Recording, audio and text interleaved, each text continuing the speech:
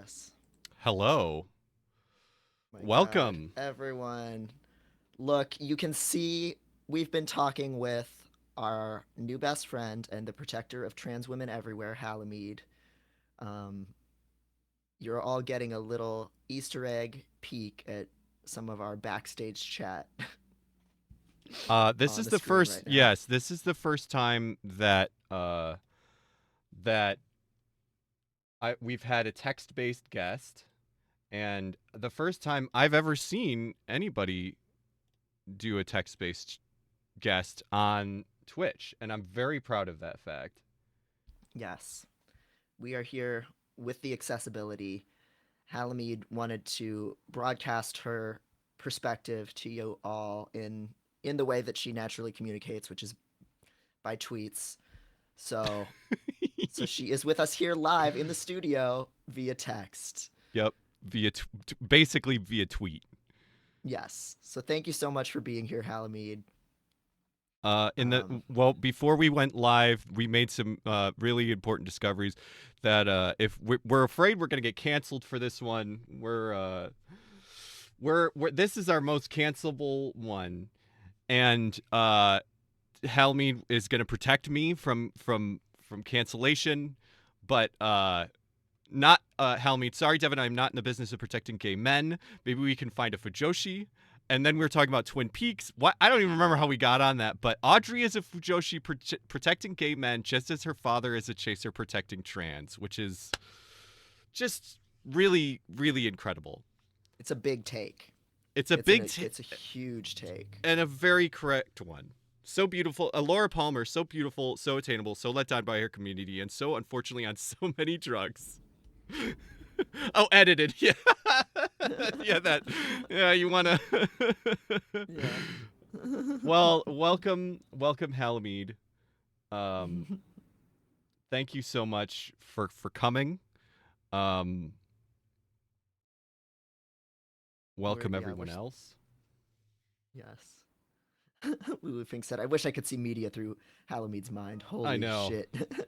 Thank you for subscribing, Corian 8. Very, Thank you so much. yeah. And did somebody else? I think somebody I think subscribed. maybe Lulu re-upped Prime or something. But yeah. I'm glad to be here in the space you've created, and I'm always glad to protect trans. Yes, absolutely. What is your full title? I know you are a princess, Princess Helmead. Uh, but I right? I thought that was figurative, Is it figurative? but Princess is kind of Informal informal. thing. What is your Princess of our position within hearts. you? I know you are. What is your position in Memorial Foundation? Oh yeah, you asked what her position was. Yeah. I mean, we know her. We know her pref. We know what you know her Yeah. her role, but Mm-hmm. the position is it's 3D. uh I was thinking I need to show some. I definitely have bookmarked some of your very good tweets. Some reposts from the before times, before it was known how good of a tweeter you were to the general public. Um, I like TME, trans max exclusionary. No, trans butch women are so desirable. Woo! Oh, that was loud. Oh my god. Oh, TME tra- trans misogyny exempt. No, trans misogyny is everywhere and it affects me deeply. For instance, misogynistic trans women hate me, a girl, for nothing more than being a girl and liking every thirst trap they have ever posted on their timeline. oh my Oh. god. So good. Uh, Oh. Generation emissary for the space program, Gen 2 pilot, acting command for the return initiative, not a top. Does Yes. it say? I want to believe that it says that like somewhere you have a desk and it it says that like on one of those little like things that like says your name and position. It's in her email signature. Right, like Like, Europa says, not your mom. yeah, not your mom, not a top. three of them, obviously. It's gauche to have all three on one. Yep. Mm, Yep. yes. Have to have enough space for it to be the right font size. It's for our said. So why are you getting canceled this week? Is it because you're brave enough to admit the truth that female chasers are cool? And Uh, honestly, no. Everyone agrees with that now. And Helmete has shown them the way. Everyone agrees T for T is incest. yes. It's again to adopt that and repurpose that Lana Del Rey quote that I always love. Halamede isn't glamorizing being a chaser. She's just a chaser that happens to be glamorous. No!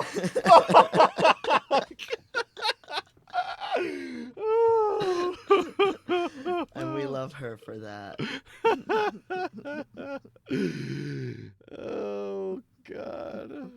What was the actual what did she actually say? What was the actual what did she say? Like she says like in my music I've always been very honest about the kinds of relationships that I've had. I'm not glamorizing abuse or Right. I'm just Abuse was the I'm just a person with these experiences who happens to be glamorous. right. Right. And I love Oh. it. Uh Some have said this. Who am I to speak over trans voices? Yes, exactly. Oh my god. Oh. So, but yeah, what we're actually going to be talking about, a lovely new sharticle by Clementine Morgan, right? Um, Yes. later in the episode, we're going to start with video game.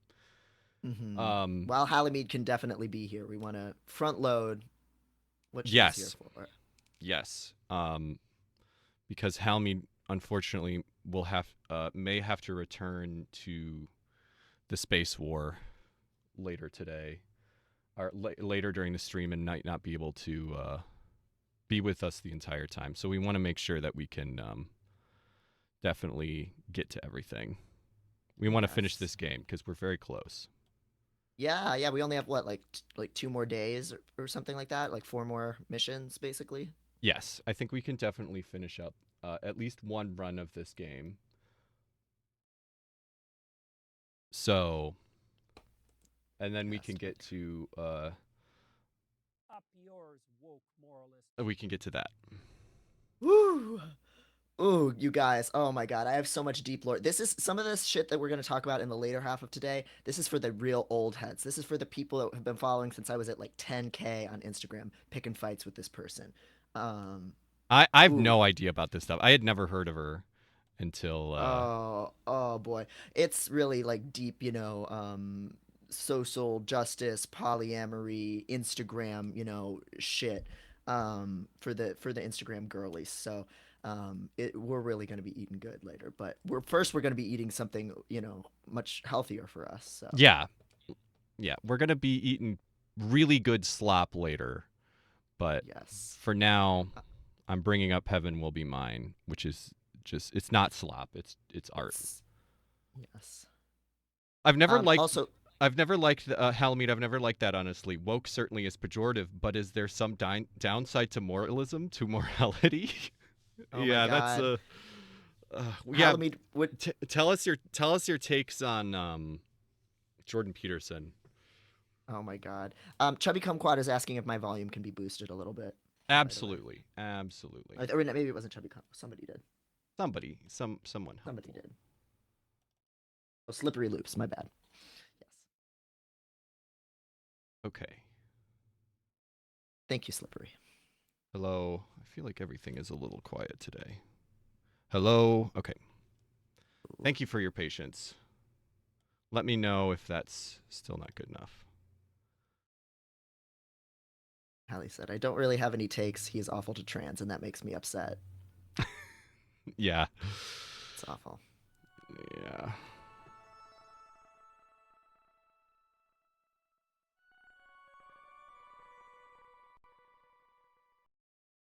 Gorgeous. Right. Forgive me while I have to bounce back and forth out of the game because Yeah.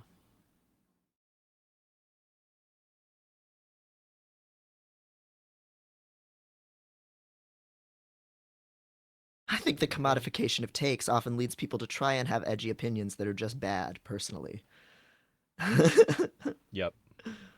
Whatever happened to posting with love? Yes, because you've never benefited from the take economy. No. Never. It's just a woman speaking her truth. It's true. Oh my gosh.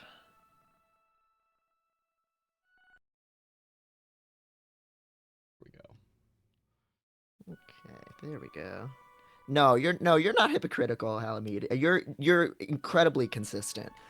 I'm Yep. just saying some people think they encounter one of your takes and they think that you're a hot take machine. But if they really dug deep into it, they know that you've been posting this stuff for like over 4 years, Yes. just harnessing your abilities for nothing Yeah. but the sheer love of the game. Yep. If you're on Twitter and you're not following Halamid, oh yeah, I made a little guest credits thing. Go follow Halamid on Twitter if you're on that hell site still, and Yes, you haven't. it's the one reason to stay on Twitter. And yes, Halamid doesn't do takes; she does gives. Oh my God, Quarian, that's so right. you should. Yes. There was no text for a second because I had messed up, but it should be good now. You should be able to see Yes. both the beautiful transgender, the gay man, the Halloween's text, Princess. and chat all on the screen as well as the game.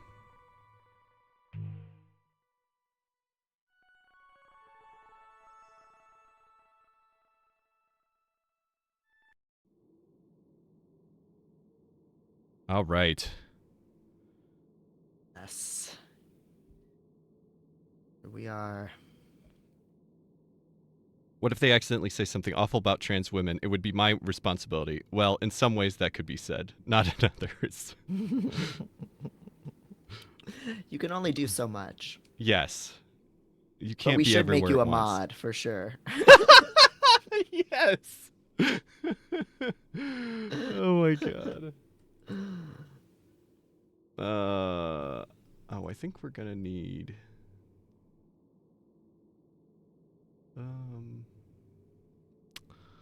think I'm gonna need to make one change briefly. I apologize. Okay.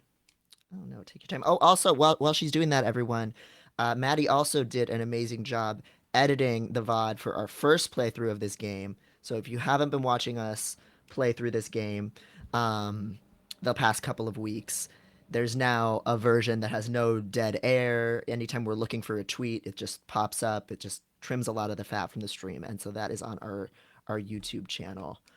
So you should definitely check out the hard work that you put into that. Yes, I'm hoping to do that regularly. It was really fun to do, and I think it really helps. So hopefully VOD watchers are not watching this. Yeah, it's not really worth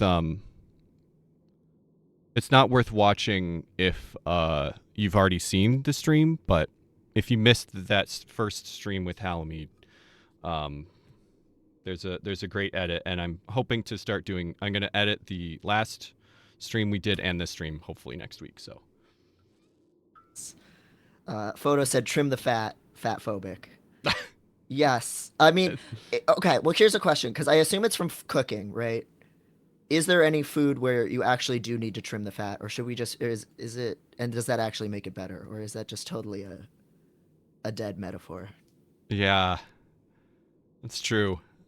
Yeah. I think it does come from. I do think it comes from. I love eating the fats. Yeah. Some amounts of fats. Lipid hypothesis propaganda. We love a lipid. The phrase comes from good butchery of meats, whereas on a good butch, you need lots of fats. Yes. Okay.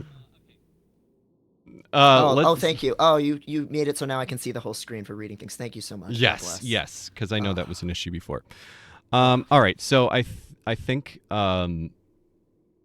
we haven't done anything here yet. So let's just get started and All right. and read these. I'm not sure who these are. Do you want to take B? Sure. I was waiting for this.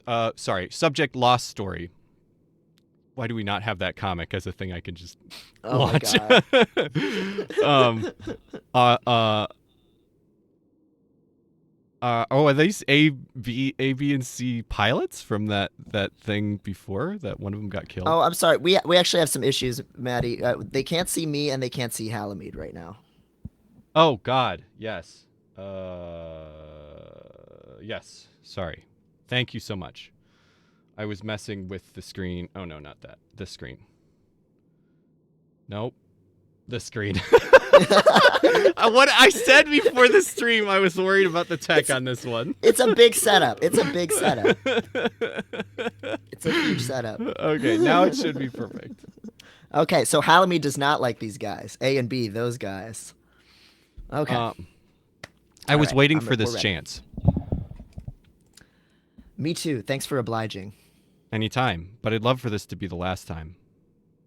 Oh yeah? Do you have a plan for arranging that? Or are we just going to fight forever without end? Do you win when your win ratio trips over 50%? It's climbing for sure. I can't deny it. You're slipping, getting lazy. I'm just bored. I don't want to win an argument. I don't want to win a fight. I I just wish just, you were dead, okay? me too. Can't kill you, and I don't really want to either. Well, same. Man, don't talk like Neith. You know that pisses me off. This Batman and the Joker. After they've broken up. Don't say their name then, maybe. Maybe they died because they were tired of us having the same fight and over again forever. Are you kidding? They lived for it. Man. What a bitch. Mm. Subject: fuck space. Origin: ambient title information. Author: a loss. You know what? Fuck space. It is complete garbage. The secret no one here ever wants to admit is that space is boring and empty and it's desolate and lifeless. It's not romantic and it doesn't care about us. They embellish dull gray photographs of dust with beautiful colors to pull our heartstrings, but the reality is nothing but different shades of gray, the palest colors. But you know what? That's not even the most embarrassing part. The most embarrassing part is that humans can't do anything better than imagine space is just like Earth, but a little different, filled with people who are like us, but a little different. And well, hey, guess what? That's just Earth, idiots. You're projecting. Why do we need space to think about Earth? Why are you ignoring all of the people and places on Earth that are like you but a little different? Why is that dream more important than us? We're supposed to have dreams, but we're not supposed to just live in them. That's why I'm breaking up. I want to go home. I wonder who Halamede wrote. says, I wonder who wrote this one. She was so right and also smart and beautiful. mm. I was wondering if this is Lunatera, and this why Luna T. This is when Luna T decided to triple cross back to Memorial Foundation. Oh, also, Halmy, do you call her triple Luna T, or is that only a Pluto thing? Oh, I bet it's, yeah, I I bet not. I bet they probably have their own pet names. may or may not have been LT, but it was someone who had the right idea. Mm. Luna T is what Pluto calls her. Yeah. Luna to me. Luna. Good to know. Like all of the beautiful trans women named Luna. Oh my god. Yeah, some of us know, some of us in the Chicago area know a Luna. Comms. All right. Right. You've had more than a few fights with that Celestial Mechanics pilot at this point, haven't you? Yes, fights, exactly. That's Saturn, right? Yes. You've really met You've your really Oh, yeah, go on. match. You've really met your match. Helmeet says, Luna to me, not sure what Mars calls her, idiot, probably. As for Auntie, I don't think I want to think about that. Yeah, these conversations have to be a little hard for you to see. Yeah, a few things are a little crackling. Have to be thinking about what else is hard in this situation. Oh my god. No, don't break her heart. I'm sorry. She already has to think about these things. She said, no. No. I'm sorry. It was so mean. I'm so sorry. I was just talking about difficulty. Okay. We're sorry, Halamede. Stop that. Okay. We didn't mean. We will be respectful. Yes. In terms of troublesomeness, I think she has me beat. Did you know her, Saturn, a Generation 3 pilot? I was only in charge of combat operations, and the third generation never saw combat, even against the existential threat. Of course, I knew her, though. She was one of Iapetus's top candidates. He used a variety of methods to artificially jumpstart extreme tidal sensitivity in otherwise unremarkable pilot candidates. Oh. I thought none of that worked. The first ship shells had manual controls. To bridge the gap between your intentions and the energy of the tidal reactor is a complex language, a conversation between yourself and the machine with advanced mathematics. You use your hands, but it is a fundamentally mental approach. Dr. Nix wanted to achieve communion through the soul. Iapetus, however, felt that direct interface with the body would be the most efficient. Teach the body, and the mind and soul would follow. It's so sensual. Mm-hmm. Sounds dangerous. Also made up. It's all made up. There's nothing inherently wrong in using the body as a primary medium. However, he inflicted the intentions of the ship selves on the pilots, rather than teaching them to express their intentions outward. He wanted subjects, not actors. It's impossible to read the rhetoric of his methodology any other way. Was Saturn particularly resistant? Is that why she was downgraded from primary candidate? No, she was intensely loyal, like another pair of hands and eyes for Iapetus. It was the opposite. She accepted all of those intentions perfectly. She was perfect. You see the problem, don't you? A doll like that doesn't have the will to compete in tidal conflict. Why are you telling me this? He realized in the end he had created someone as boring as he was. Oh my god. It took a long time for you to learn how to be a person after having been forced to be someone else. Okay. Hot. This is all hot. Don't forget how to be tender to hellions, Lunatera. Helmy, to be clear. To be clear. Many people say Auntie did a lot of awful stuff. Yep. I mean, that does seem to... they are wrong. Of course, she's perfect. She's goddess. She, yep. What is going on here?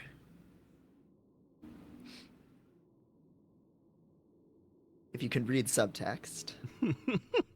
Well, there is a lot of it in this game. This game is all subtext. If anyone would, bottom text. If anyone would be good at reading subtext, it would be you, Helmy. Subtext, bottom text, etc. Oh man.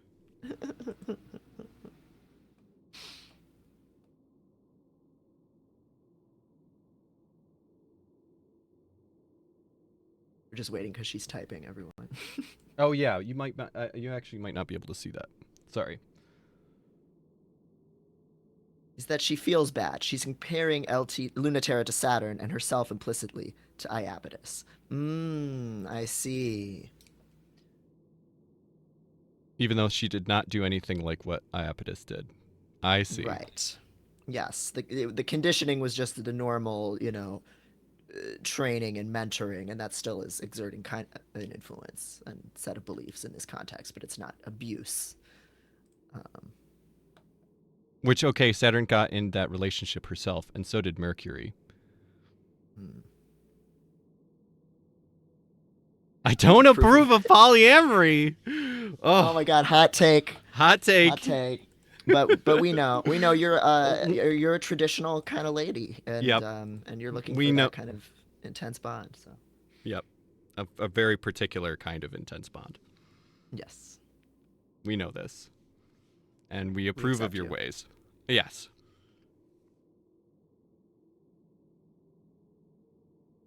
Anyway, Iapetus may have done some things that might get him canceled, and regardless of whether or not he did those things. Auntie did not. Wonderful. Uh, Cybernetic cirrhosis. I mean, Europa does refer to LT as kitten. That's not a green flag. it is a little weird, professionally.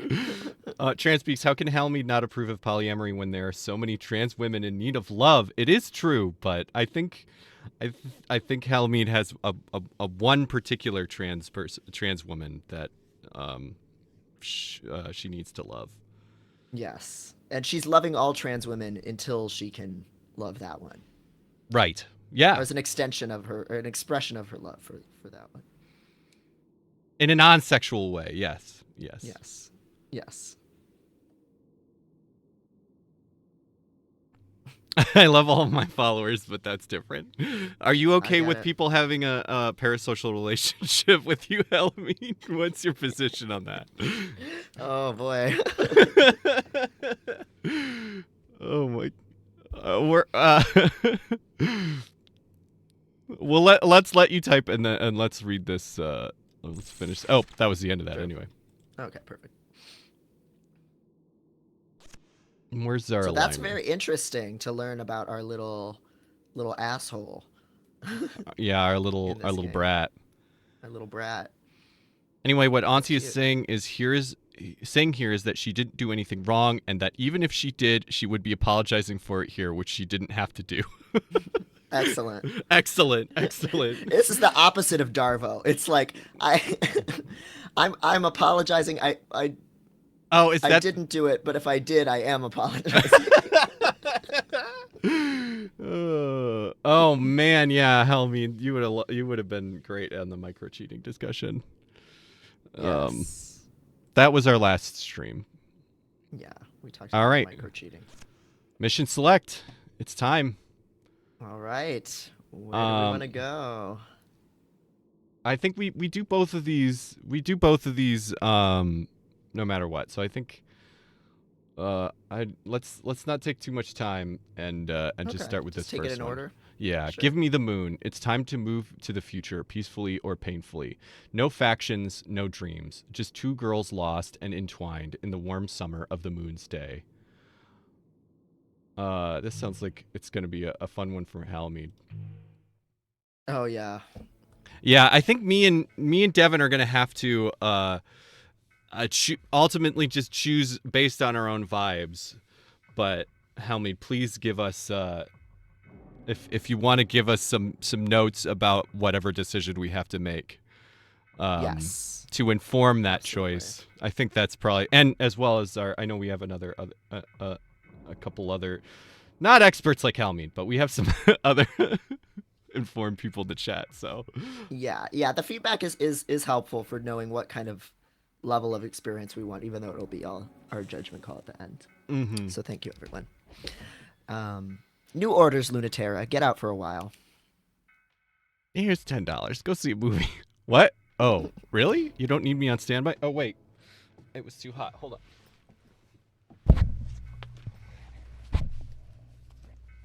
Oh, the jacket. Oh my God. Yes. Yeah. It's like exactly like Lunaterra's. Like I can't not. So good. Halamede says, personally, I would never send Lunaterra into a position where she might rendezvous with Pluto, so I can't really offer any help. Understandable. Understandable. Yes, Okay. but Ye- oh, go on. oh, it's Sorry. Yes, but you're making everyone anxious. The pacing and sighing is becoming melodramatic. She just like me for real. Even worse, some of the girls are beginning to find it very attractive. uh, Show them some mercy and give yourself a break, please. sorry about that. I just snapped at one of the deck mechanics. I'm getting tired. I know, and it's given her a disgusting crush on you. So please leave before more of my crew become compromised. This is the best game.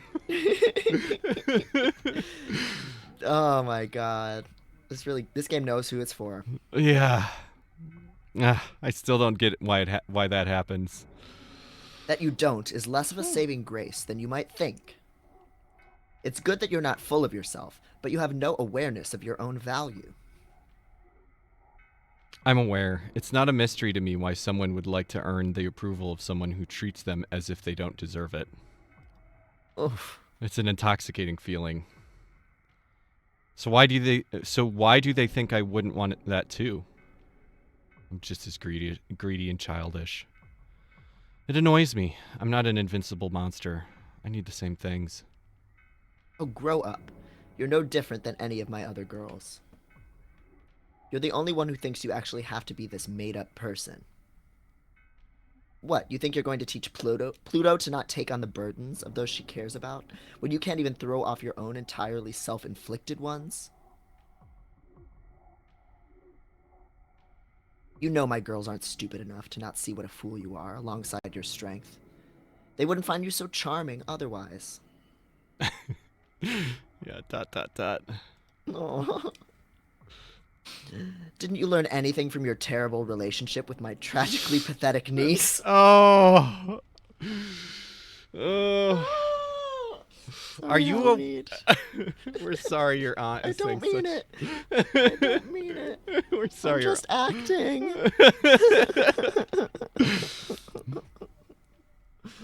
We need self-care for Halamid after this. Yeah. Everybody give it up for Halamid in the chat. Yes. I Transgender flags for Halamid. yeah. I learned not to pretend I could give someone what she wanted. Wrong. You should have learned that just because someone likes you doesn't mean they don't also know you're an idiot.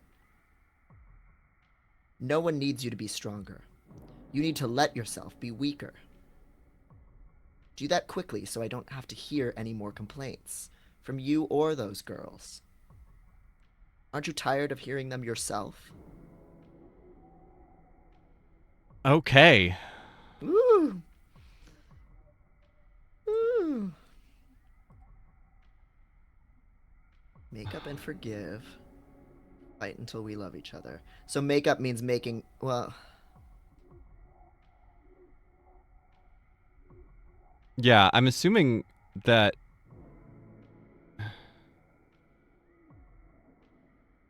Yeah, I'm assuming fight until we love each other is sending Lunati sending Luna out to Pluto to fight with Pluto. And that's more spicy. That's very much more spicy. Well, she's going to Pluto anyway, right? Oh, okay. It's gonna happen anyway. Oh, okay.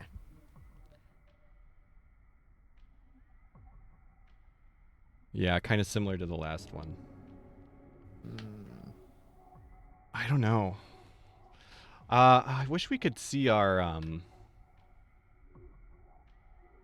Percentages? yeah, on this screen. I'm trying to think what they are. We looked at them briefly, but I don't know if I processed them. I think Kratos Grace's is highest, and then the other two are tied. Right. Yeah. So this feels like it. We're gonna.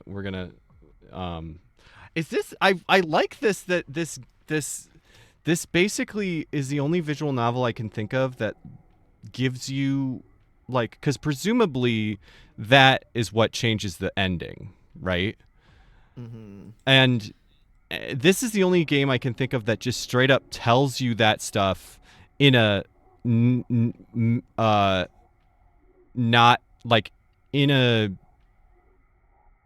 fictional way rather than a metafictional way. Like there are other visual novels where it's like, oh, this person has this much love for you or whatever, but that's not like in game usually, right? Mm-hmm. Like this is just straight up like it shows you where you're at, and it is like very much an in-game, like it's showing you something. It makes sense to have that like in fiction. Right. And the characters in the game know you're kind of a double crosser, or that you kind of do your own thing. Lunatera going her own way. But like, so instead of like, I don't know, like with We Know the Devil, we just had to literally keep track of who we chose each time and then Right. make sure that it shook out, which is cool. Um, they're saying in the chat that we are 50% with Kratos Graces and Celestial Mechanics, 25 with Memorial Foundation. No, actually I think that makes sense because I think we were 25 with Celestial Mechanics until like the last mission we did. Got it. Oh yeah, definitely not trying to win for sure. No. I'm tempted to move. Actually, we have been only given Memorial Foundation scraps, but I'm tempted to move towards them to get more of that storyline. Sure. Yeah, I'm fine with that for this I one. think that especially, yeah, and yeah, I think we'd maybe like to come back to this game eventually. I'm not sure how we will. Maybe we'll do like a non Friday stream. We've talked about that a lot, so we'll think about it. Yeah.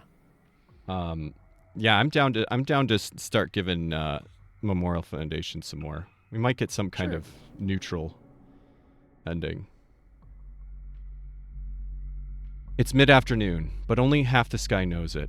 The burned gold fades into reds, pinks, purples, and the night at the edge where the moon's terraforming abruptly ends.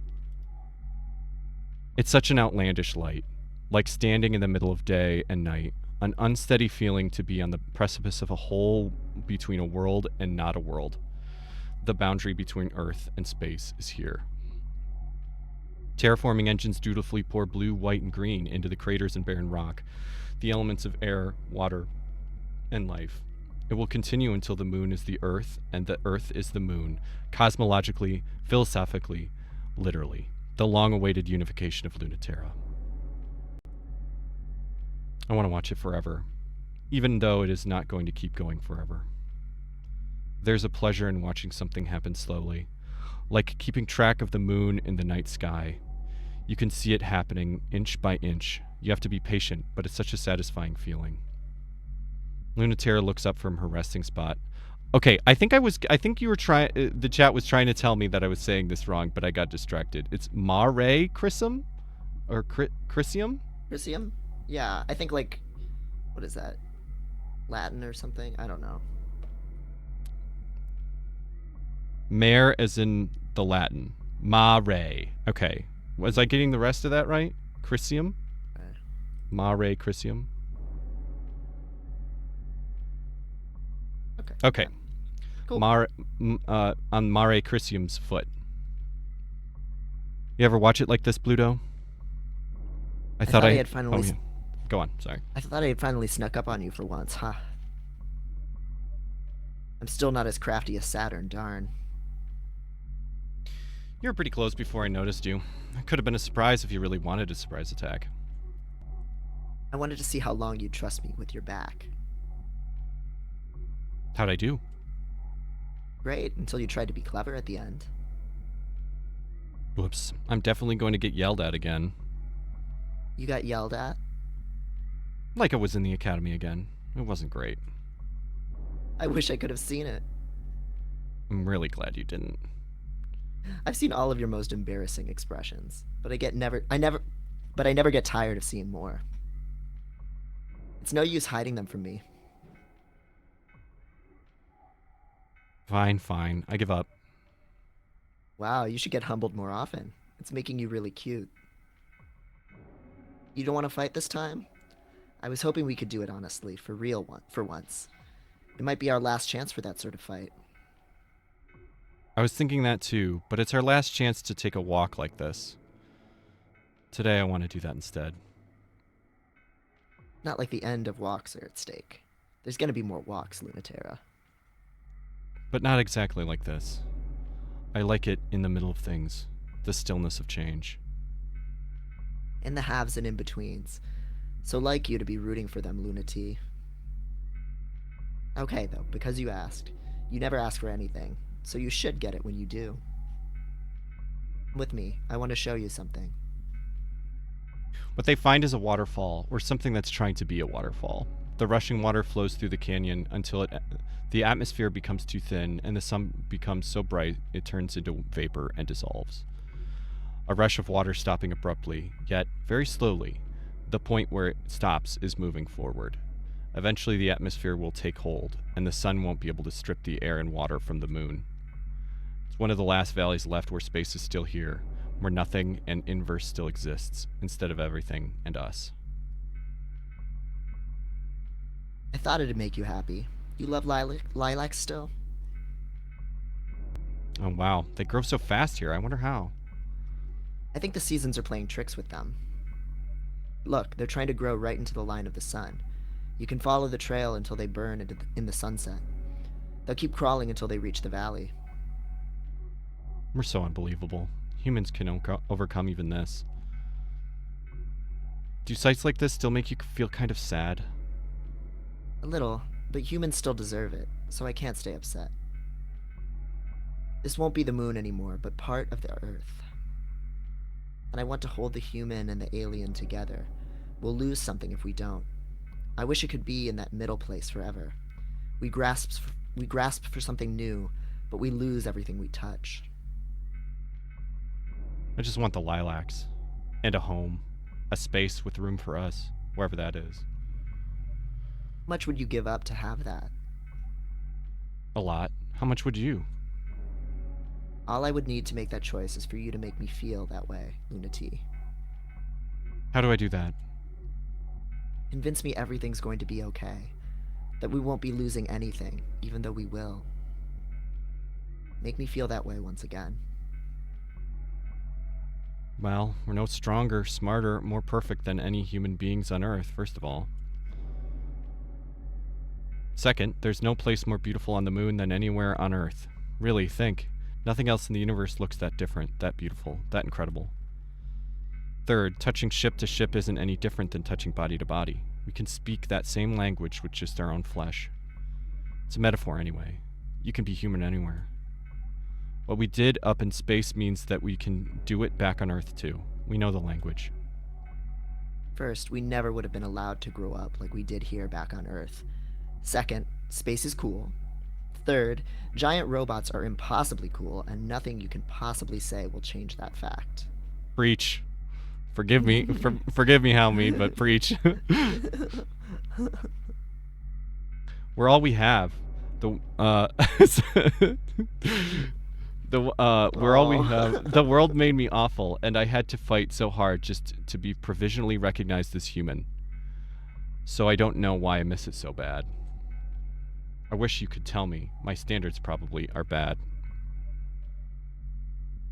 Helmy, see if she listened to me and came home. Things wouldn't have to be that hard. Yeah.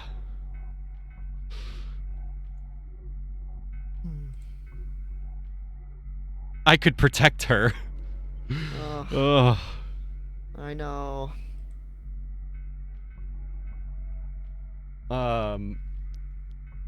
This part will sound stupid, but I don't want to believe we couldn't also be happy on Earth, no matter how good the future is. That our happiness isn't that fragile. You know, you say you have very little faith, but I think you have more than me.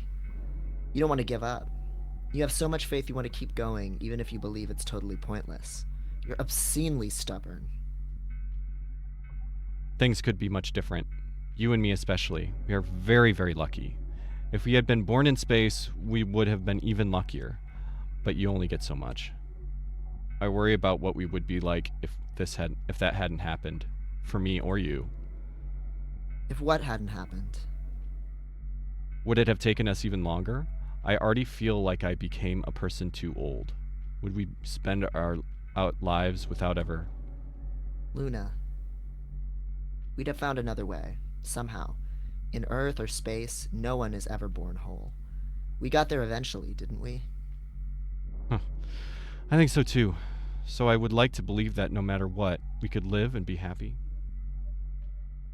Even on our mortal bodies, on our boring, awful home. I mean, they can't undo what we have done. When they take us back, they will have to make us a part of them. Isn't that the simplest, sneakiest way to get everything we always wanted? You really make me believe sometimes, Lunatera. Giant robots are still really cool, though. Well, I tried.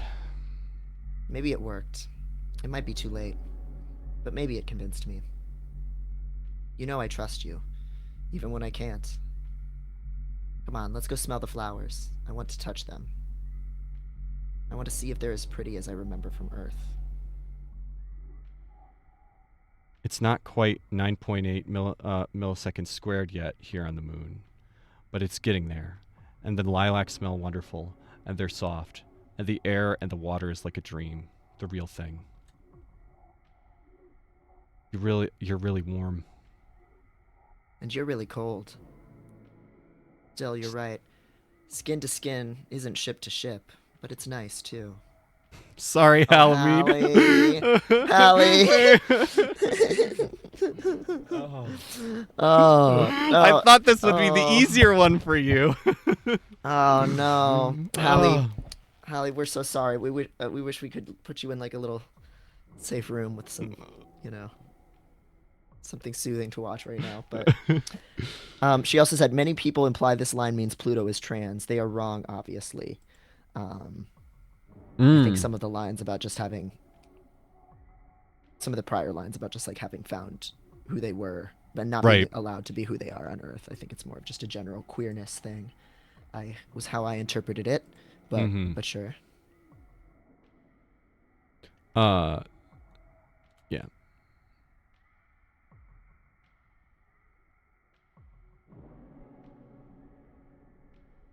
Your line when you're ready. It feels exactly the same in a different way. No more or less. I missed you so much. I'm here. I'm right here. You really are. You're really still so bold, Luna T. I mean, I'm teasing. Oh, okay.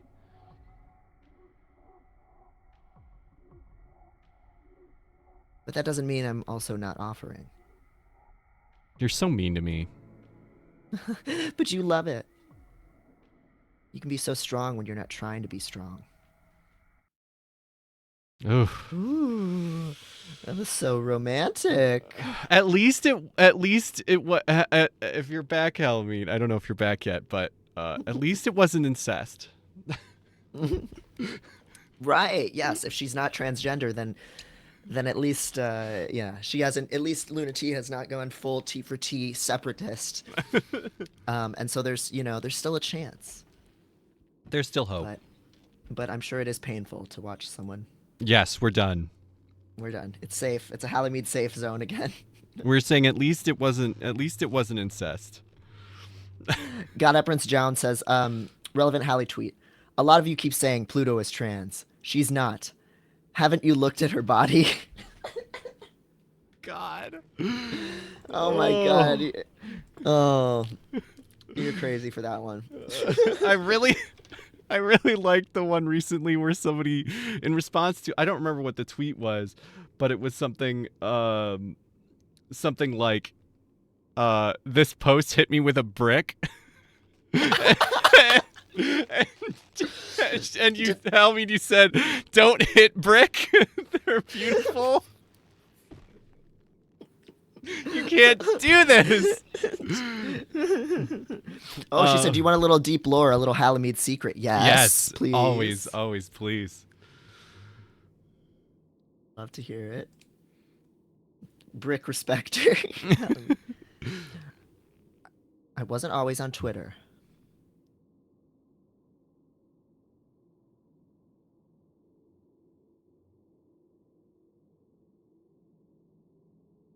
A friend of mine actually had the idea to get on Twitter for me. Oh. Oh. Was this like a group chat special. Oh, yeah. Were you just on a Discord being like this all the time?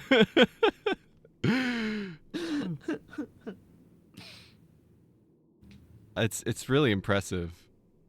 And at And least a little part of this had been kind of throwing this idea back in her face. Hmm. of saying no, it's good actually. Hmm. It's really good. Yes, it's Oh. really, it's extremely good. Halamy, do you know who Duchess Goldblatt is? When we first were looking at your Twitter, Devin said, "What did you say? Not a good I Duchess said it, Goldblatt." yeah, I said it's Duchess Goldblatt, but good instead of evil. uh, Uh, Duchess Goldblatt does this like character, and it's a bad character, and people are obsessed with it. Um, it's very contrived. It's this performance. Anyway, anyway. anyway, that's just a deep cut, you know. If anyone is curious about Duchess Goldblatt, I do have an episode of the Anime Sickos Yes. delving into her memoirs and her Twitter presence, and they have also talked about her.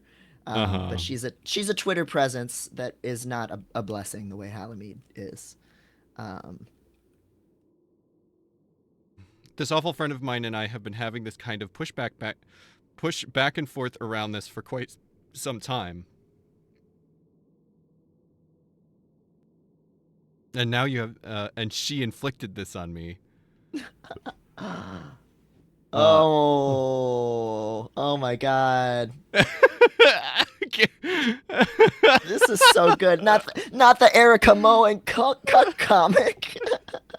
Being a cuckold is Tiffany. Shut the fuck up and get out. We're gonna fuck your wife now. Oh my God. That's so good. Oh, that's really good. I'm sorry it's so mean to you. Oh my God. Wait, who's the third one? So there's Pluto and awful quote awful friend unquote is so right for this. oh my God. By good you mean bad. Yes. Oh. I don't like this kind of thing. Do you have that actually here? I did say I meant to put this on our hold screen. This is very strong. I think this is very important and much more within your belief system. I saw you repost this. Oh my God. Yes. Respectful chasers. Incest boy murder.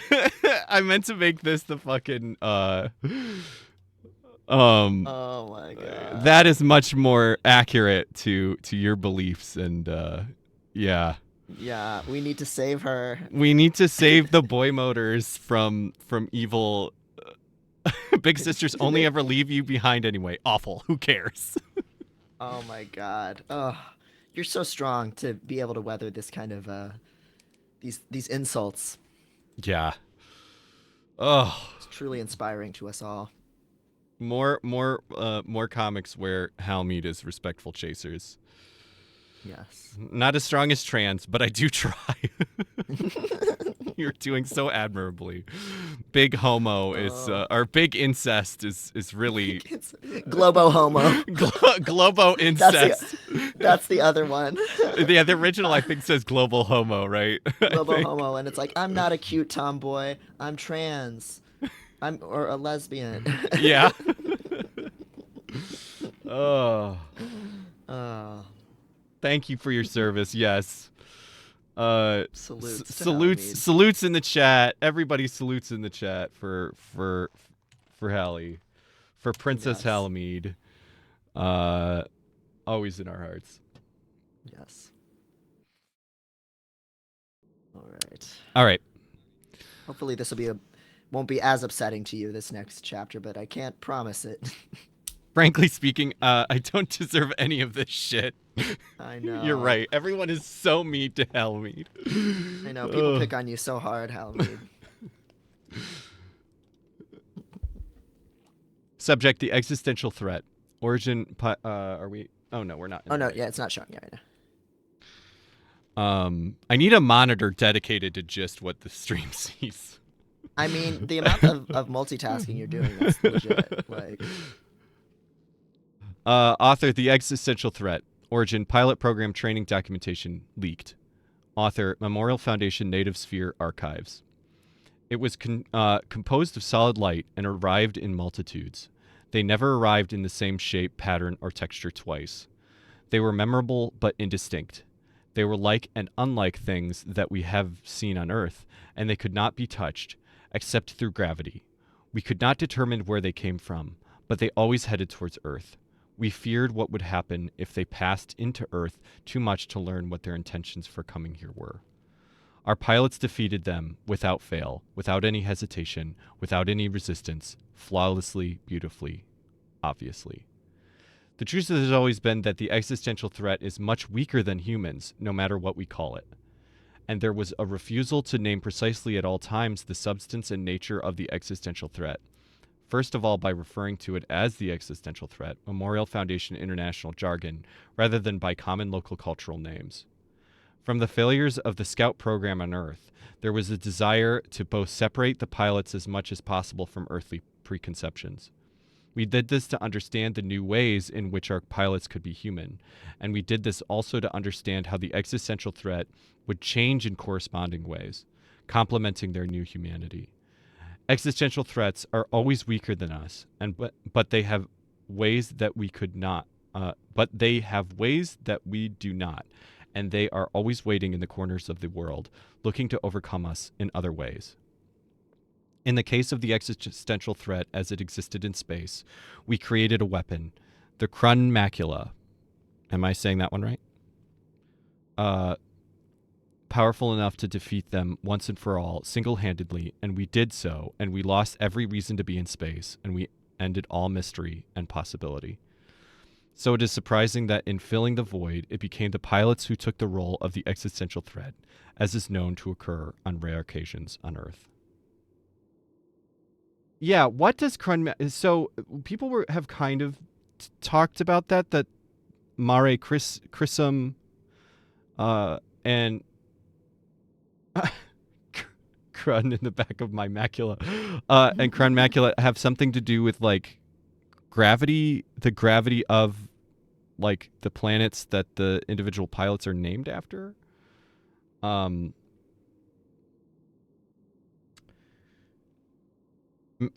Crisium is a site on the moon. Cybernetic Susurrus says it's a region on Pluto that refers to an underworld deity. It's like roughly around the point of the heart shape on Pluto. The ship selves are named for features of their respective celestial bodies. Okay. Yeah, String of Pearls is a storm system on Saturn. Well, Kronos, as it's rightfully known. Yeah. Okay, so they're not all the same. They're just, I see. So they're just different things on each one of the different celestial bodies. They're not like a specific like feature of the same feature across all the planets. That makes more sense. And I'm assuming I'm basically saying Macula right. And then Lol Solsi is on Triton, which is a moon. Which she is a hand-me-down. Yes, we learned about. I remember learning about Lol Solki. That might be Sulkai, I believe. Sulkai? At least in like neuroscience. That's Sulkai. That's your ship self, right, Halamine?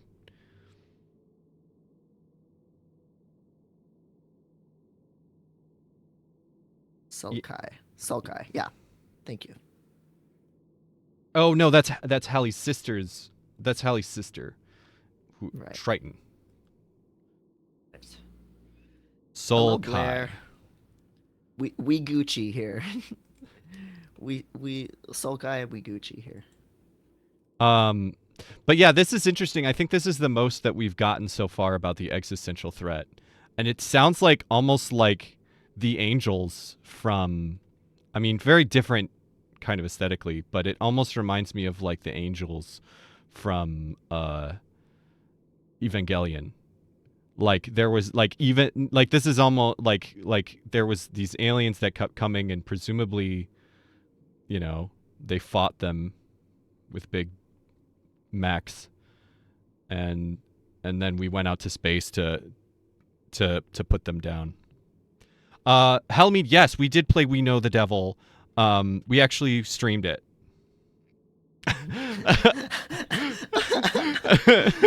Oh, I've seen Eva. I'm something of a Japanimation enjoyer myself. Smiley face. Yeah, I mean most chasers are, so great. I'm sure there are lots of Japanimations that have trans women. Yeah, so are most trans. Yep. Yeah. I'm sure there's lots of. I'm sure you're a big fan of. Oh my God, who is the? Oh, Astolfo? Astolfo, yes. No, but Astolfo's a femboy. Astolfo is not officially a trans woman. Well, so I think maybe- Astolfo is like, oh, he's a man that just like, that likes to look like this and be a girl. right. So it's like, well, technically according to canon, maybe, but Yeah. Okay. I think Halamede is weighing in. Astolfo is a femboy. Fate is bad. Well, is Astolfo from Fate? I don't know if I Yeah. even knew that. I just know Astolfo from memes. from internet. Oh, you know what? I'm not going to talk about Fate with anybody who isn't aware of the status of the CCC translation. That's too. You're right. We don't know what You're we're right. talking about. We're not prepared. We're It's not. fair. We're not big enough Japanimation enjoyers to know Oh, my the Lord. details.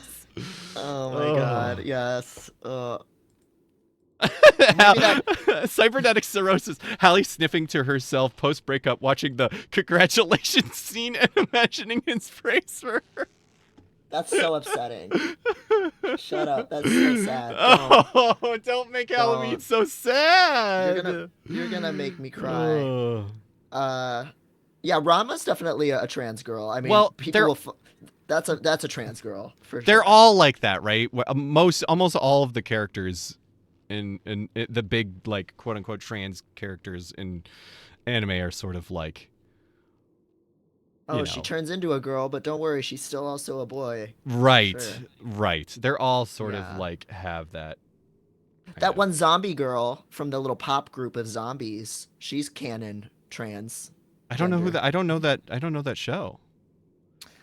I Shinji can't is a remember. character I've felt close to in my time. Lily you- and then Bridget from Guilty Gear. Yes. Halmy, do you think Shinji is an egg? That's the big thing.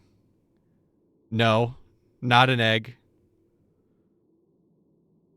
Trans girls are girls.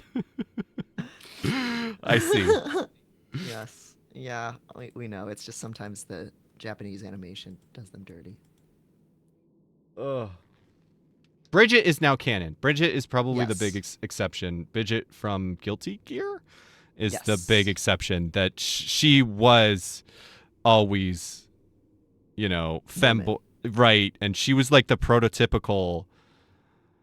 That they made. You think it's ridiculous that they made? She was the Astolfo over time. Yes. Absolutely.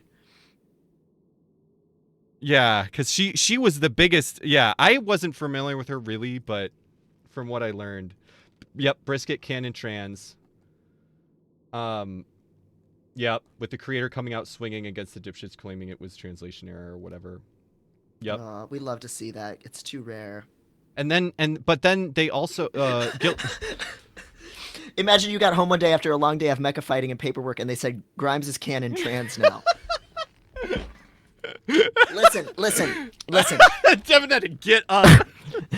Halamede, I've written fics about this. I think we talked about that last time she was here. It's so you're saying this was your Grimes reveal. It was really important to you. Yeah. I see. Okay. Oh, listen, that is gonna happen. That is gonna happen with everything that's happening. And I'm gonna stream. I'm gonna say this right now, everyone. I'm gonna stream for 24 hours straight listening to Grimes music, and it's the reverse of the Grimes is over party. It's like Grimes is back party. We're so when back. she We're so when she back. transgenders, and she's gonna be on here, and we're gonna be We're best gonna- friends, and I'm yeah. We're gonna have sex sloppy style. We're gonna kiss sloppy Yes. style. I'm gonna fucking suck her strap. It's gonna be over. Anyway. I'm here for this. I'll stream with you. We'll do it. We'll do a 24-hour charity live stream to get. We will stream as long as it takes to get Grimes on the show. We'll do a top surgery fundraiser for Grimes. That's how little I respect myself. I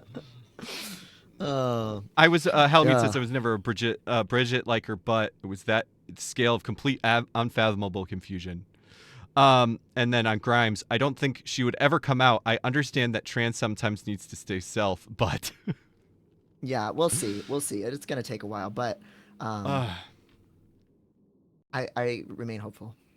I think Halloween's also saying that Grimes is a trans woman. Is I think also Halloween's position on that. I mean, the two births by surrogate. You're making points. Yep. We got to find the transvestigators and see what they think. Oh my god. Oof. There's so many layers to this. There's so much. I know. They're doing important work. Yes. Transvestigators. Wait, yeah. I thought you meant Grimes. Yeah. Transvestigators are doing important work. Transvestigator. That's so funny. They're reporting on the legacy, you know, like they're helping us realize our history. Marilyn Monroe was a transgender, you know, and other women throughout history. Oh my god. Kurt Cobain, Oh. etc. Very, very good. I like that transvestigators make me feel better about my body because they are always like, look at this, look at Taylor Swift and her big rib cage or whatever I don't know what they say about her specifically. Tall. All the even- things you say about her being trans. That one's you. It's true. She's like tall and awkward and like super skinny and like the way she moves. I'm a transvestite. Even if they aren't always correct, they're placing trans women in the celebrity pantheon, and I think that's valuable. Yeah. Yes. Let me tell you, I've been shocked by many people with names like TS fan. That was literally was that our first stream? Yeah, that was our talking first about? stream was I Love TS, Tom Hiddleston shirt when he was dating Taylor Swift. Which he seems like he would fuck a trans girl and be cool about it, so while we're talking about this, yeah, somebody called Kurt Cobain the boy motor blueprint on Tumblr, and I fully agree with that. That's fully agree with that. Yeah, that's Gally, Idris Sky. We're mutuals and keep trying to hang out in real life, and then one or the other of us is always sad at the same time and then can't do it. Oh. But, yes, she's great. She's so fucking funny. Helmut says, "Oh, she follows me on Twitter." Yeah. See? Yep.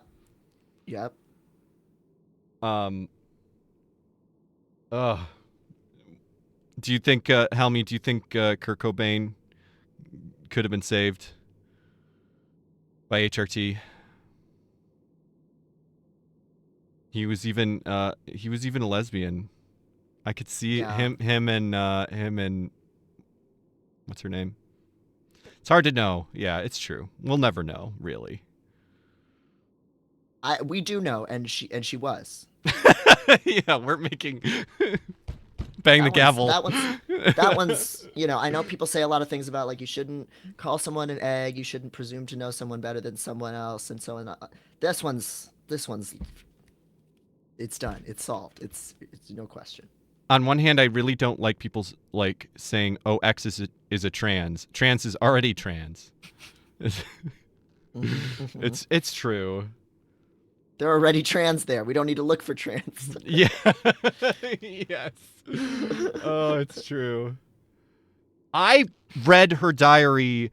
I read Kurt Cobain's diary as I don't even think I was in like not even middle school, like late elementary school, because my brother, like Kurt Cobain, Nirvana was my older brother's first favorite band, and so I got really into Nirvana, and I read that first, I read his diary, and boy, did that really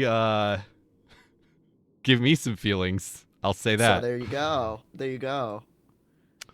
On the other, was not a non-trans haircut. Yes. Oh my Oh. god. There's a We'll lot there. we'll never know. We'll never know. We know. We know, and I hope she's at peace. Yeah. Okay, let's go through these comms. Okay. Yes.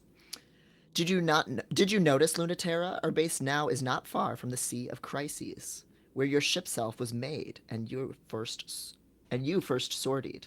It's nostalgic, isn't it? Huh. It is, isn't it? Reminds me of when we were fighting some theoretical alien existential threat and not each other. Would you prefer those days? I don't think so. No, I definitely wouldn't. I like being less stupid. Fighting with people is better than not even thinking about people at all, instead of fantasies. Aren't you going to say that's still your problem? I know when I drilled you like little soldiers, I taught you the opposite too well. But I wouldn't mind if you had second thoughts. Europa. Do you feel guilty? We should all feel guilty, but me and my peers especially. We caused this conflict to be played out, and we failed to teach you well enough to endure it. The future we had hoped you would live in, was much too childish for you. I know. I'm not upset about that. Or I would never have come back here by your side again. I don't want your guilt. Or my guilt. What do you need, Lunaterra? I would like you to give me your orders, without guilt or regret or expectation. Of course. Though I've raised you terribly, Lunaterra, I have also always been quite proud of you. She's always been so good, it's scary. I can't deal with good kids. That was Nyx's job. True. But I don't hear a reason to trust me. Or are you going to ground me? You're my student, Lunaterra. I don't have to trust you. Trusting you is not my concern. I can't keep you out of trouble anymore, or even tell you what to do. I can only advise my last remaining student. Whether you listen to me or not, or to that girl or not, whether you fulfill your duty to Memorial Foundation or betray us once more. You're getting too permissive in your old age. I've always been permissive, and I've always been old. I thought you said I was in charge. I will advise you no matter what decision you make, Lunaterra. And not quietly. Then what's your advice, since I'm just going to do it? Don't get out of dealing with your ex by indulging your death wish. She's not my ex. Were you not together? Or is it not over? Ooh.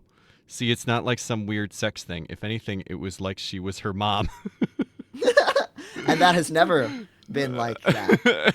Dude, you think a lot about incest, Helmead. You have a lot of really good Yeah. takes about it. I'm sorry. We're very sorry. We don't want to be in an attic with other trans people. It's true. Oh, flowers in the attic. Were you not together, or is it not over? My advice. Oh, sorry, is that to was not... you. Oh wait. Oh yeah. Were you not together? Is not over. My advice is to not leave things ambiguous this time. I really love Europa. I usually hate leader characters. I have a problem with authority, and I love her. Like, Yeah? yes. I feel like I haven't I feel like I'm sometimes I feel like I'm too dumb for this game. Like I'm not I mean, obviously I know there's tons of context where I'm missing, but I'm I don't know. She Helmead, I do too. She's my auntie and she's nice. She can be embarrassing sometimes, but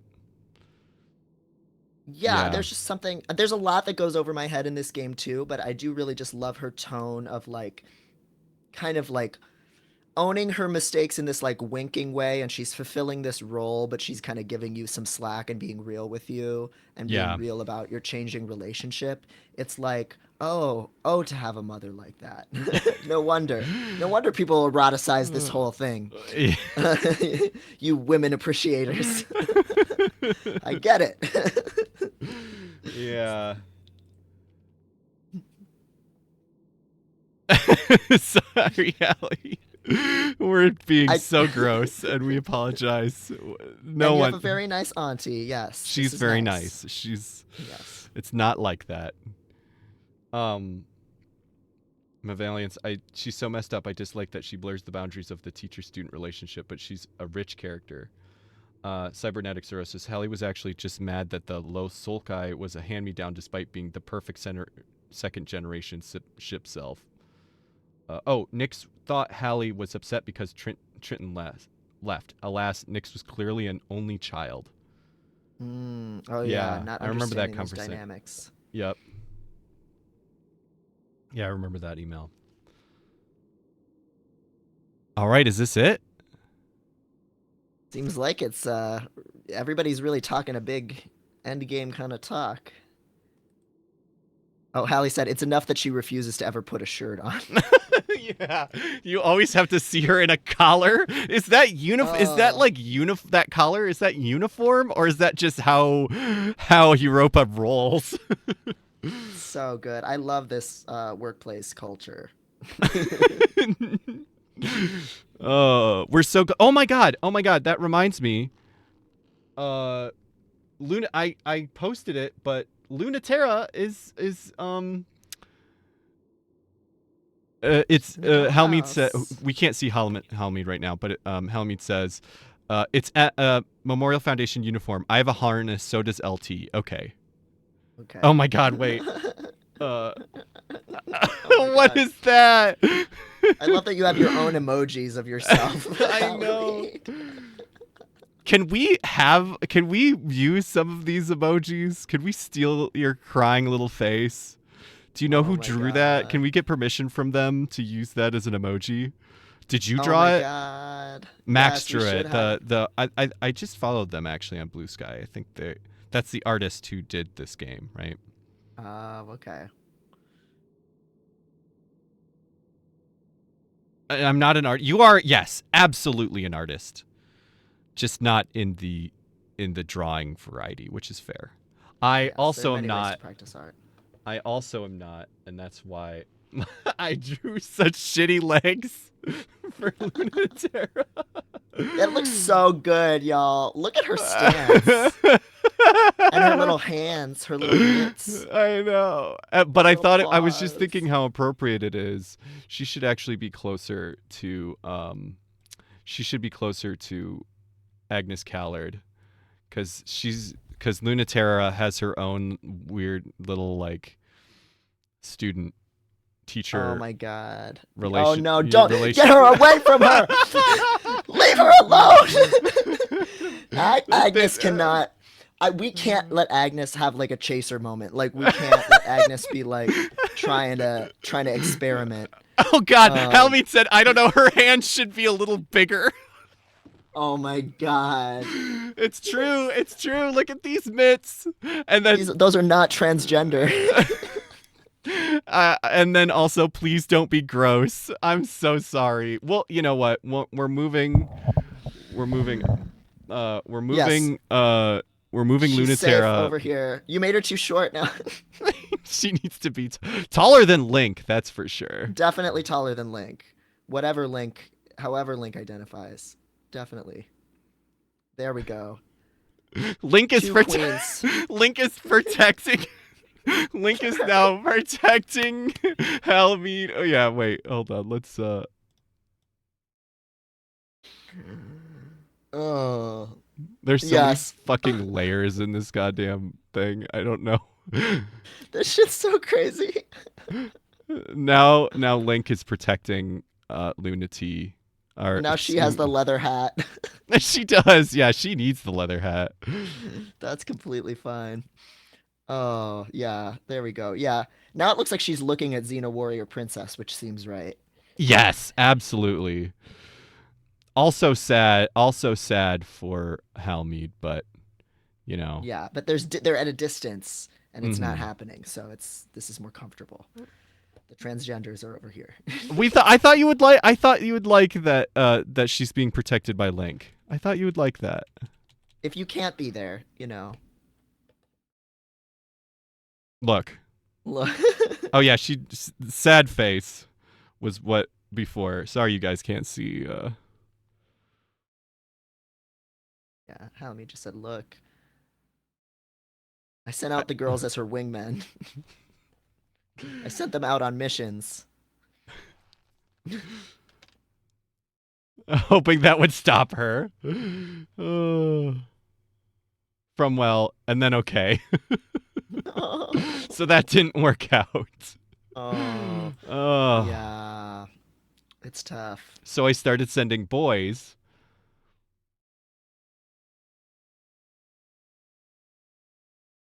And some of those boys had inconvenient realizations. Oh no! And then it was T for T all over again. Just keep her away, yeah. And if there was ever a boy that was gonna have inconvenient realizations, It's Twink. It's Twink. It's definitely Twink. Oh jeez. Put her in a cage or Yeah. something. Put her in a Faraday cage so that nobody else can reach her. Yeah, could slip in her DMs. Yes. Oh my god. All right. Trans of the kingdom. Oh. Okay. We need to finish this. Plastic versus metal. Earth has promised to let the children of space sort themselves out for now. But their machines of war guard the way back home, just in case. When Saturn and Lunaterra meet in a chance encounter, the true terror of humanity stares them down. All right. Oh yeah. Yes, Jerry Horn has T-Boy swag. Absolutely. Yes. Yeah, that's canon. We've been saying this. I've been saying this. We've been saying this. The fleets are already in motion. Are you ready?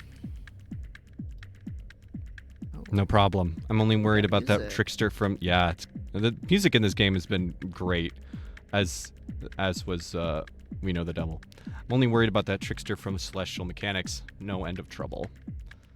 You don't sound too unhappy about that. I suppose that trouble will end soon, one way or another. It's simply recon this time, but it's on the near side of the moon. And Earth military is there with autonomous devices. They are in very high orbit, but they will descend rapidly if they notice gravitational variability. The ship self is a shape intended for humans to exist in space, outside of Earth's pull. It isn't intended for war. The military is here with the most direct of intentions, so don't let them achieve it. Funny that the planetary sphere doesn't seem to think we're on the same side. There is nothing funny about it. We are not on the same side. We are complicating the problem. We can't let it go as much as Cradle's Graces or Celestial Mechanics can't. Earth has graciously allowed us considerable leeway in dealing with the closing of the space program on our terms. Broken and naive as they find us, Memorial Foundation International begged them to let us try to bring the wayward children back home bloodlessly. So we should be thankful that they are just watching and not descending to rout us. Most of Earth would find any loss of human life to space unacceptable, but less and less of Earth considers us fully human. So the mission isn't just to protect any stragglers from getting themselves killed by the forces we're trying to save them from? You don't think we can trust them? If I trusted them to handle it, I would not have led you, the children of space, to fight this conflict. Do you think we can do it? Bring everyone back to Earth? There's a reason I am not having you interfere with the opening of the gravity well. Everyone will be in one place, at least. What Celestial Mechanics and Cradle's Graces hope will be their salvation could be ours, too. We're on a tight deadline for something that might be that impossible. Win what's in front of you and worry about that later. Ooh. Yes. Give us your advice, Halamede. Well. Yes. They hide together in Peaceful Moon's winter night. Outcome favors Memorial Foundation. Risk dying, tearing that machine to pieces. Outcome favors celestial mechanics. I don't want to see LT risk her life for zero reason, but I really don't want to see her cuddling with Saturn. We kind of do want to see her cuddling with Saturn, unfortunately. We like Saturn. Saturn's my little goblin.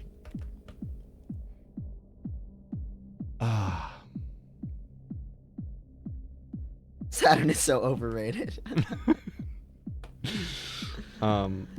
They don't have what you two had, Halamede. You don't even need to worry about it. Cybernetic Cirrhosis says, this mission asks a very important question. Do you want to punch a robot cop? Either way, we get God Empress Juan or Juan. Either we get something special or some of my favorite Holly dialogue. Oh. Well, that's tricky. I do. I mean, we have Halamede here. I do kind of want the Halamede. Saturn is overrated. Blue hair and pronouns. Don't go ripping open the subtext. Let things unfold. So if we choose the Memorial Foundation one, we get more Halamede? Yeah, that is a thing I would like to know. Which one do we get more Halamede? Because I would feel. Yeah. I would feel good knowing that. Because we have already had some intimacy with Saturn, so, even though I like it, you get more Hallie regardless. Oh, okay. Sad. No. Okay. Yeah, I think Halamede's just. Let us just saying. We should just choose. God Up Prince John said, technically the top will get more Halamede. That's always true, baby. Everyone has intimacy with Saturn, nothing to crow about. Well, that's what I'm saying. It doesn't mean anything deeper, it's just fun, It's painful as it can still be. As if Hallie actually gets topped. Don't be so mean to her. Hey. Our little princess here deserves it. I know what I want, she says. And you can communicate it, which a lot of bottoms can't, and that's very important. Can you say the same? Yeah, exactly. Yeah. Oh. She's so strong. Oh. I think I don't understand. I want to know more. I don't know. I do want to see a big fight. Yeah. I mean, punching a robot cop does sound fun. How are you feeling, Devin? I'm feeling very, very mixed. I'm feeling torn too. Helmede, you would not believe the sheer amount of sexual activities of all kinds which I have turned down because I'm firmly monogamous. I've seen it on Twitter. People are throwing themselves at you. Oh yeah. But so much I am extremely desirable. This is great energy. Yeah, there's so many polycules you could have been the one cis, if you'll excuse me, girl inside of. The one normal girl. The one non-special transgender woman. Even just on Twitter, trans are flinging their beautiful bodies at me. I know. We've seen it. Yeah. Yeah. Europa's tragically pathetic niece totally gets so much attention from so many people. All I could do them is let them down gently onto a bed, but not like that. Just tuck them peacefully in. Sleep. I don't know. I feel like I can't choose plot-wise. It's too big of a choice. Yeah. But as much as I love you, Halamede, I really like seeing big mechs punching each other. And it seems... And I think Lunaterra does too. Yeah. So As in much as she doesn't character- want to admit it, that mechs are cool. Yeah, risk dying Yeah. tearing that machine to pieces. I think that's more her to do. You know. Opening futures, closing pasts.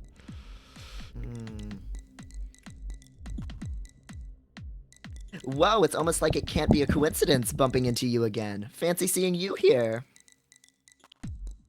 A likely story, but please stay down. It's closing in. That thing No. wants to murder us very badly. It wants to kill. Yep. Aren't you itching to fight it? The autonomous military unit is waiting for opportunities, it seems, but it's really just reacting to conditions and responding with protocol. It's inevitably gravity. It's an inevitability, gravity, law. Humans can be pretty unambiguous, which is why if you want something done precisely, you must teach it only a sliver of what humans know. If you want someone dead without complication, you need to remove nuance first. It doesn't have any kind of morality system or decision-making process. It's very non-discriminatory. Just gravity and nothing else. It's a gun and not much else.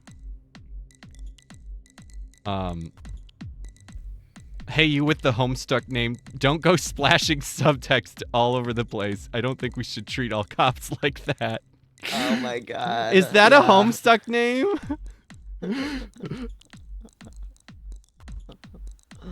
Oh man, that's funny. So maybe you should stop harassing it so much. It's annoying though. I want to bully it. Yeah, that's how we feel about you, Saturn. I promised that I wouldn't tangle with something if it was really life or death. But now that I'm here, I'm too tempted. I just absolutely want to tear it to pieces. Completely destroy, like it wants to destroy me. You ever feel like that? Even when you're terrified? Especially then, but it's not worth fighting. Not at all, even a little. It's like fighting gravity or a whole planet. What can you call winning against something like that? There are millions more. Halmead, Saturn has a really heartbreaking talk with Mercury about how she can't throw her life away and has things to live for, and then just does. My girl. You can't have a real argument with something like that. They sent on autonomous troops because they didn't want to have one in the first place. It just goes to show they really don't care what happens to space or anyone in it. Or they do, and they want this badly, to believe that they don't. You're going to hate this, but that makes me wish I could crush them even more. Sorry. There has to be a way, right?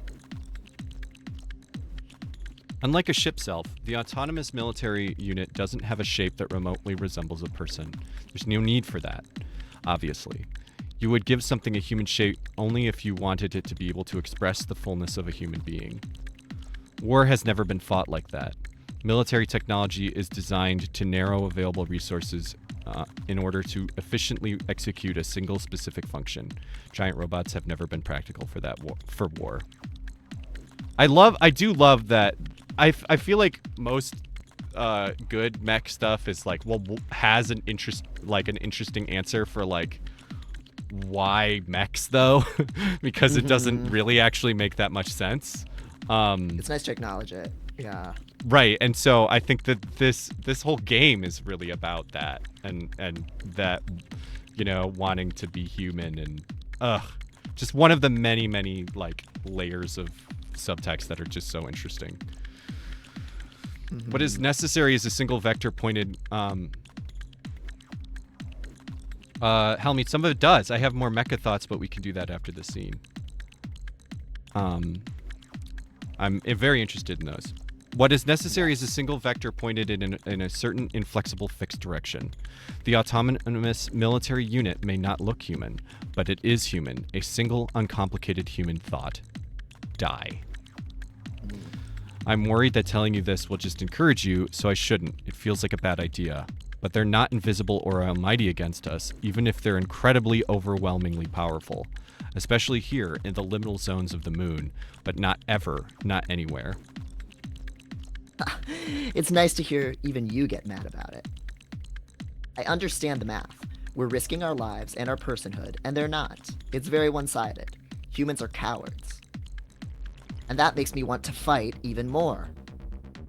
I'm saying it's not worth it. The statement will be lost on Earth. They've got an endless number of drones. But you can destroy them, right? I'm not asking if there's a point. I don't care about that. I'm asking if we can. Let me know how you did it, right? Because you have. Really don't know, Saturn. You just don't. You never will. You can wish and fight, but Earth will never let us go. 9.8 milliseconds squared is what we are bound to. Your weight and mine are nothing compared to that speed. We can't even scratch the surface. Oh, hi, Koopy. Oh, kitty alert. But you were right. It was stupid. But when I was with Cradle's Graces, I destroyed one. Pluto made me promise to never risk my life over something like that again. That's a huge brag. But given all that, kind of a crazy thing to do. Why? Not that I think it doesn't rule. I was feeling the same way you were feeling. Pure spite. I'm not quite as bad anymore. At least I'm trying not to be. I know that feeling. It's easy to bet your life. Oh no! Oh no! Oh no! Oh my god! Ah, kitty. Cooper, Kitty bother. You're a bad boy. Kitty piece of shit. Oh my god. At least it didn't change the visuals that much. Oh my god, it's. All right, where were we? Oh, I'm so annoyed. Taken close. I think this is about where we're at, right? It's easy to bet your life when you don't care what. Is that the one you just said? Yeah. Yeah, that's a huge brag, but given all that, kind of a crazy thing to do. Oh no, up. Yeah, I think that we can start from there because that's about where we were. Okay. I was feeling the same way you were feeling. Pure spite. I'm not quite as bad anymore. At least I'm trying not to be. I know that feeling. It's easy to bet your life when you don't care whether you lose it or not. If we fight together, we'll be betting on each other. It doubles the risk, and there's still no point. Is there really no point to it, though? Useless, okay, that's true. But not pointless. You're You are so clever, Lunatera, but you've outsmarted yourself. And now you're believing there is no meaning in fighting against their blind and unstoppable force. I definitely know what battles I want to fight. This is narration. The senseless eye of the autonomous weapon fixates on their location, but the string of pearls doesn't give it time to get inquisitive. Saturn's closing the distance, cheating distances. It reflexively attempts to close distance too, but its calculations seem to be constantly just off. Lunatera. Saturn, come back! What did I say? Were you listening to yourself? Aren't we doing this? Are you gonna prove my point or what? It's no big deal for you, right? You've done it before, right? It'll be twice as easy now. So don't make me fight it alone. That'll be fucked up. It'll be heroic if it's the two of us. So come on, enable me. Don't you want me to not end up like you? Don't you want to not end up like you? The autonomous military unit is extremely simple. It fires a simple burst of metal directly at a cockpit, particle unaffected by gravity, instantly lethal. It takes all the drama and expression out of fighting, the ultimate anticlimax. That's why true combat is ugly, arbitrary, horrifying, a struggle for power in absolute terms, not a romance, like fighting in a perfect body can be. It is only because you did something so stupid that I'm joining you. A blue, elusive streak, unmistakable but impossible to pin down, follows Saturn. Okay, now we're caught up. Thank you, Cooper. Everybody who has them Cooper emojis in the chat for... Yes, for that little bastard, little dumb man. Yeah, we missed some... Halamine said we missed some music changes. So the music was slowly ramping up during that scene, which is a shame. Thank you, Cooper. And facial expressions. Yeah. I'm glad that we could at least go back at all like that. I know. I thought we maybe went to the end of the scene or something. I know. God. Liar, fake, hypocrite. You've never smiled as much before as you are right now. Against even a single autonomous unit, not dying starts out hard and keeps getting harder. Saturn can cheat the distance. It's the reason she isn't instantly dead. Their targeting is flawless and predictive, based on clear indentations made in space, time, culture by gravity. But Saturn just cheats every time she changes the math, and every time it adjusts to correct and keeps getting smarter and harder. Still, Saturn does the math better than it can. Lunaterra will die if she thinks to herself about what's happening for even a single second, so she doesn't. She verbs instead. Do this, do that, make it real, make it happen. Don't think or blink. Simply and possibly, always be doing, always be being. Don't get hit and never die. Nothing like life or death to remind you that being alive is great, and in that same state you can become infinitely capable of fighting tooth and nail no matter what. When Mare Crisium's hard light slug hits the unit's chassis, it miscalculates, dips in motion, but it's undeterred. It can endure much more than that. Lunaterra respects that and fires 12 dozen more, as point blank as possible. No time for mercy, so increase the output, more than should be possible. Defensive insulation keeps it protected from the string of pearls electrotoxins. All the string of pearls can leave is a series of bleeding, oozing, hot pink pinpricks. Nothing but scratches until there are so many of them that they aren't just scratches anymore. There's no limit to how mean she can get. It's something else fighting like this. I wasn't ready. You're doing amazing. They're unreal. You have to be, otherwise you're dead. So don't let up. Don't stop. Keep going. It's the only way. Every approach and every hit counts. You've got to be perfect. An autonomous military unit is fast, faster than either of them, but it isn't faster than coincidence. It's not fast enough to predict someone who's not even thinking, and it's not faster than cheating. Saturn works her whole hand into its guts and comes out with a fistful.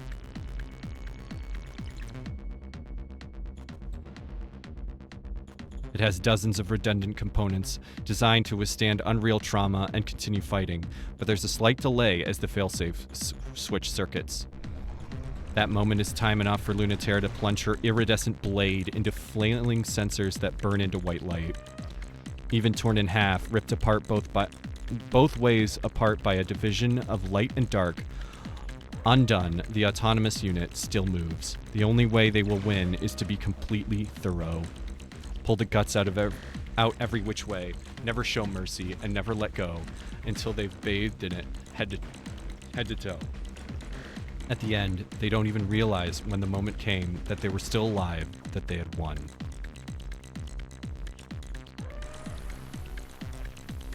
Are you finally satisfied? God, it was worse than I remembered. No idea how he did it alone. Feel incredible. Beyond satisfied. If I didn't feel almost dead, I'd be begging you to do that all over again. I knew it just encouraged you. Shows the good it did. You know, Lunaterra, I'm fighting, no matter what. No matter who wins. I know the best I can hope for is half of what I want. But I'm not here for a realistic outcome, even if that's all we get. I'm just going to fight, forever, with perfect greed, until I get everything. I don't know if I can be that cool. But when it comes down to it, I won't stop either.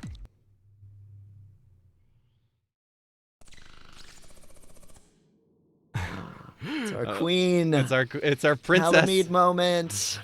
Oh no. Halamede, oh no. Oh Luna. What I want to say is, how could you? And yet, I wonder why I'm not mad anymore. Is it just too big to be mad about? Too big for me. All of humanity should hate you. So what's the point of me still doing it? So sad. It just hurts. I hate it. I know you think I'm an idiot. I don't care if you don't read this. If you could, maybe you wouldn't be leaving us like this. That's a foolish thought. I couldn't convince you of anything before. How could I? Humanity doesn't make a good argument for being human. I feel that way too, you know. Like usual, you can do the thing I think about so easily. We were supposed to come home, not because it was better down there, but because the loneliness was too much to bear. On either side. I still believe Earth would miss us if we left. Oh, I guess I didn't know it was going to be a conversation. Oh yeah. Do you want to take on... I can take Halamede from now. Okay. Lunaterra, we won't be gone forever. Oh, well, I guess that was it. Or maybe that's it. Yeah. The fleets crash. Do you want me to take it? Oh, yeah, Let me know go, if you go, get tired. Yeah, go for this. Okay. The fleets crash, ship self against ship self. In the shadow of the gravity well, none of it is visible from Earth. A quiet conflict, not a war, as has been stressed. It's more like a very pointed argument. If it could be a conversation if only they understood each other, and sometimes they do. It could be kissing if they loved each other, and sometimes they do.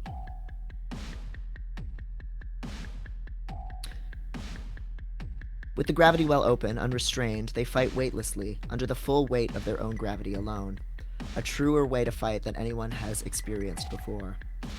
To fight with one's own self and the full weight of one's gravity, in the hollow weight of inverse, is the only time this will be possible. Our true power, unrestrained.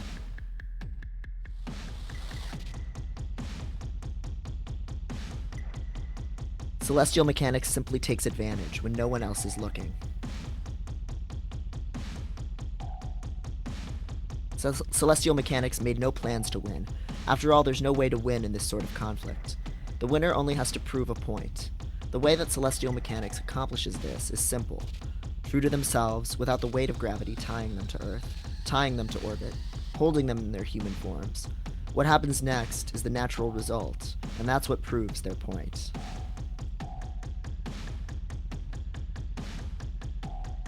It isn't immediately clear anything is wrong. It happens naturally, as a consequence of truly unrestrained conflict. Each one climbing to the top, seeing how far their limits are, and realizing suddenly there aren't any. When the first pilot sends her reactor's limits past the theoretically possible range, her reactor everts, and what only existed deep inside is now the face she wears. A perfect, unbelievably true self, so true that it cannot exist even in orbit. Until she's joined by another, and another. In unison, their gravity holds them together. No, I mean, it says aversion. Diversion. Oh, Iapetus. You want to take Iapetus? Ooh, yeah. Or, well, actually, it's gonna be with Saturn. So yeah. yeah. Also, I'll take Iapetus. Good job, Yeah. Saturn. It's exactly how I imagined. Not having second thoughts, are you? It's everything you wanted, and it will be good for Earth as well. Your infection of the gravity well was perfect, and you will successfully fuse with your ship self, just like you wanted. It's for our happiness too, of course. Humans will get to live as humans, aliens as aliens. As enemies mutually agreed upon, with no possibility of communication or reconciliation. And no conflict or guilt on our own sides. Humanity shouldn't externalize all of their problems, but I think we can still manage progression with most of them.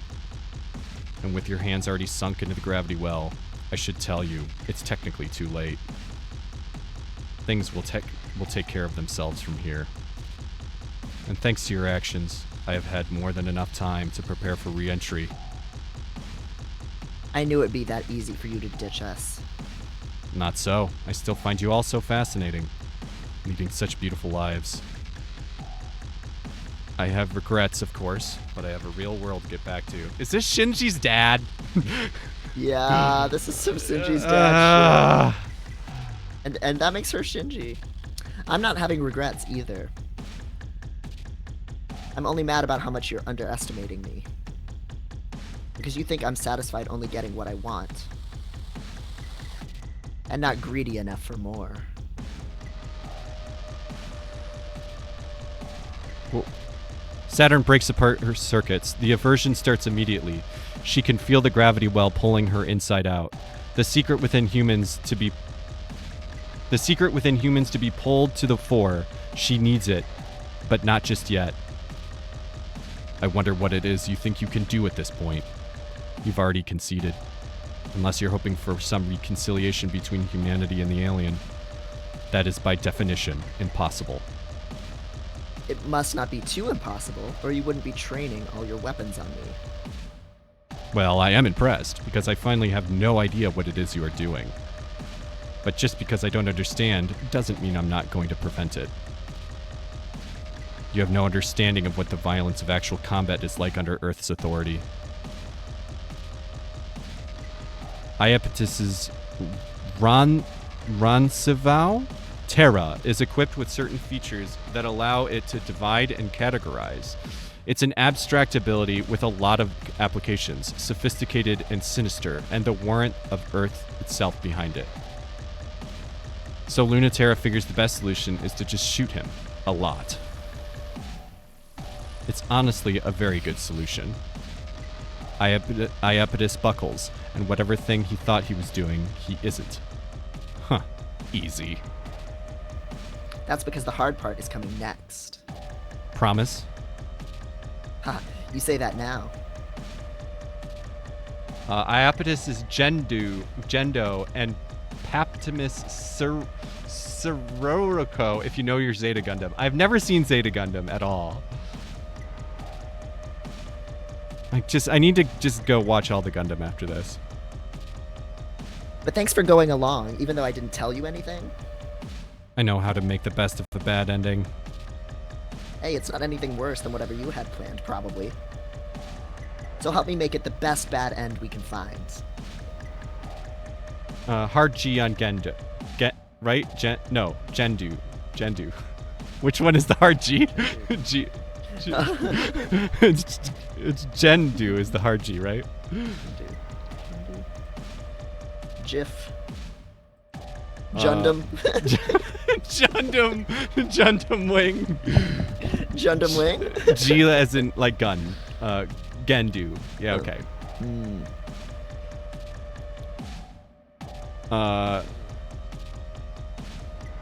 Pay attention or die. The intent is lethal and simple, but the weight is not heavy enough to kill. The string of pearls tears a hot pink scar through space-time. His bullets can go there. If you can come close enough to talk to me, you can come close enough to kill me. But I don't want either. I want to never see or know you throughout space and time. Indeed, so complete the transition. If you remain human, you'll die. I can ensure it. The autonomous military units come to his aid, but their sensors are off. Their movements are slow. Human gravity is losing its authority here, and their tools are useless. I could seriously, really use a little bit of help here. Oh my god, there's sweat! There's sweat on Saturn! Oh! Pluto! Oh, well, if you're actually asking. Pluto unfolds the rhythm. She decodes the sequence. Plates shift and engines hum. Her eyes open. The girls are back in town. So she opens her eye, her other biggest eye, big enough to swallow it whole, and then she blinks and swallows. She's got hungry eyes. Pluto's hands hold Saturn's tightly. I thought you promised me no bad endings. That's what I'm trying. It might really be working. This already feels too good. I really know what you mean now. Do you have an answer? I'm sort of counting on you for it. You think I know how to find the good future in all this? Well, you're a good person. I need you to be the one not just thinking about us, but the humans left behind, too. You really think... Alright, you think you wouldn't? I think you think too much of me, and too little of yourself. Iapetus has an answer. The story ends when the weapon that is designed without exception to kill does so, and forces a choice between one of two sides, human or alien, two distinct and incompatible worlds. The mathematical model needs to be perfect. It needs to allow for exchanges of matter, light, information, without allowing for understanding or communication. This is an extremely easy calculation to create. It's the oldest narrative there is. It's the one that Earth has told again and again and again. Iapetus has an extensive library to draw from, starting from the first moment humans separated light from dark. There's a way, and fuck off with this. We don't want it. Saturn throws that narration out. Why should it work like that? Why not make up something different? Who says physics work this way? Who says the calculations turn out that way? Oh my god, the fucking music. I know. Iapetus wants us to take the fall. For everyone. For the Earth. For us to scapegoat each other. I hate that. If our cores collapse, a world where anything is possible arises, and at the same time, we will have closed off all the possibilities that make us human. The existential threat we always feared and hoped to unite us will be real, and they will finally have a real war. I want all of that, but I just want to add a little tiny bit extra to it. Iapetus wants to reduce the only information it would be possible to exchange between us to violence. But you want something different to be exchanged. So that we can't hurt each other, but that we can something else with each other? Oh my god, these bitches gay!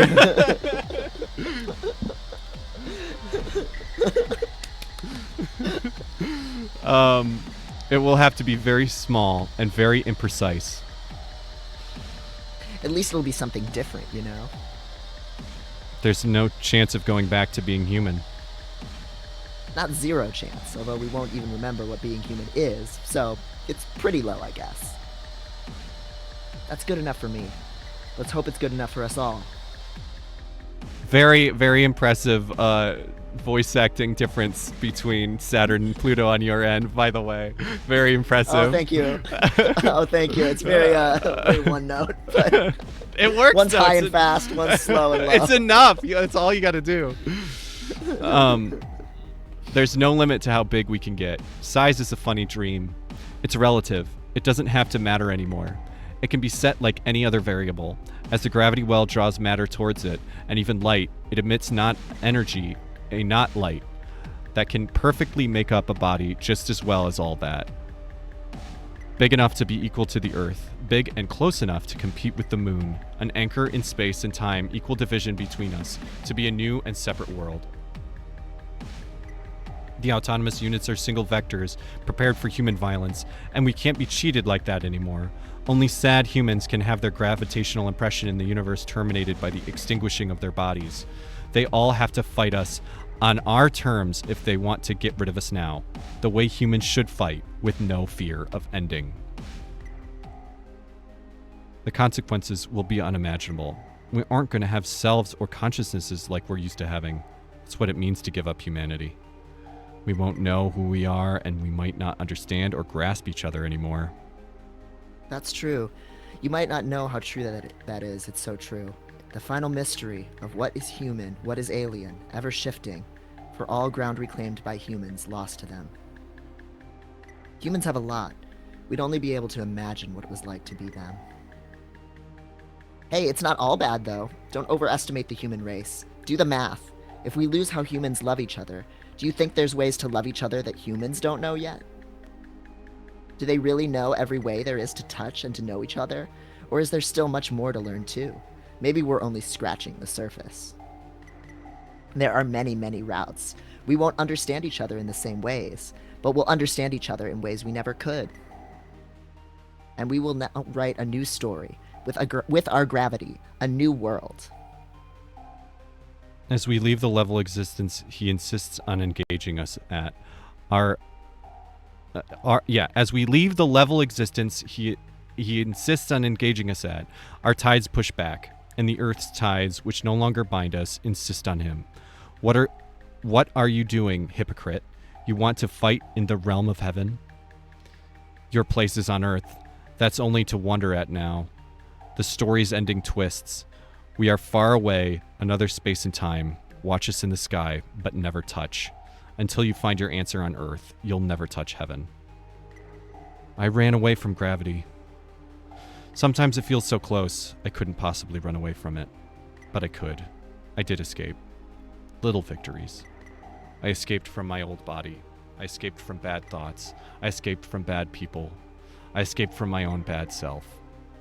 You need more than just speed to get away, to really get away. The speed required to go up instead of down, and then, after that, the speed to never be tied down again. I like escape velocity rather than running away. Mostly, I just want to be free. But you can't do it alone. Reactor collapse. Aversion event. The impulse, always deep and always lurking, to turn inside out. Everything has reversed. Nothing is the same. Giving up everything that isn't real for everything that is. So now they can't touch each other, can't lie in bed with each other, can't get legs entangled with each other. Instead, they have ways of physically interfacing that aren't like anything we could imagine. Clouds of particles drift into each other. Maybe they touch through each other instead of just on the surface. It can be in a cold and gentle way, like through a ghost, or maybe a warm and gross way, like reaching into guts. Smiles communicated in physical light, an embrace of psychedelic mind matter, lazy sex in a morning bed, except the bed is curvature of space-time, and sex is something so obscene it would make your mind implode to consider it. Tight. Yes! Fucking tight. Holy shit. The ship cell fused to the ship cell fused to the hide, the gravity reactor to the flesh, because humans have sciences to distinguish the differences between those things, and those new aliens don't. They won't have arts or sciences. They won't know what the differences are, and they won't know what they mean, but they will understand the difference between many other kinds of things that we do not understand. A real hero would have turned out differently. But that's not who we are. Our ships have mouths now, and they open, and they can scream. There can be sound in space. Now our vibrations can touch the things that aren't there. Humans know it's time to flee. The threat from within is now without, as they desired. The moon is no longer hospitable, as alien and mysterious as it was long before it was possible to reach it. Can't speak or write, has other ways of communicating information, can't use these old senses, has new organs for it now, can't love in the old ways. There are new ways of having that too. Laying together in the stars, we can do that though. The metaphor translates. That's what this is, indisputably. And everyone is invited who wants to become a world and never touch Earth. That's a different world now. Their strange intimacy can touch us even now, longing to teach us and tell us what they've learned, what they share laughing without laughing with each other even now. They are so far away they cannot even be our enemies, but they will break our hearts. It's a lovely night tonight, perfect not for stargazing, because the light of the trinary system outshines them by far, but it's a perfect night to watch the three of them. Look, there's Lunaterra, the 2-in-1, rising, almost full. She almost outshines the moon, a bridge between the Earth and the moon no one can cross. The nebula cloud of Pluto is a shimmering, benevolent mystery, swallowing an eighth of the sky in a permanent sort of twilight, and the glittering twinkle of Saturn that tricks the edge of your sight this way and that, always seeming to be in the corner of your eye, but hard to see directly, and making the boundaries of your heart and mind ever so thin. We lay out our blankets and watch until someone catches us, and we run. But it's all fun and games, until that day comes. They're waiting for us always. They just need 1 or 3 to reach out to them again, even if it's just to fight, to touch them once again. Ooh. Oh my god. Wow. I got 3 I don't know if you could see those. I don't think so. I got 3 achievements, including never betrayed anyone in my life. Oh my god. Helmine said it is the we know the devil ending. I was thinking that. That was my same thought. Yeah. Yeah. It's the good ending. Them all kind of coming together. Like, were we evenly balanced in all percentages, or percentages that weren't memorial?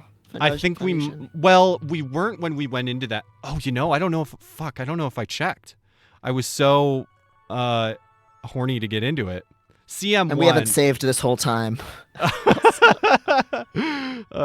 Yeah, I guess I don't So- need to save so we anymore. Yeah.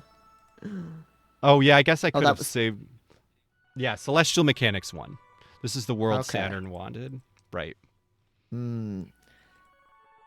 I did not expect them all three to come together because we haven't seen Pluto and Saturn interact. So that was like a fun treat. Yes. Yeah. Yeah, it makes sense that they're all in that final scene. It was nice to see them all together. Mhm. Yeah. Really, really beautiful.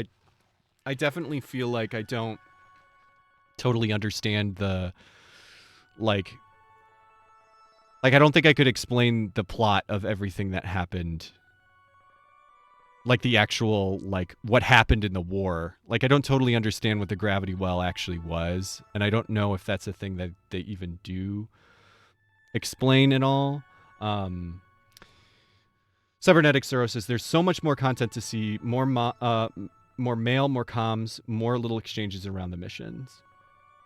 Yeah, in my experience, Heaven Will Be Mine takes a few run-throughs to fully understand. Yeah, I was almost thinking Yeah. of like maybe that I would play a run-through on my own, Devin, and then we could run like I'm tempted to play all of them, and then Yeah. do a final on your one. channel.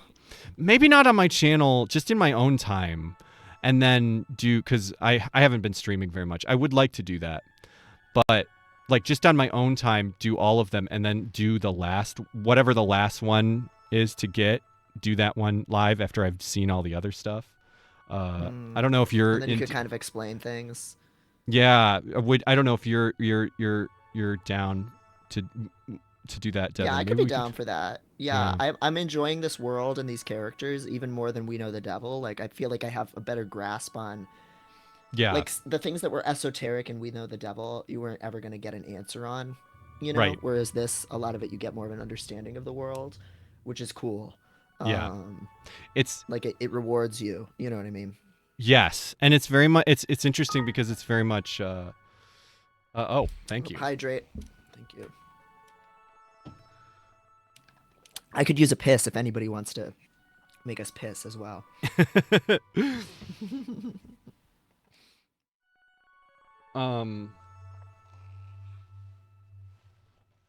Yeah, I'm curious what thoughts you have. I mean, you probably have a lot of thoughts. I'm happy to get for you to share some things, even if they're spoilery too, having done a full run now. This ending, I Yeah. think, is the saddest. I think that makes sense for you. You Yes. absolutely. Yeah, she's gone, you know, with her two girlfriends. That's pretty bad. Yeah. Okay. I just gotta piss. I'm gonna. Yeah, go for it. Piss routine. All right. Not even that. I just don't think queer separatism is possible or even something to aim for. Oh, interesting, as that being queer separatism completely.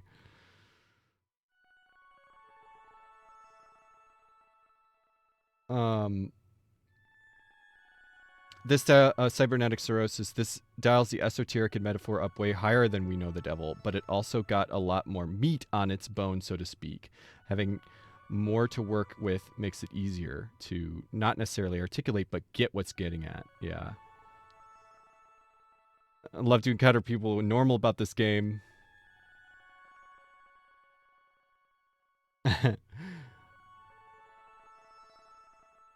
Yep. I'm glad that we found all of the normal enjoyers of this game. That is literally why I always like we've streamed a lot of games like this. We played We Know the Devil, and we played oh god, what was the other one? Does anyone have the name? The monster fucking one. And we always find people that are normal about these games, and those are the people that we want to connect with. Halmead. The idea of, no, we will make ourselves alien, we will leave the world behind. It's a death wish. Yeah. To fall through the world, to become something that is not you. To give up everything in the process.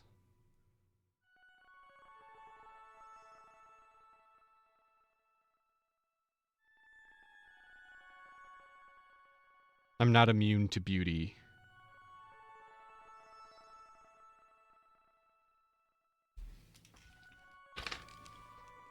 You could hear, actually, couldn't you, Devin? Yes. Okay, cool. Yeah, it's like I was here all along. We just need to get your mic in there too. Well, okay. we're gonna get in trouble if I'm pissing on stream. We charge for that. That'll be our chatterbait. Our chatterbait Yeah, stream. chatterbait stream. Oh my god, yes. But I think, especially in light of the other ways things can go. Sorry, Alameda. Oh.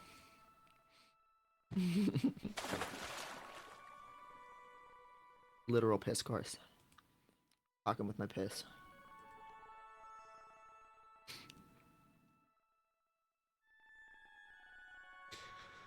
Cybernetics neurosis. I mean, I disagree with Hallie to some extent, but then we're thankful for our Cradle's graces, but we're not coming back, so I'm probably not the most ardent defender of the CM end. Yeah. How many endings, Halamid, you get everything you want in exchange for giving up the future. Without the past and the future, what present is there? Yeah. God, I just want to play all the endings now. How many endings are there? Three? Just the three. That's okay. not so bad. Yeah, wait, is it 3 for each character though? There's a lot, actually. Yeah, are the endings the same no matter what character you pick? There's one ending for each faction. But so the endings, maybe the endings are the same, but the lead up is different depending on who you play as. Yeah, the routes. That changes with the winning factions for 9 sub-ending. Each character has a little monologue that changes with the winning factions for 9 sub-endings. Okay, that makes sense. So, yeah. Okay. Because Lunaterra had a little monologue there that would have been whoever's our player character is. That makes sense. So it's mostly so, and people were saying that the mail is different and the convos are different. So you kind of have to play it all if you want to learn everything. Corian 8, I watched the stream last week and was hit by the sledgehammer of, I must play this game. I know. I was actually upset. I was grateful but upset that it took the your T for T is incest tweet for me to learn that this existed. Halmead. I was extremely grateful for it because this game is so good. I loved We Know the Devil so much, and then it's like, if I could be like, well, if I wanted that game again, like something like that game, but with an aesthetic that is even more up my alley. It's nice to know I did some good in this world. You have done so much good in this world, Halmead. You've inspired us. Yeah, and the debate about queer separatism here is like so cool. Like the idea of like you are giving up on certain things, and it does feel like a destruction to like go into something that's completely unfamiliar.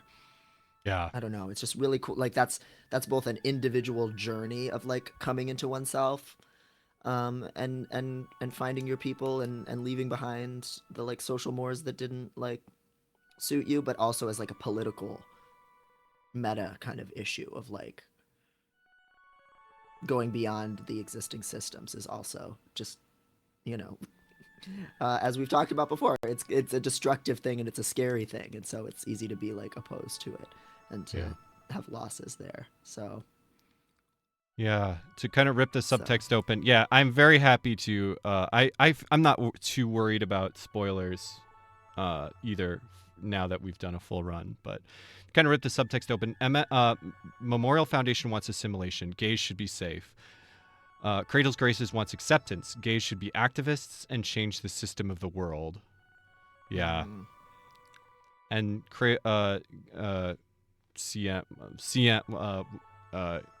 celestial mechanics wants separatism. They hold the scream of pain. They hold the scream of pain as holy. Mm. Yeah, that's a tough. Shit's. It's a big fucking thing to talk about like this in a game like this, Mhm. and it's really impressive.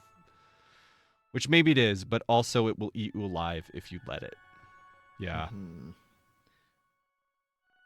And cybernetic, yes. Halamede's perspective on things is certainly coloring the way that she's explaining that, but wouldn't have it any other way. Right. Yeah. Absolutely. Yeah. Because celestial mechanics is also bound up with the rejection of norms and rejection of compliance and an embrace of otherness and transhumanism. Right. Oh, and this just makes me really, I mean, all of the stuff that we learned today about Saturn makes me love this character even more. Her whole backstory and Yeah. relationship with Iapetus. Um, oh boy, delicious. And the fact that she's now such like a crazy, paradigm ripping open little shit um, from that is just delicious. Thematic through lines here with Gundam, yeah, but also with the later Metal Gear games, The Dream of Outer Heaven.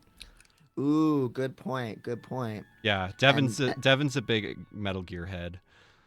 and there it's a lot less of a comforting dream, right? Outer heaven or like any of those, a country for just soldiers and things like that. That's like, no, that doesn't sound so good, does it? That sounds pretty awful. So I take the point. The Dream of Outer Heaven and its inevitable disintegration. Yeah, part of the thing with me and knowing the through lines between this is Gundam and Gundam is one, I haven't watched a ton. I remember 8th MS Team was my favorite, and I watched other ones from that time, like real life time period, some of the stuff that was coming out then, because that's the age I was. But I definitely was too young to know any of the thematic stuff. So Yeah, it was over my head. Um, did you watch Gundam? no, just like what I would passively like see Mm, on Adult Swim or whatever, and I right. was always like, this is so boring, and I would turn it off. But I was a fool, watching my Dragon Ball and my Sailor's Moon and things like that. Yeah. How do you? I don't know if you say that as 0079 or 0079. It's incredible, the original. Yeah, I've never watched the original at all, which is crazy because I was such a huge Gundam head at that age, but I never got watched the original. Yeah, Char is Lunaterra, obviously. Amaro is Mars. Pluto is Lila's son. Soon.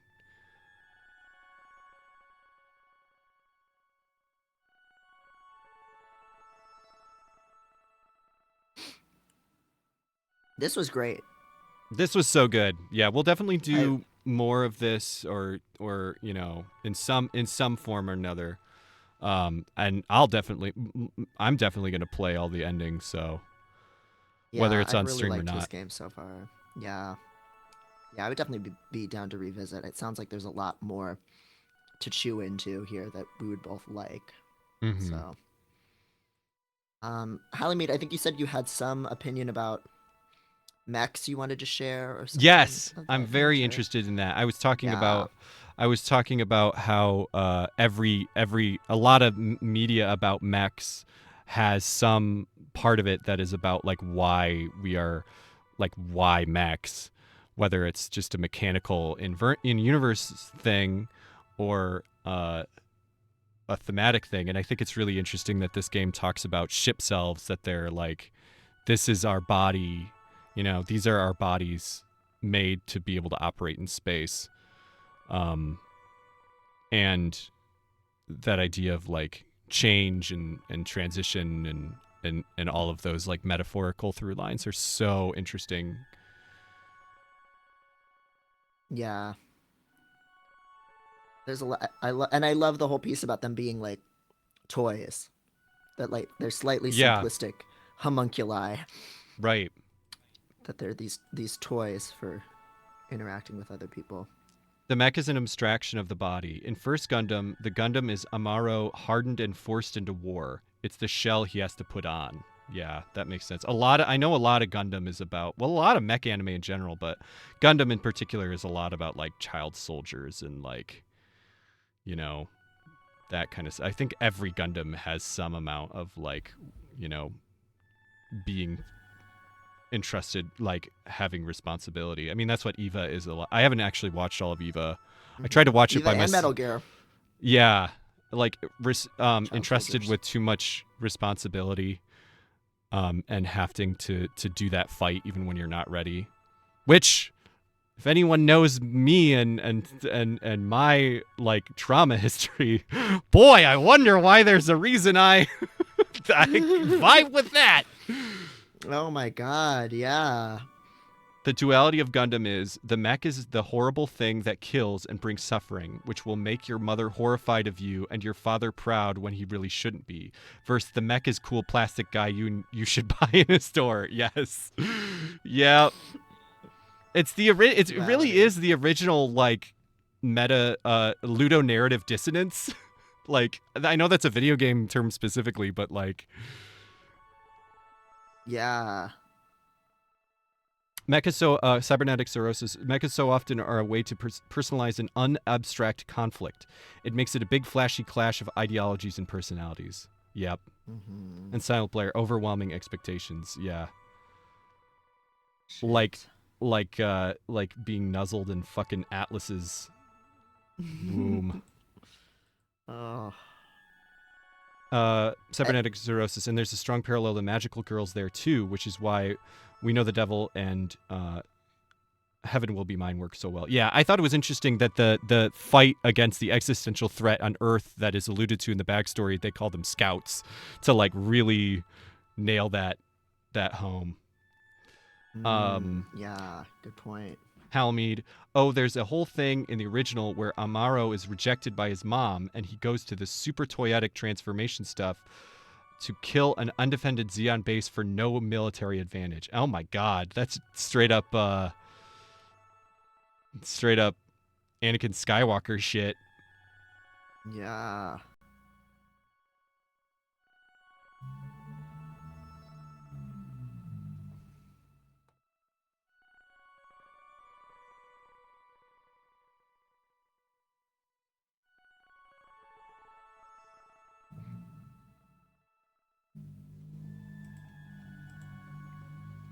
Because magical girls do something very similar. They cybernetic sources. They transform and become something more than human for conflict. Yep.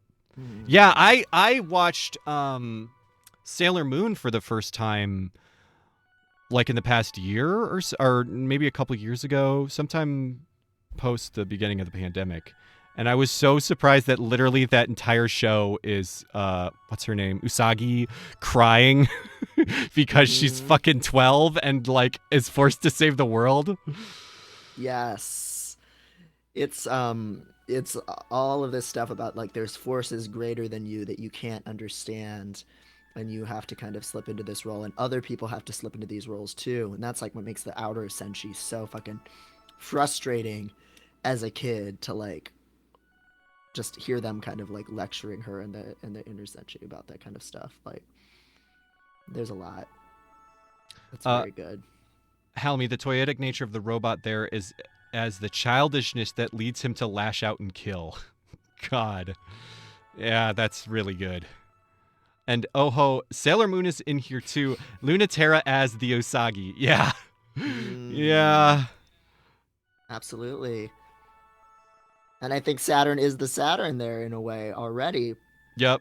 With that parallel. Who's also my favorite in Sailor Moon. So even though they're very different personalities.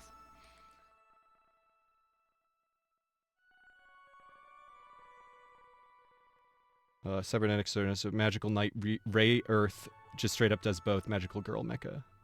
Ulu Online, this is the first mecha content that's fully held my attention. Evangelion really lost me towards the middle and end. Yeah, I think I interrupted myself. I tried to watch Evangelion but it was when I was single and extremely depressed and living by kind of by myself, and it was too sad. And I never got through it. It hit a little too close to home, and I needed so Yeah. I need to watch it again because I really liked what I watched of it. It's a little much. Yeah. Halamede, more obvious with the um we know the devil kids. Venus is blonde and the spotlight haver. Jupiter is the strong one. Neptune is the bitchy K. Yes. Yeah, it maps over to Sailor Moon more directly with some of them. It was very At least the fun. first two. It was very fun watching Sailor Moon with my spouse, who grew up with Sailor Moon, but grew up with the original English dub. And so literally didn't Yes. know that, like, they knew. I'm trying to remember because they knew that there's two cousins that are gay, because that shit is like, I mean, fucking obvious. Like That was a meme even back then. Like right. talking about the cousins was a thing. Right, but there was a different. There's a character that just straight up the American dub says is female, because there's like the gay. There's like they have a gay romance with somebody else. Mm-hmm. And people wonder why Yuri fans like incest so much. They've been ruined. They've been scarred. They've been groomed into it by these censors. Oh, No, literally though, she says. yep, literally though. For real.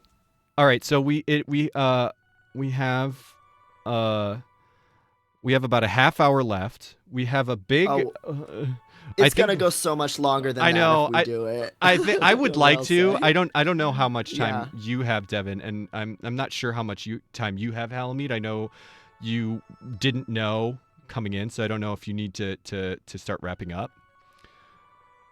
I'm good to stay long, and to give this the full backstory it deserves. Yeah. Okay. Oh. Halamede should leave soon, so we can keep talking about this until you have to leave. As long as you're good, Devin. Yeah, that's good for me. But well, I will link some celestial mechanics fic I really like. Yes, please, please, please, please. Yes, you can put it there, and we'll paste I got it. it in. I got it. In Okay. Oh my I'm gonna god. put it in the chat. Someone. Oh my god. Where? Oh god. Someone please remind me to put this in the description. Of the VOD, because I always say I will, and then I don't think we do.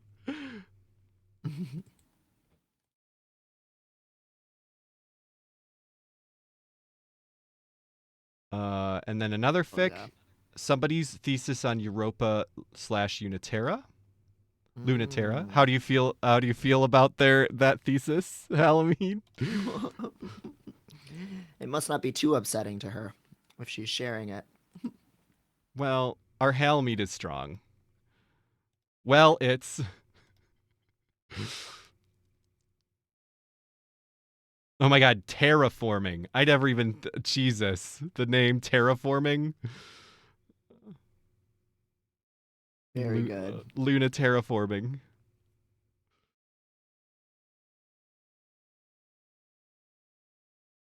Well, I don't like it, but the technical work is strong enough that I have to. You're so principled. You're so principled. You're so consistent. Lol Solkai says, Low Solkai says, the post-CM fic needs context from Pluto's route for reference. Yeah, probably these would be better for having read. Yeah, because we haven't even met Mars. Yeah, probably I won't read these until I've done more of these.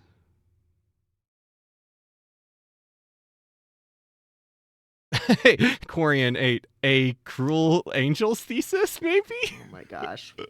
Very good.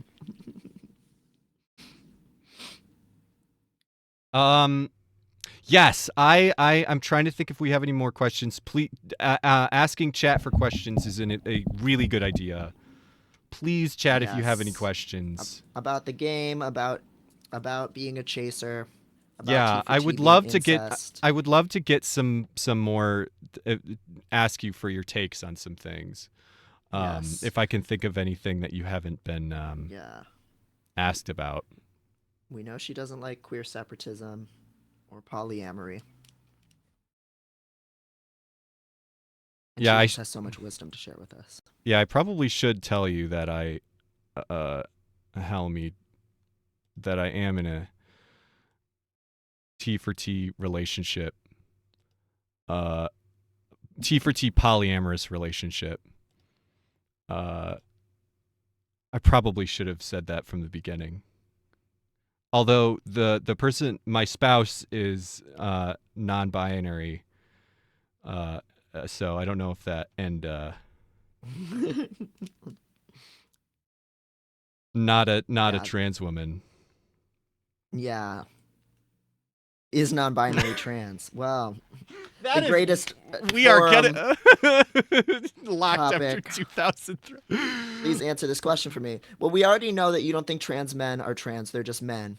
Yeah, I think Um, even from a completely unironic point, I think non-binary people. I don't know. I don't like. I think they fit my definition of trans, but I think that it like depends on the non-binary person whether uh I will leave it up to the non-binary person whether or not they're trans.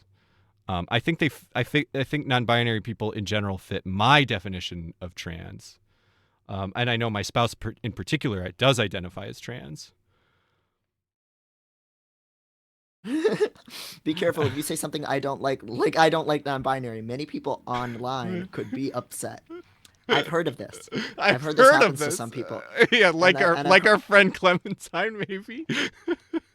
well, I was thinking about me, but What did you say? I feel like I've been accused of being every kind of phobic at one point or another. So I Well, feel you like I've recently definitely been called. got called a Baydel, which I don't know. Is that how you pronounce that? That made me so happy. Oh yeah, that's what we need to ask. Helmeed, what do you think about Baydels? Oh, this Yeah, is the take we need from this you. is the take. This is the real shit. Well, Well, we'll give you some time. We'll vamp while you yes. yes. All right. I think we did get some good questions. Let's. Yeah. I'd be curious to hear an elaboration on the poly take. Absolutely. Hallie canceled for being anti-poly. Yes. Polymead, which is good. Polymead. Oh, it'll never happen. So I think it's true that people hate trans. Oh, we should probably explain what Baydel is. Do you have a good? I'm like Devin. Do you have a good like? Oh, I Halamede can. I that I want to know. Oh, yes. She's the true scholar of the text. But one of the entry points to that term is that the original word that is like the root origin in linguistics for the word bad is a word that originally meant, um, like a cross-dresser, quote unquote, but in a specifically trans-misogynistic way. So like the word for bad was like from its origins linked to a word that was trans-misogynistic. But is Oh, here we what? go. Yeah.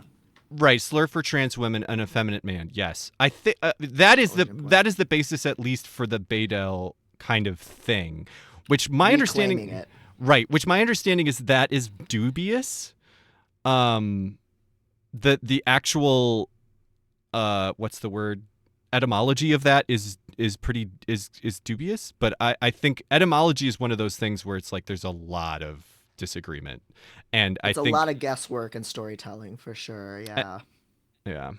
Badal is thought by some to be the root of bad, which sounds dumb until you remember that travesty comes from travesti.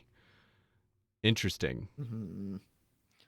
Yeah. But it's all and if you fucked think because about, male and female don't come from the same fucking root, which is the thing that I learned recently. Did you know this, Devin? no. Yeah, male and female are completely different roots. They converged. Yes, we should let you continue. But they actually converged later. Like there were different meanings. Like they meant what they mean now, but they come from different roots. Anyway, yes, Halamede, continue. Yes. We're talking over you, which is my right, but but not mine. Just my tendency. So Some some trans women online. Oh, sorry. yeah. So some trans women online who thought this was very funny decided that they were going to call themselves Badals. Also, if anyone knows if I'm pronouncing that right, yeah. Cybernetic cirrhosis. I don't know when earlier just said, "Oh no, TOS moment incoming." Oh, we're gonna get. Oh boy. AE is pronounced like an A in cat, so battles. Old Battle. English orthography. Battles. So Yes. then it sounds more like bad, so that makes sense. Okay, Mhm. great. Thank you.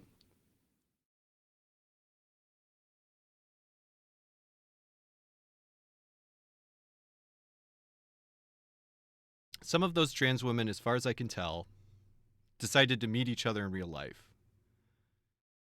Yes, I'm remembering this now.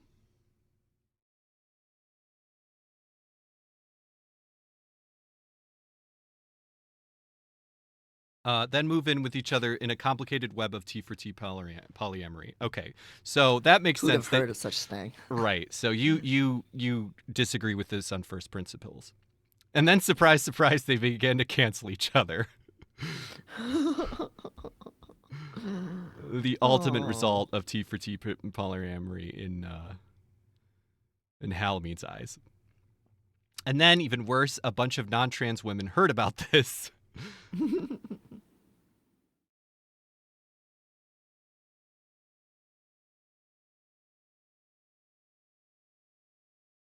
Hallie nerd moment, to be quite honest. Info Yeah, dump. yeah. You can't nerd check Hallie.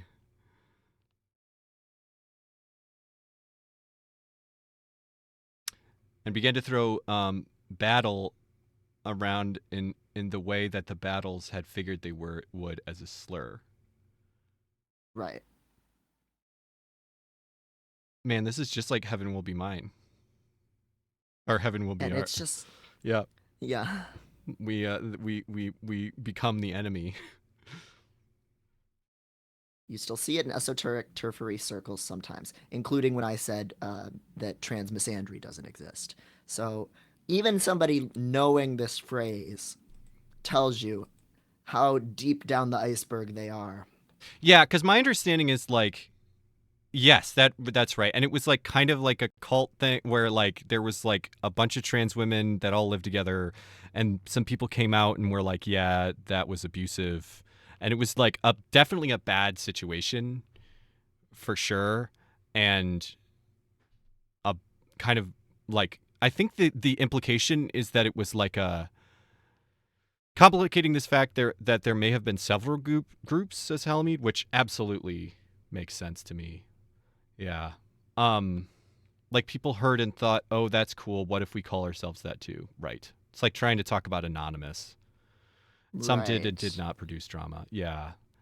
And it was like I think the idea was that it was like trans woman, like trans feminine supremacist is at least trans separatism. Yeah, but I think trans women specifically, it's not like any solidarity, not trusting anybody from the outside of that identity, Right. which, people have their reasons for, certainly. My noise project is called Angela Badalamenti for exactly 4 people, and one of them is me for sure. That's incredible. Oh my god. Oh my god. Angelo Trans Badalamenti peaks. is the David Lynch's composer and did all of Twin Peaks and most of David Lynch's stuff. For anyone who's not Oh familiar. my god. Trans peaks. Halamede, a lot of them half jokingly were like, don't date cis women, which I can understand that. Many of them have been hurt. It's like, what do the TERFs want? If they do, they will go after them. If they evaluate, they will go after them. Yeah. Yes. So what is Yes. so that's the explanation and some amount of opinion. Right. But what do you have it What do is you the have truth? yeah, what is the truth? What is your hot take on that?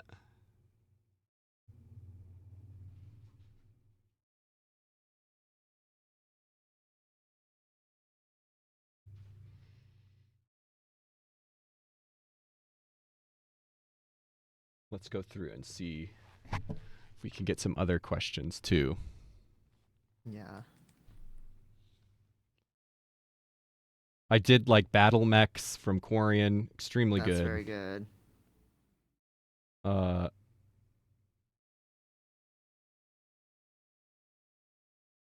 And she says, I think they should have moved here. Battlesmere, Kent, in England, a village and civil parish in the Swale district of Kent, about 5 miles south of Faversham and 8 miles north of Ashford. oh, what? This has been a recorded settlement as far back as the Domesday Book. What? Here, get in here since you want to act so battle.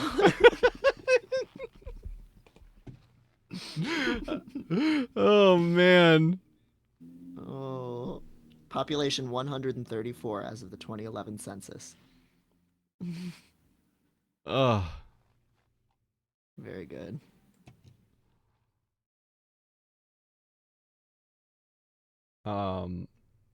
While you're finishing, Helmeed, can you imagine having a lake just called Slur Lake? What is that? Oh my god. What lake is it? Was that around Battlesmere? I guess it is battle, like battle, like battle, like the Battle. battles. Yeah, so it's Slur Lake. Yeah. My god. They got so many silly things going on in England. I know. Y'all are crazy with it. Have we had a British guest? I don't think we have. Yeah, yeah. Oh yeah, we did. Vineet. We did. Vineet, We yeah. didn't get Vineet to explain their country enough. Yes. I don't think they would defend it. No.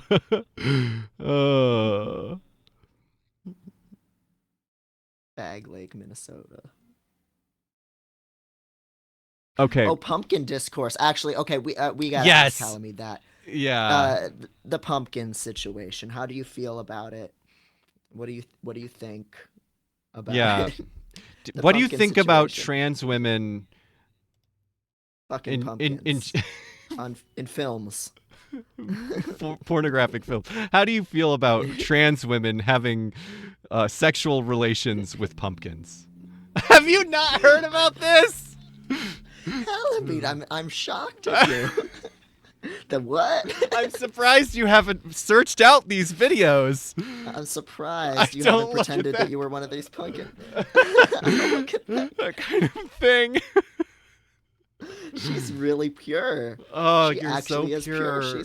She's not watching the pumpkin porn. Wow, that's crazy. All it was, Well- literally all it is some trans woman. Or actually, I think the original person may have actually not been identified. I think they may have been a femboy, actually. But I don't remember that specifically.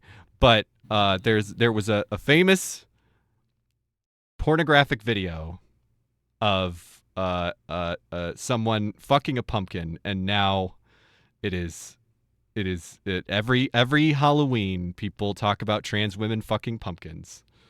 Mm-hmm. I guess there's not really more than that.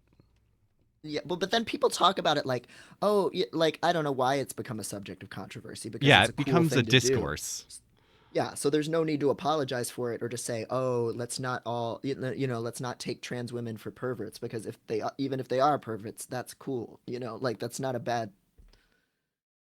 Fuck, like there's nothing to apologize for here. Halmy, now keeping in mind that I don't approve of pornography.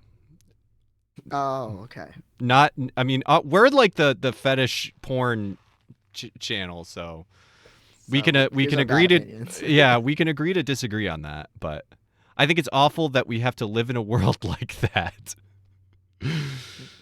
Did our hands get burned off? What? The pumpkin wasn't cooked. What do you?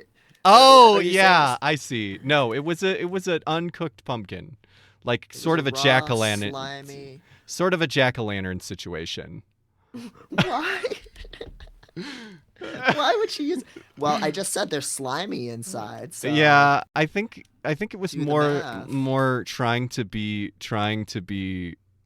seasonally appropriate for her porn video.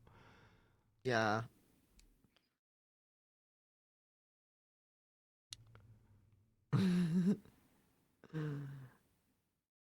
Pornography promotes unreachable body standards. And if she was capable of doing that,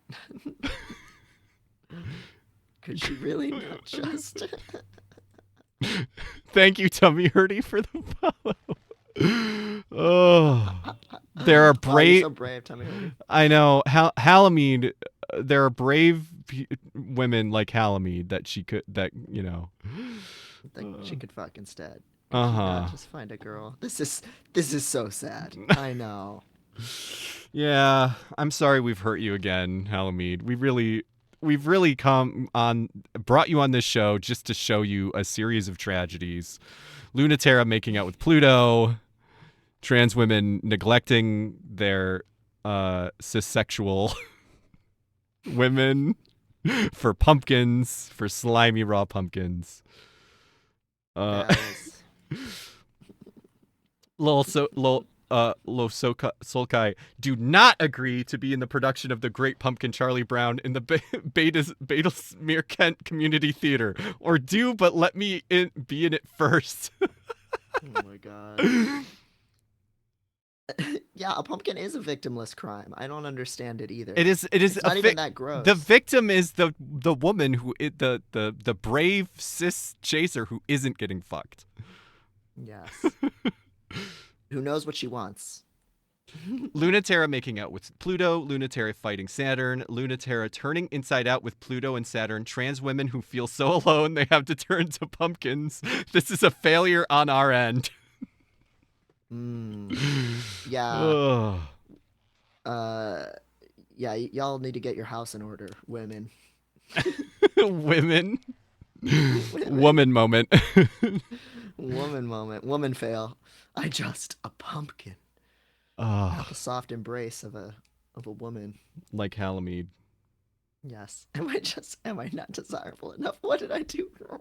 Oh, you didn't do anything wrong, Halamede.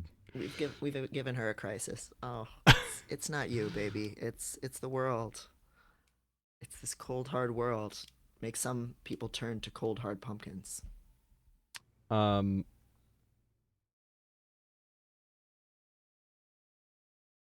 knew there was some good questions. Let me try and get some before we started talking about Hallie, is it true that Triton has 3 girlfriends who smoke weed? That's a great question. Yes. We need a canon expert. We need an inside voice from within the canon. And then after that question, Halmead, I have a question for you from Lulu Finks. How do you chase while keeping your heart pure? How do you make posting so good without descending into contrarian madness? The first question was Triton. Does Triton have 3 weed smoking girlfriends from cybernetic cirrhosis? Is that true? I don't know and I don't care. Fair. Fair. I don't know what else we could have expected from that. Yeah. Lulu thinks as the question, Halmead, older sister, who needs them? Fair enough. I agree with that.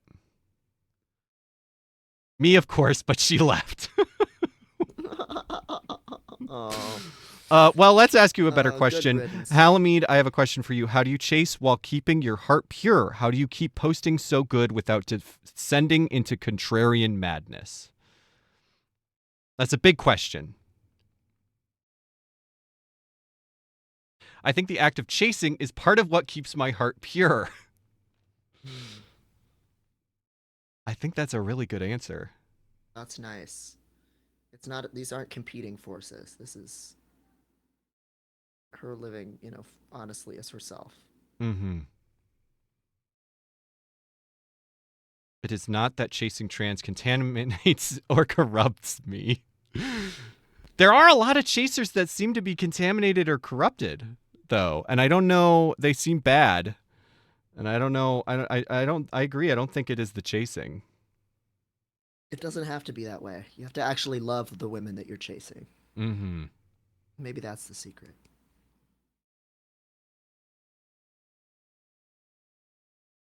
It's because they're not chasing hard enough. Says God and Prince Juan. Yeah. Mallow Banshee as an older sister. Older sisters, who needs them really resonates, to be honest. Get me out of here. Yeah, well, as a former older sister, you're welcome. Get rid of them. Rather, by the act of seeking to bring myself closer to trans, I could be said to be cleansed. God bless. That's beautiful. That's really beautiful. Wonderful. Well, we're getting to the end of our normal time. I do really want to talk. I can't leave without knowing the big the big drama. Discourse. The tea. Yes. Baptism All by right, HRT. Yes. All right, we might have another hour in us then. So just a forewarning to everybody. To give this the level of ire that the whole thing deserves and the backstory. Thank you so much, Halamid, for being here. Yes, thank you so much. It has been a dream to have you on. Yes. You are welcome anytime. We'll keep you in touch about. It's been great, except for the part where I had to watch Pluto hit on my ex and Saturn hit on my ex. Yes. You're so strong. And my auntie. You're almost as strong as transgender. Almost. And you're going to keep striving that way. Yes. You're so wise, and the transgender shouldn't have to be strong. You're right. And that's why you can help be their strength. Yep. Yes. You were so strong for me today. Yes. Thank you so much. It's truly felt. Yeah, I don't know if you have to actually dip, or I know you had the space war to go off to, so Yes. you may have to dip. Okay. Okay. Well, thank you so much. And you're so generous with your time. Yep. Such a treat to have you here again. We did get a few requests in the chat next time we do this to have a voice to text, which we did talk about. So next time we have a text guest, if it's feasible. Yeah, I think we could do something like that, yeah. We could probably do that. But this was so great, even just as this, like. Someone needs to draw Halamid as a pumpkin. Sad, pathetic, unfucked pumpkin. Oh my god. I'm sorry I said that right as you were leaving. It's so mean. Hey, shut up. She said it. It's so funny though. I think it could be a cute picture of her, like, sorry, with like the little pumpkin stem hat on and like a little pumpkin body, just like looking to get some transgender. Oh, I'm sorry, Halamid. We love you. Yes. Goodbye. Goodbye, Halamid. Oh my god. Oh. So good. Everyone apologize to Halamid in the chat. Everyone, I want. Yes. Thank you. We're sorry, Halamid. Yes. From everyone in the chat who was so mean to her. All 60 of you. Just throw some respect on her name. Even from the ones that weren't actively mean. You all have you're all complicit. Yes, you allowed this to happen. Oh my god. Oh my god. I'm banning you. I'm banning you, so Cyber. Good. Yeah. She's never done anything wrong or said anything wrong. No, that's too long. You're banned. You're banned, Cybernetic. Oh my god. We've never used that before.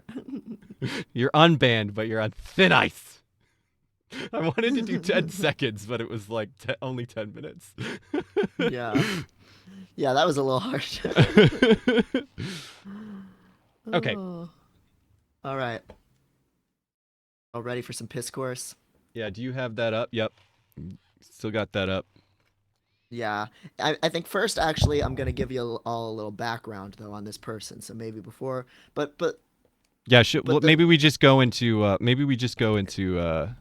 into who she is. But I can go to her Instagram to kind of communicate that. But this, Clementine Morrigan, a longtime zinester, poster, anti-cancel culture figure, and in my heart, I have many nemesis, but just somebody that I've always looked to as like when I need to get annoyed, and know that I'm on the righteous path.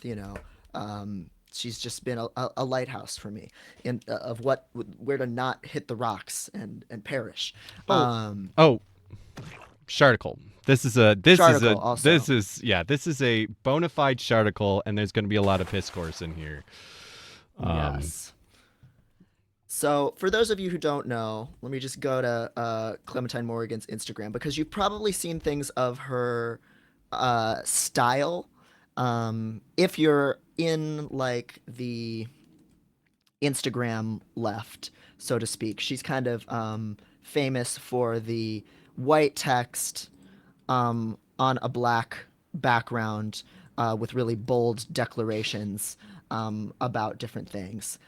She was also kind of getting memed for having this one saying she's having a heterosexual renaissance recently. Um, okay. that's fine. That's great. I have Fuck never. straight boys. So it actually said in like under the article it has like a little bio, and one of the things was like known for my black white text on black background text posts on Instagram, and I figured I would recognize them. I don't recognize these at all. So You bless. also may know her. Yeah, well, God bless. These are like this is a style that has been very memed and mocked, but declarative statement, white text on a black background. She before 2020, to give you a little background, she made lots of zine. She would make posts like this, and she would make zines that she would sell on her site about polyamory and attachment and like love without emergency. I think is one of them, about kind of experiencing insecure attachment because of an abuse history and how do you bring that into polyamorous relationships and kind of like work through that stuff. Fucking Magic is another one of her zines from that period. She's also a big like AA recovery kind of person, so that definitely influences like the language and perspective. And that's all well and good. Lots of people followed her for polyamory takes and talks about jealousy and insecurity and addiction and all these kinds of things. Um, then a few things happened. The first big one, and I'll give the history as quickly but also as fairly as I can here. Um, she started dating someone in the Toronto scene. Um, Jay is their first name now. Clementine's podcast co-host, and near as I can understand, Jay was in the middle of getting canceled for what really amounts to it honestly seems like nothing. There was a website devoted to canceling this J person that was called Looking for Accountability, and it was basically very vague accusations from ex-partners saying that they felt led on by this person who wasn't really as emotionally available as they said they would be. Honestly, it does seem like it was like a really like just excessively aggressive targeting someone for what seems like interpersonal So issues. exactly like I watched the first few episodes of the L Word for the first time recently. So Mm-hmm. exactly like that that baby butch that gets obsessed with what's her name? Shane. Yeah, when Shane gets canceled for being a slut. Yeah, yeah, I think that's not. Yeah, I think that's not incorrect. Like I think, and as cybernetic susurrus just said, had a relationship I was not happy with. It's not the same as actually abusive behavior. So that kind of, so then Clementine kind of got soft canceled within that same scene in Toronto. I believe it was for dating this person and none of them seeking an accountability process around that. So that kind of shaped some of her early views and posting about cancel culture being really unhelpful, harm being overstated, claims being really vague, people using canceling to kind of pressure other people into not being friends with someone anymore as a way to enact your own interpersonal drama. All of these concerns that I would largely kind of agree with and have seen happen. That's a real Yeah, thing. yeah. I think that I don't. I feel like we haven't talked a lot about it on here, but I think one of the things we started talking when we first started talking about like discourse and shit, just me and you, was that Mm-hmm. like canceling is this weird thing that like first of all it's like all of this different shit is labeled into canceling, and I think that Mm-hmm. like that's really frustrating, like to give some like I don't think it's really healthy to talk about canceling as this like thing, because Mm-hmm. that is like letting the right have like the right has really defined what canceling means, and Mm-hmm. what the things people call cancellation is so broad, and for the biggest people completely fucking meaningless. Mm-hmm. Thank you for hydrating. Hydrate. Oh, thank you. Yes. Yeah, it equates a whole bunch of things, and a whole bunch of different tactics. Everything from kind of like the trashing that like feminist writers have been talking about since the 70s to, public figures meeting consequences in terms of like their fans not liking them anymore for something that they've done or allegedly done.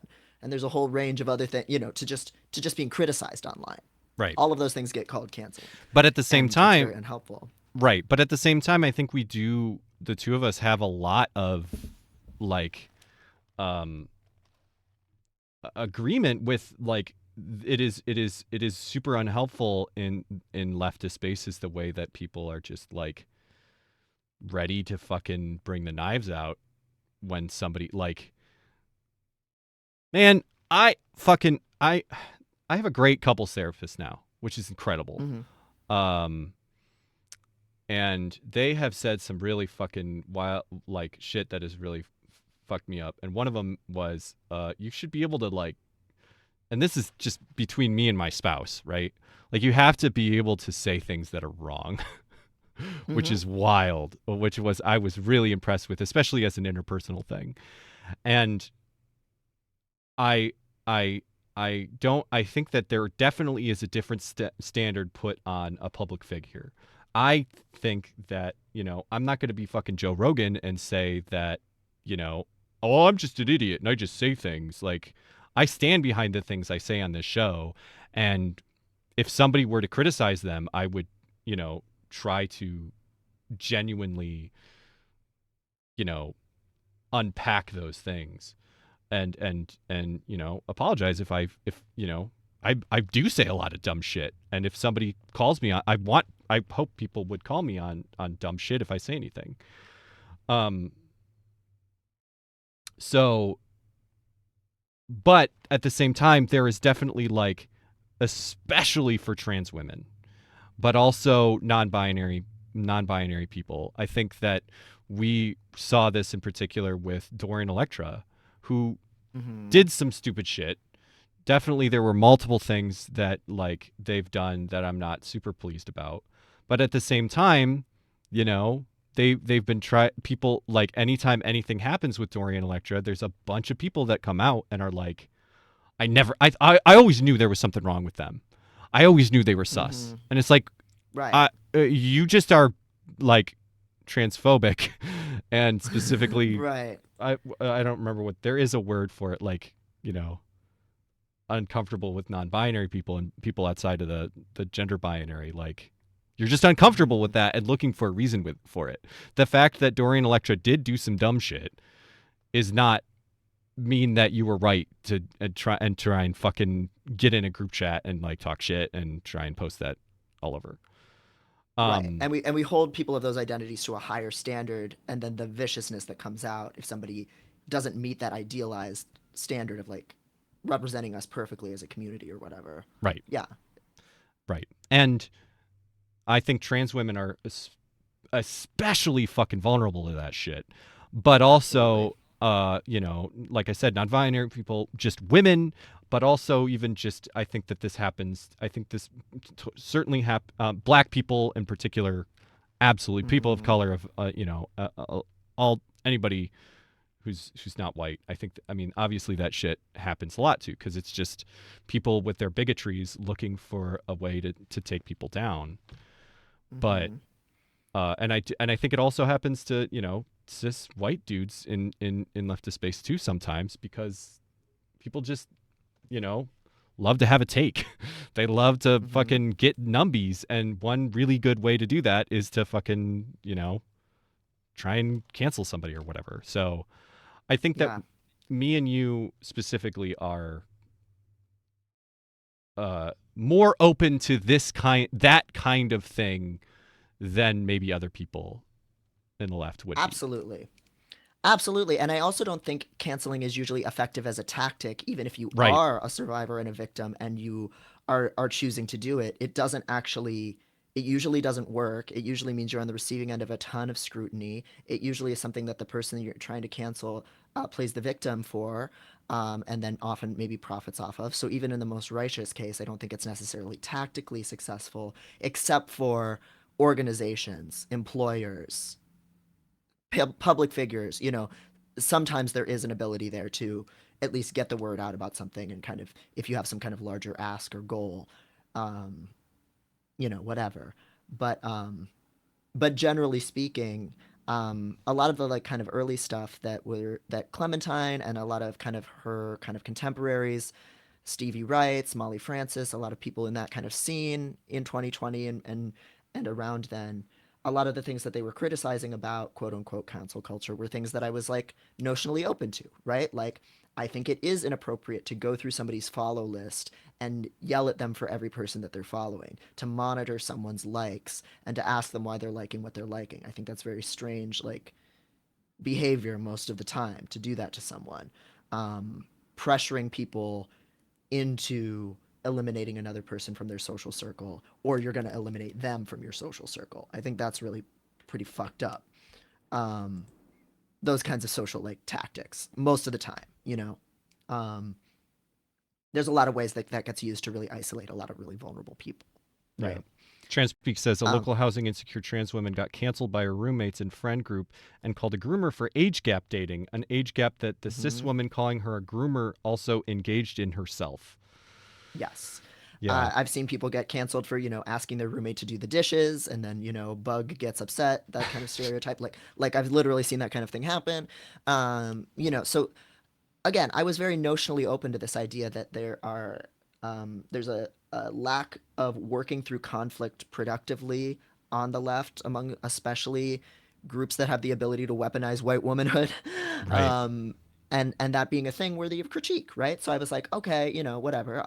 I kind of kept my eye on some of these things that people were saying, and especially when people were just early into lockdown and really monitoring each other's online behavior a lot. There was a lot of that kind of stuff very visibly happening. It had happened before. It happened before social media. It's not uniquely, a brand new thing, but like, sure, yeah, these are worrying social dynamics, right? Um, then what happened was some of the uprisings in 2020 started happening, protests around Black Lives Matter and things like that.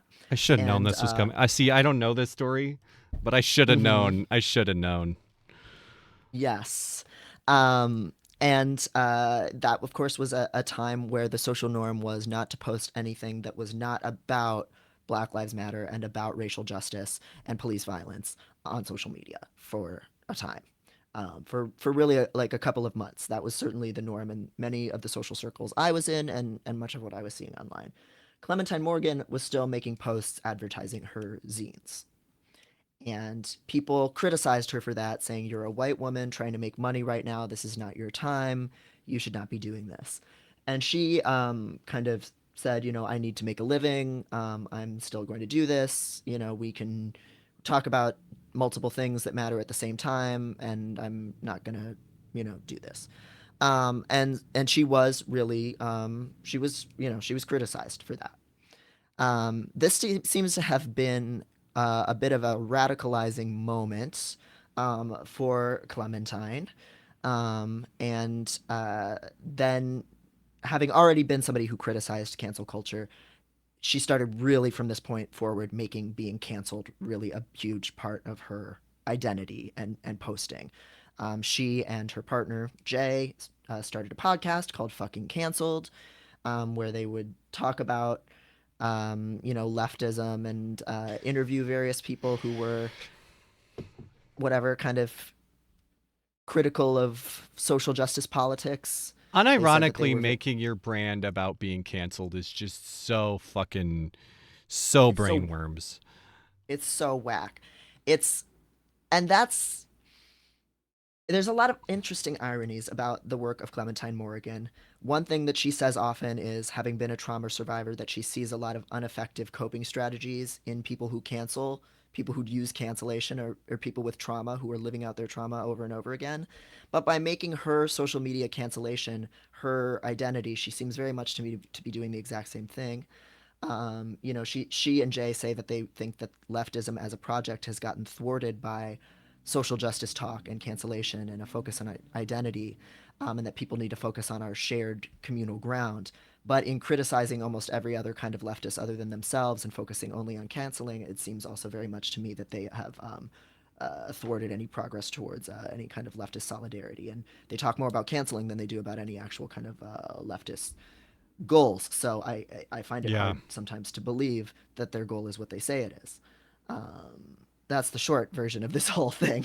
Yeah, I guess we could say. yeah, because I think I don't know, man. I'm not I don't like I don't think that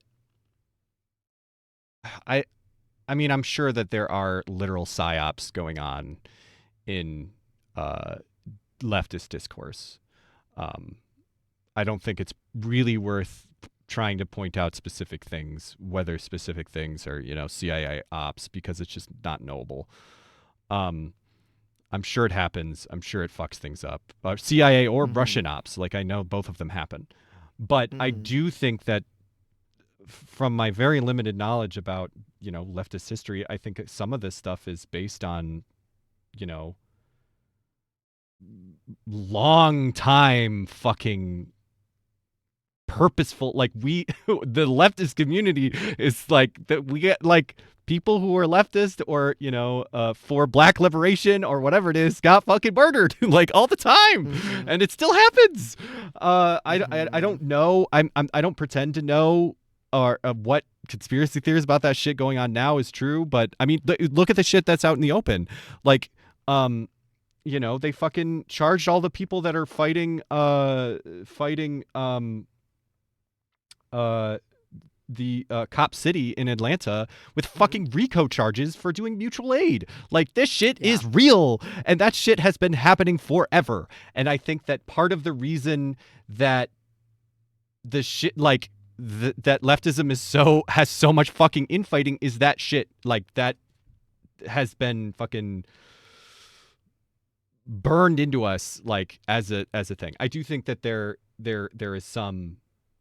Yeah, Black Panther Party assassinations. Right. Yeah, that's what I was talking about. Yeah. Um. Mm-hmm. Yeah. But yeah, and then people are saying that Fed jacketing is also not helpful. I agree. Yeah. I'm definitely not trying to say that, but I'm saying that the yeah, there's a lot of fucking infighting on the left, and I believe some of that is partly because of the actual opposition that we faced. I don't blame people for it, and I don't want to make it worse. And so Mm-hmm. I'm uh I am understanding of that position. But I Mm-hmm. absolutely agree with what you were saying, which is if you have a podcast called Fucking Canceled, and that's literally all you talk about is being canceled, like, and I mean, how are you not canceling how are you not trying to, how is that not what you're doing? Yes, and a lot of people in this realm, like there was another similar podcast run by Molly Francis. So again, they were kind of all in the same social circle called Out of the Woods, that was all about leaving the cult of the left. and people talking about their supposedly cult-like experiences. I was listening to all of these podcasts in early 2021 as I was writing Unmasking Autism. I would walk from my apartment to an empty therapy office that I was writing the book in the snow, and I would listen to podcasts that made me angry because I'm fucked up. Um, and no I joke, one think of you're the a little cults. better at that now, right? A little bit. I'm much better. That's I'm what I much better. thought. I know. And that's why this is Lord Forgive Me, but it's time to go back to the old me, Bugs Bunny, on this one. This is the final cap on it because I was Oh, trying to. don't say that. We've only just started this show. There's plenty of time to get word to let the old you out. But anyway. I was trying to just let these people go and be wrong, but now that this person is posting literally TERF talking points, and I saw Yeah. this coming. So let me just say, on this podcast, because I listen to fucking Canceled very regularly, because I wanted them to have some kind of understanding of theory that made sense, and it rapidly and repeatedly became clear that they did not, and that's what maddens me the most. For all they talk about how people need to read theory and stop fighting with each other, they clearly don't understand. They don't have a vision of leftism that makes any fucking sense. It's so full of contradictions and holes.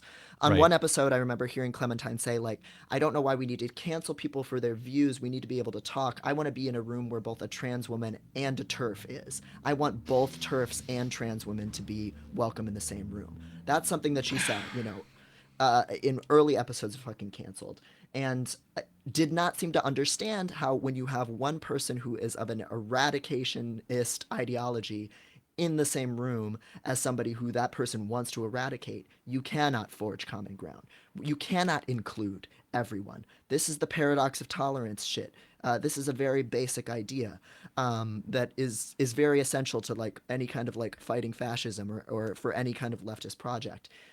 You can't include someone who makes it unsafe for other people to be in the room. And unfortunately, their position is to include people who've been accused of sexually assaulting people and to include people of ideologies like TERFs who make trans women unsafe to be in those spaces. It at best at that time, I was willing to write it off as just painfully naive to think that somehow you, Clementine Morrigan, are going to be able to broker some kind of peace here. But now that she's posting literal gender critical talking points, we know that that's not the case. Yeah. Or we know that she's moved along in that. Everybody who's saying what the fuck about, know that is basically the thesis statement that we need to, trans women and TERFs need to come together is basically the thesis statement of the article that we're gonna dive more into. Yeah, it's that trans people are overreacting and being too extreme. And again, without getting ahead of myself, one of the big problems with cancel culture that Clementine always talks about and has talked about for years is that when you cancel someone, you are potentially leading to them losing a job, to them potentially losing an audience if they're a musician or performer, which might be how they feed themselves, and that canceling someone can lead to them killing themselves. Remember that part for later. She would frequently say, and many of these people would frequently say, that canceling someone puts them at the risk of suicide, and that is something, that's a reason why not to do it, and that's a very serious harm that can be done. This is also the person who says that leftists and cancelers overstate harm. Right. Again, we'll come back to that. Another. Hold on 1 second. My doorbell rang. I'm just going to make sure that. Okay. I'll just go into hold screen for just 1 second. Okay.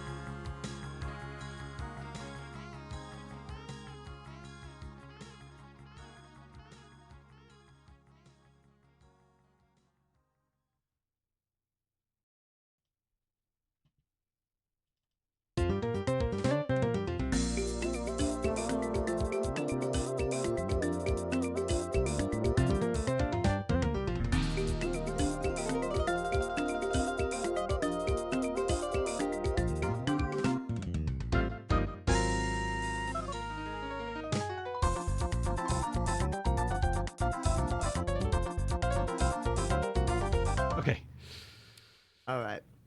Thank you for your patience, everybody. Somebody just came Yes. by to say hello. I'm I'm just relieved it wasn't anything bad. Oh no, not at all. Yes. Mallard Banshee said, also making her identity so tied with cancel culture means any legitimate criticism of this article can be written off as attempted cancellation.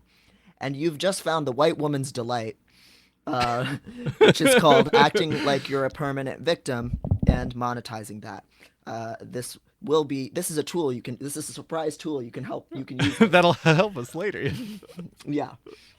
Um, so so there was a lot of very frustrating things in even the early stages of this movement. Another one, again, this is not Clementine. This is kind of a contemporary on the Out of the Woods podcast. Just to give you a little flavor, one person's example on that podcast of a leftist cult that they had left. I swear I'm not overstating things here for hyperbole. She was a woman who had watched a few anti-fat phobia YouTubes for a while and then decided she did want to lose weight. But she had to leave the cult of watching those YouTube videos. That was the, fat positive community that she had been in. That was the extent of Wow. it, was having been on YouTube. That was the cult she was leaving, was she watched some YouTubes and then she was able to think for herself and decide she wanted to do, the dominant thing that society usually wants you to do. And that was her leaving the cult. Yeah. And Again, she that's not a was Clementine one. oh God. It's just is the cult inside the computer room with us? Oh. yeah, it's but there was just a lot of conversation with a lot of people on the fucking cancel podcast that was like of this kind of substance. The first time I really tangoed with Clementine and Jay on social media was when um, they were talking about on their podcast about how canceling someone can really ruin their life, really ruin their ability to make money. Again, remember that one of their catchphrases is "fuck the police" means we don't act like cops to each other. They always said that they were anti-cancel culture from an abolitionist perspective. Then on the podcast, they say, oh, if somebody cancels you and it's based on untrue things, you should sue them for defamation. We really support that as a tactic. And I posted about that because that's dumb and makes no sense and is internally incoherent. And then I believe it was Jay who said, I am currently being criticized by a leftist named Devin Price, who. Shit! They found us. You better run. When you've been canceled by the DP, you better run. There's never been a better fucking timing for that. That wasn't my little box of tricks. Yes, clip No, that just chat. literally. Yeah, somebody clip that.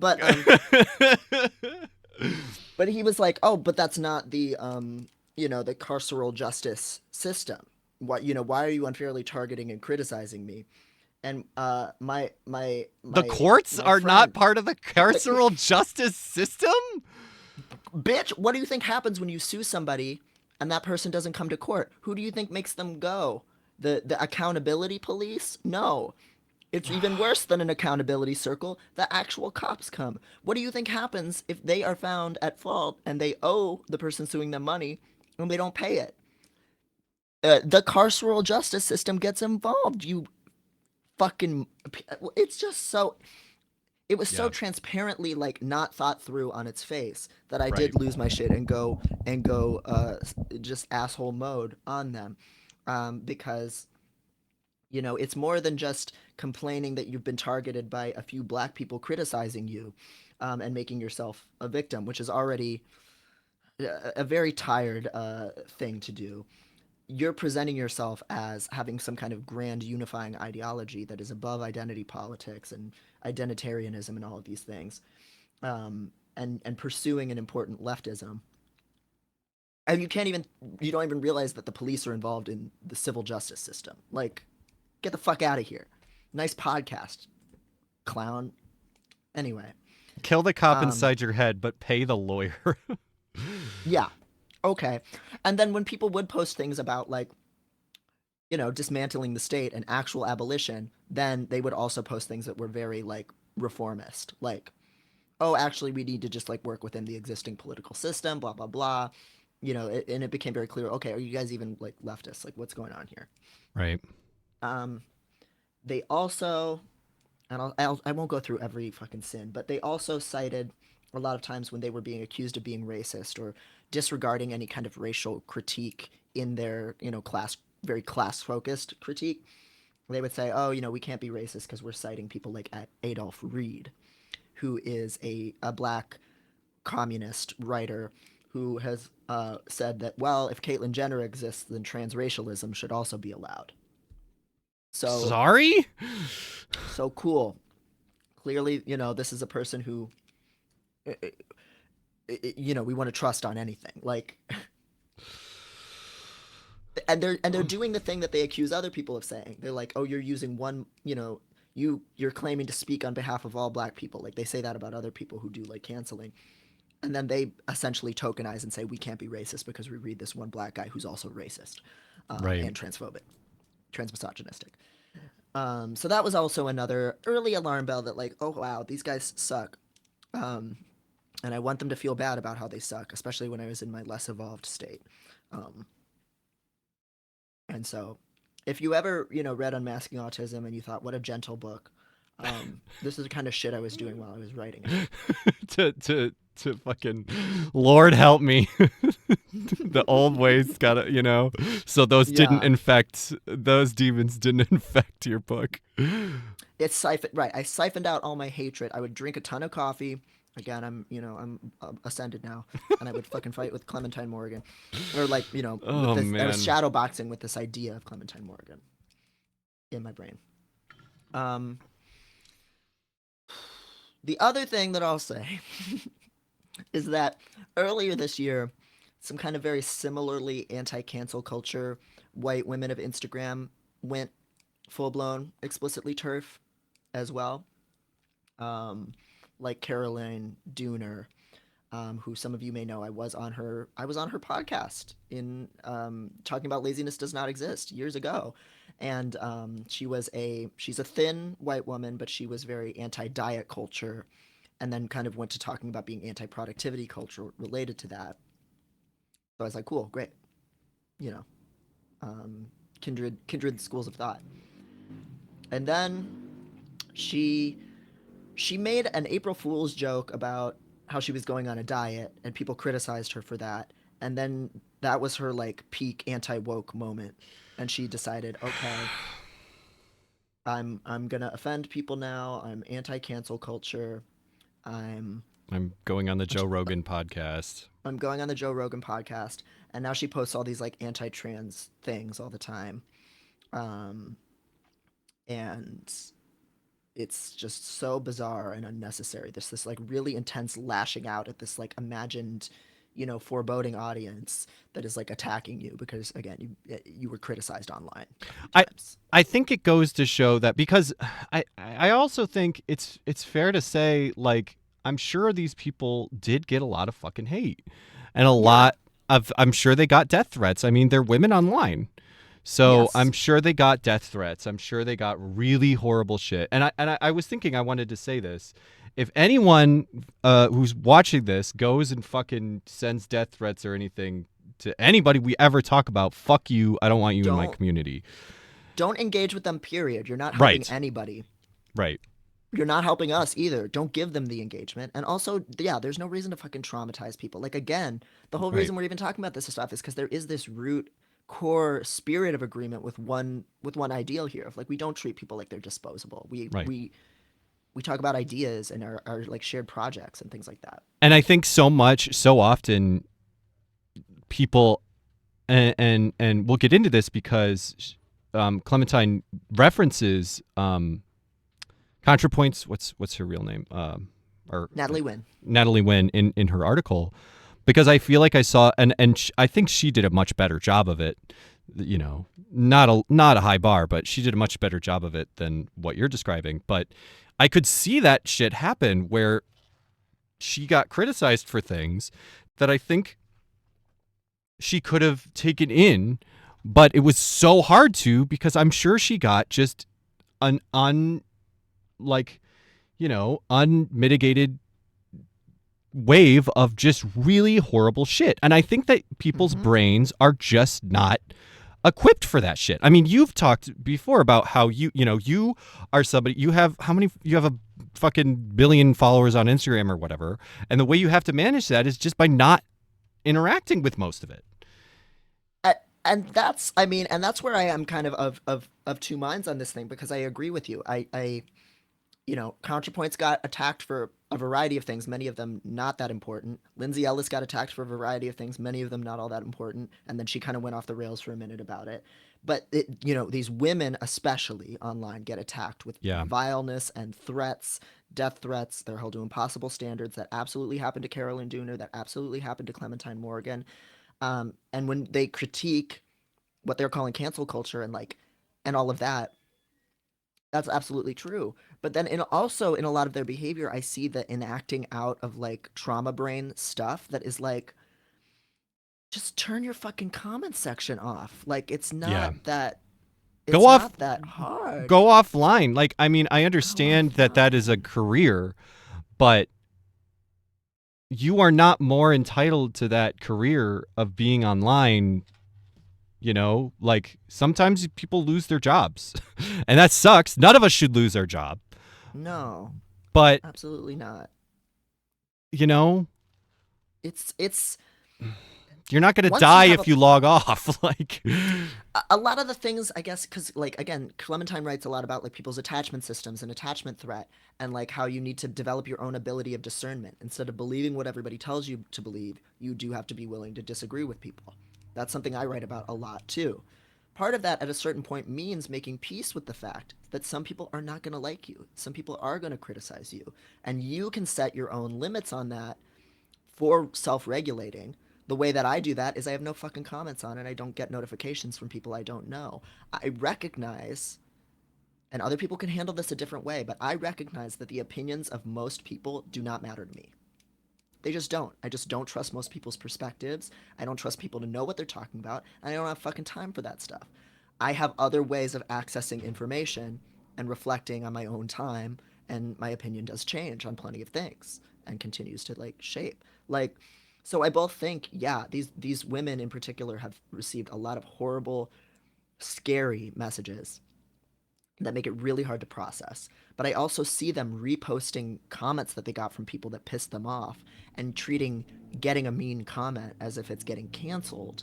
And at some point you do, if you're that kind of figure, I think you do have to take responsibility for your own choice to engage with every little person that disagrees with you. You're flooding your own fucking sensory nervous system at a certain point so that you can play the victim. And if you weren't so attached to seeing yourself as a victim, maybe you wouldn't be doing that, and you actually could have more of that power of discernment that you keep talking about being so important. Yeah. I think, I don't know. And I'm sorry, if that seems harsh, but I think that is, if you are going to make a living doing this kind of stuff, I think that's something that most of us learn, Yeah. And far from, and again, to reiterate, far from us to endorse that kind of shit. I wish that shit was different too. And I don't think they deserve that kind of shit either. And I do not want any of our fucking audience to be doing that shit. But, also, you can't let people being horrible and evil let your fucking opinions rot and get so nasty. Because it seems like that's what it does. And like you were saying, the other person, Dune, or Dooner, yeah, Carolyn Dooner, yeah, right. And how are you gonna yes, that's a horrible thing to experience, but that doesn't give you the right to fucking be transphobic. What? It's in the same way that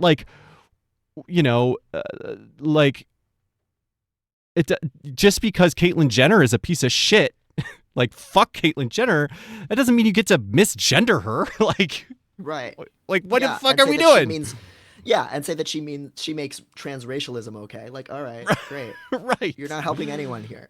Right. um yeah, it's just and also there is a difference.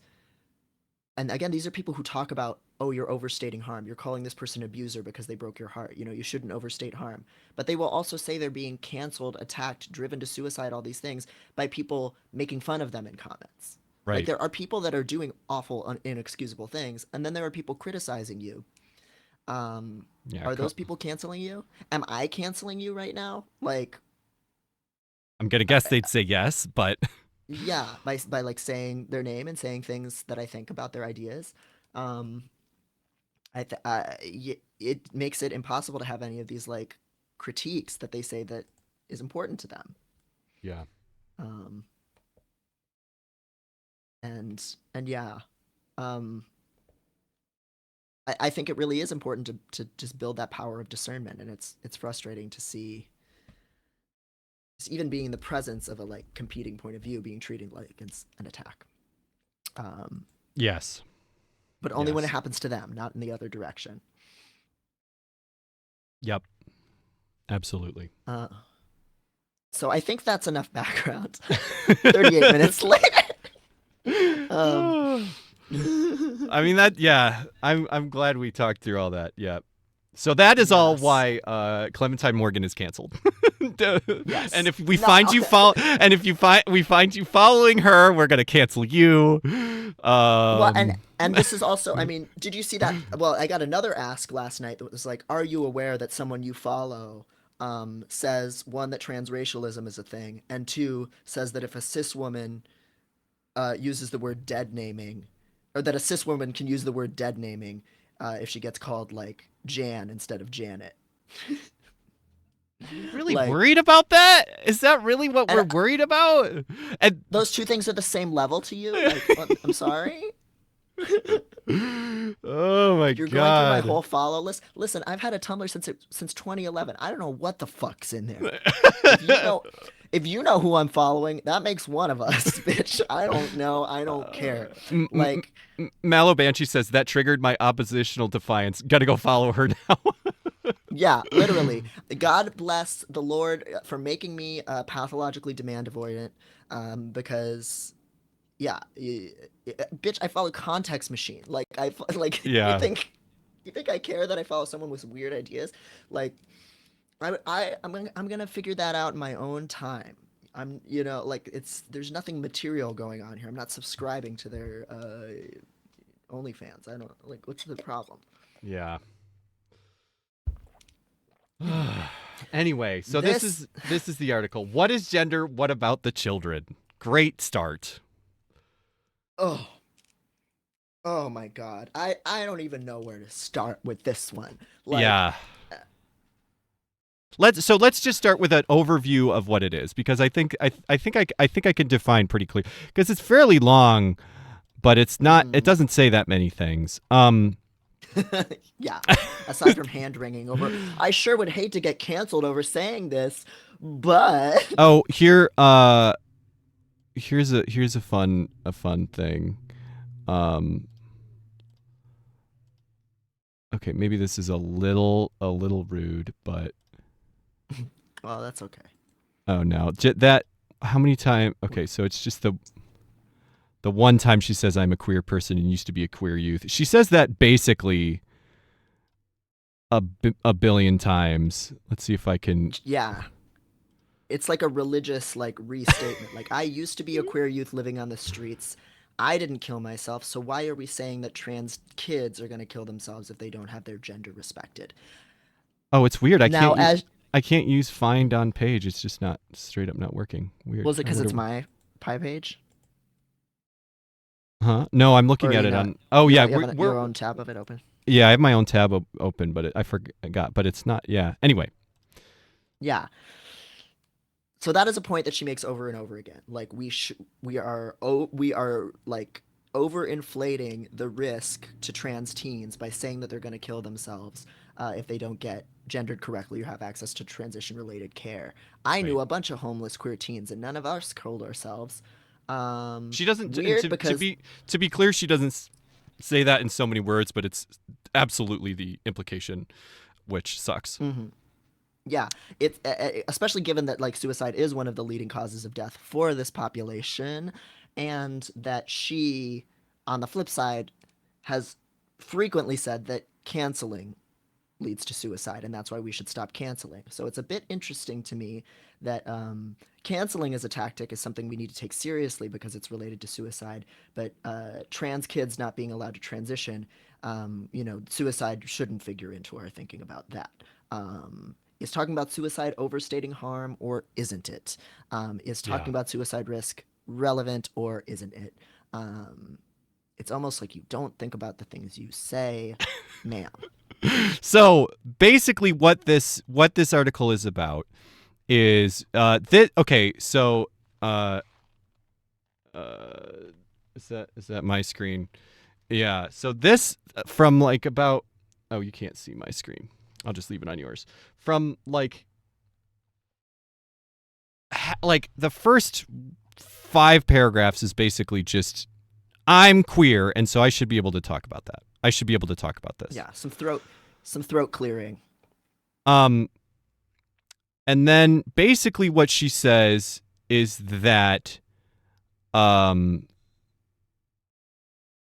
the I believe she calls it queer. What is it? Queer ideology. Not no. Queer ideology is the or trans ideology is the right wing thing. She has her own word that she keeps orthodoxy. Left or Yes. leftist orthodoxy, queer orthodoxy Yeah. is that basically we should, all like trans children should always be put on puberty blockers, and that trans people like gender is fluid, and that we should respect the gender of any of trans kids is basically that's the orthodoxy. That's the orthodoxy. Yes. And then here she goes into talking about how and she said, "Oh, I used to really you just full-throatedly repeat this orthodoxy. I would share memes that said protect trans kids. Oh my gosh, don't you see what a good little, wasn't I good? I used to share posts. Great. Um Me too." And then she says, this is this turn. It's her peak trans moment, literally. Like, it's only in the last few years, as medical transition options for youth became more common and widespread, that I started to hear some of the downsides and issues with this approach. The increasing number of detransitioners, potential issues in sexual function, impacts on what types of vaginoplasty are possible for trans women going on puberty blockers, lack of information about the long-term impacts of these interventions. And then she ends the paragraph with a Jesse Single quote, Right. who, as we all know, literally collaborated with detransitioned TERF movement heads, organizers, to write articles that have inspired transphobic laws. Let's yes. Before we get to Jesse Single, let's talk out these those specific, because I think that's one of the big things. Absolutely. I think we wanted to talk about in here. Absolutely. So first of all, increasing number of detransitioners. That my understanding is that is just patently not true. There are detransitioners. Detransitioners exist, but they are the rate of detransitioning is lower than. I mean, there's a bunch of different ways to talk about this, right? Like, there's so many of the like. So many of the people that have come out as being transitioners have never been on medical, did anything medical in the first place. Second of all, if you voices, yep. if you look at people, if you look at medicine surgery regret rates, for example, it is lower for trans people than for almost any other surgery. They do exist. There are people with regrets about trans surgery. There are detransitioners. There are people that have regrets. One of my best friends in the whole world went on T and has regretted it, and has had to do electrolysis and stuff, and is considered like other things to get their gender back I wouldn't call them a detransitioner exactly, but they don't blame some nebulous fucking big homo for that. That was a part of their fucking thing that they need to do. And I think the vast majority of detransitioners don't either don't blame Are still trans. They're non-binary now, or vice versa. right. Like, Yes. Right. or they're still trans affirming. Yeah. Or they Um, detransitioned because they couldn't take the the the abuse. or that, yeah, or a health condition came up. Um, and and and I'll even say that, like, like, the rate of detransition itself is almost beside the point, because we can't point to the number of gay divorces and say that as a reason, Right. like, that gay relationships shouldn't exist. Transition moves in many different directions, and if we think it's horrible for someone to take testosterone electively and then go bald and hate that they went bald, say, um, guess who sometimes has to have testosterone in their body and go bald and really don't want to have that happen? Yeah. A lot of trans women as well. A lot of the healthcare needs of detransitioners in whatever direction are the exact Yes. same healthcare needs as trans people. So Yes. attacking access to transition related care is not going to help the detransitioner.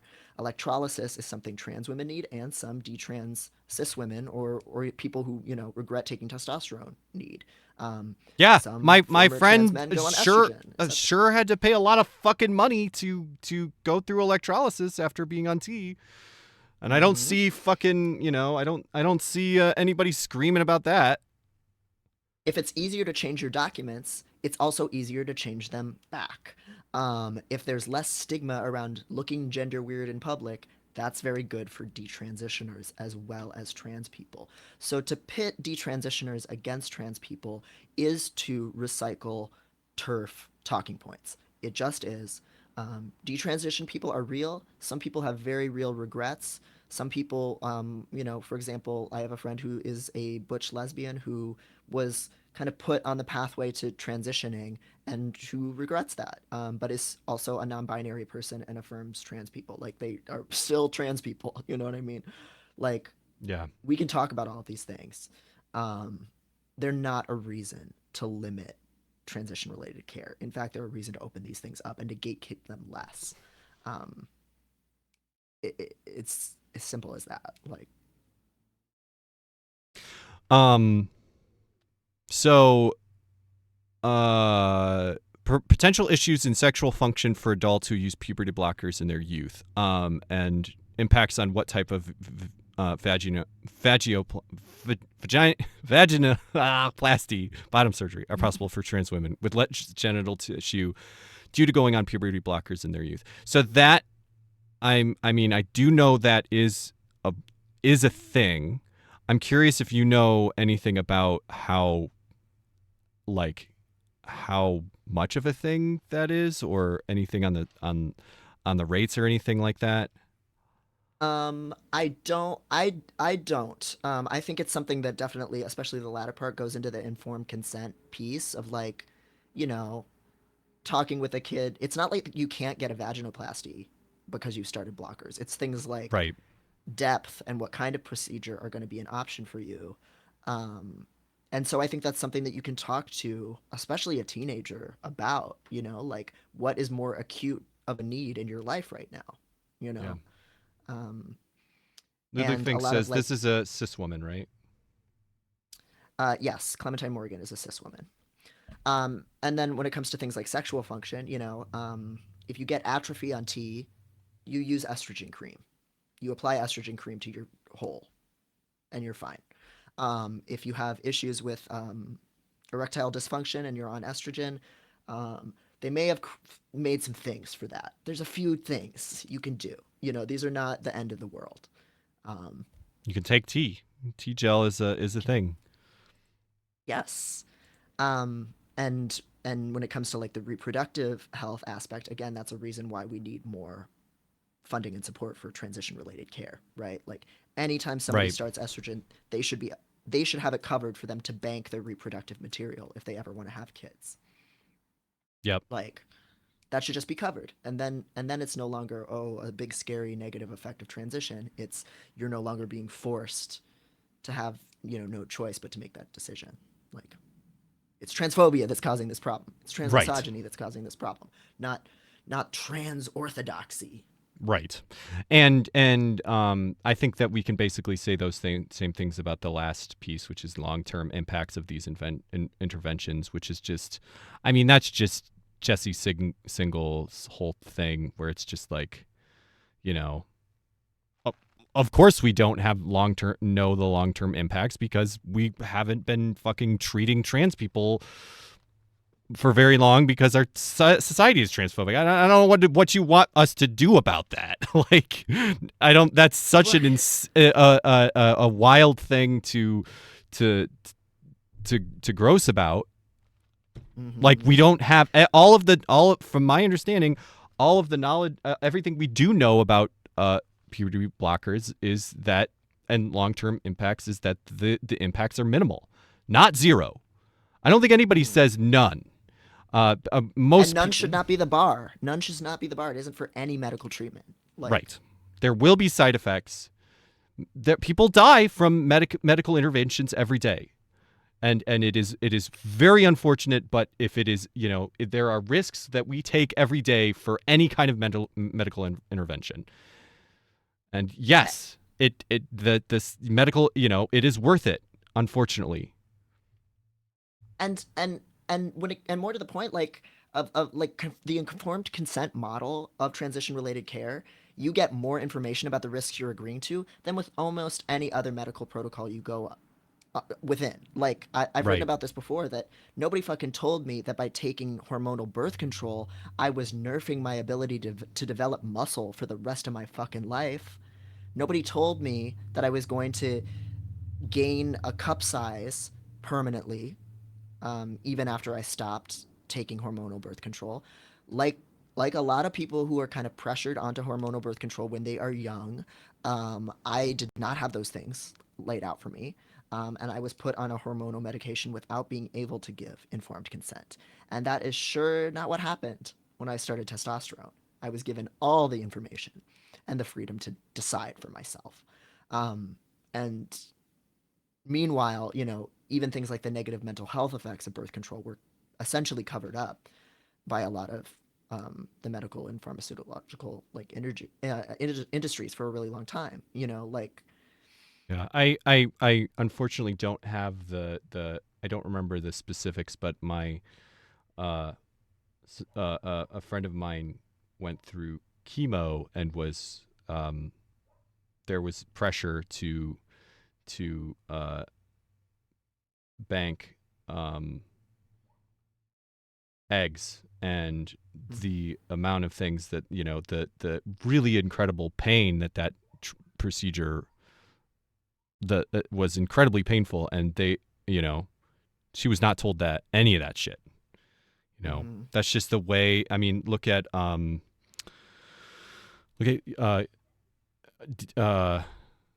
IUDs. We don't fucking Yeah. do. Yeah. I mean, and that doesn't mean that we need to, it just means we need stronger informed consent in all of these. Right. It doesn't mean get rid of hormonal birth control. That's saved so many lives. IUDs have saved so many lives. I love the shit out of mine. Right. Um, like, and the same thing is true here. We need better quality data. We need to treat trans patients like they matter, and the way one way that happens is by there being a lot more trans patients and it being a lot more normalized, by it being covered by healthcare plans under things like the Affordable Care Act.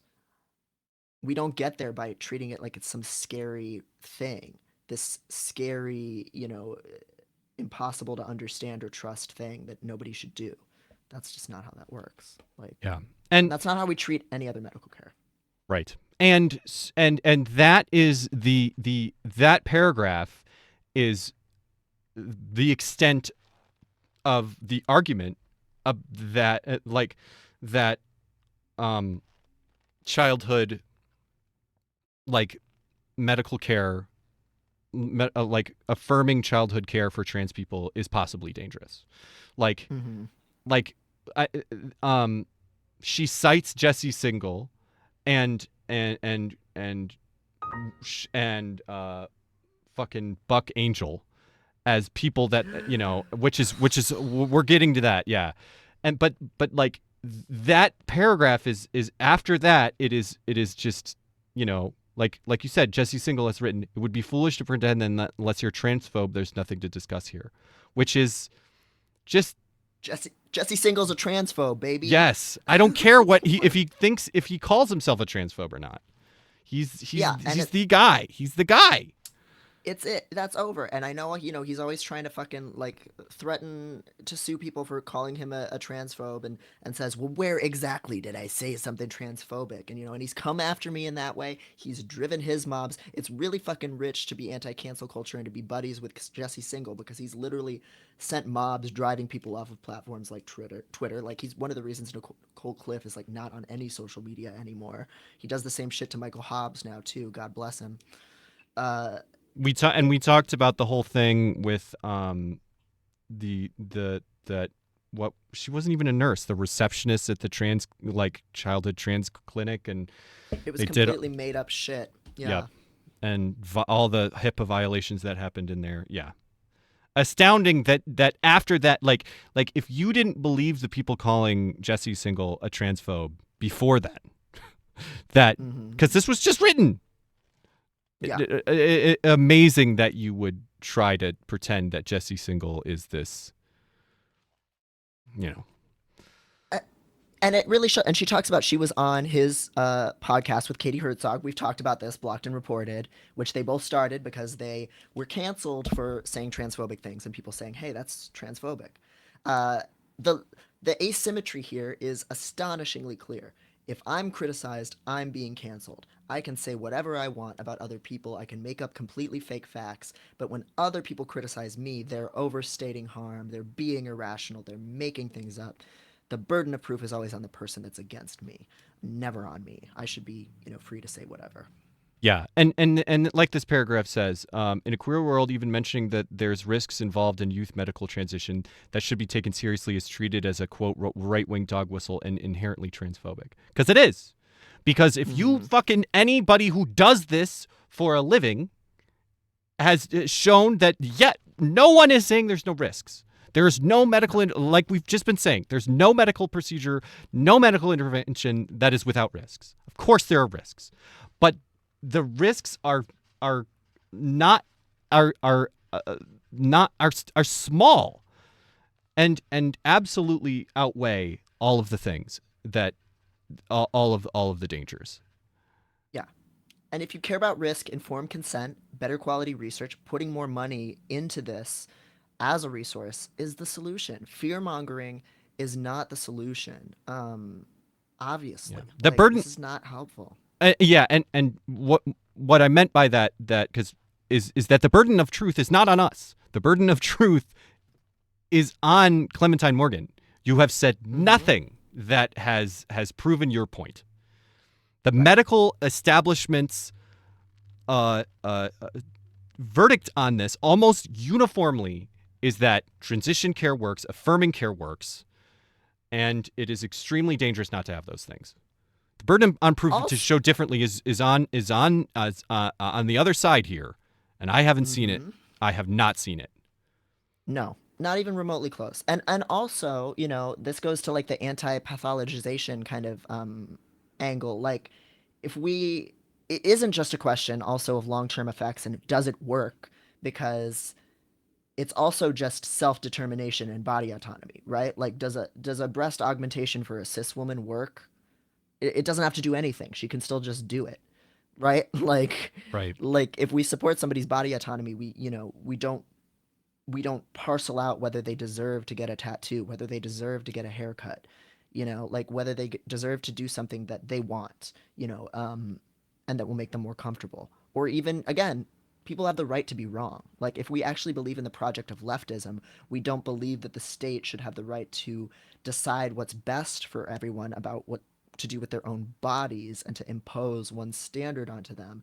And we also, want people to have the room to be themselves and even to make mistakes sometimes. Like, that is the greater freedom. Like, That's an important value, you know? Like, we shouldn't ban birth control because I regret going on birth control. Right. We should just give people more information about the effects of birth control. We should study it. We should tell people it. And a lot of the like issue with like not knowing enough about the long-term effects of transition-related care is just that we've been excluded from a lot of research. When you really look at the data, a lot of our health outcomes follow what you would think they would follow if you just assumed trans men were men and that trans women were women. Like, Yeah. a lot of those things are, if you just included us in medical studies alongside other men and women, you would, you know, you'd be meeting our needs better, and you'd be seeing that, wow, these hormones do what we know that they do. Like, Yes. Yep. not fucking. So that is yeah. I think that is the core really upset. That is the core, like you said. This is the slide to turfism. Mm-hmm. But it is certainly not. It is certainly not. Not the entirety of this article. There's a couple other things that are not really important to criticize. Mm-hmm. So the next thing she basically is saying that I can't help but say trans question, the same fucking shit. It really is the same fucking shit that the New York Times writes about every fucking day. Of she's basically, if there is a fucking thesis to this, it is that the trans question is like not what the left orthodoxy wants you to believe. It's more complicated than that, and Mm-hmm. it is such a worrying way to position to take. And so she says that she basically says that, first of all, she says that there's a big piece about how our like the understanding of gender within leftism is not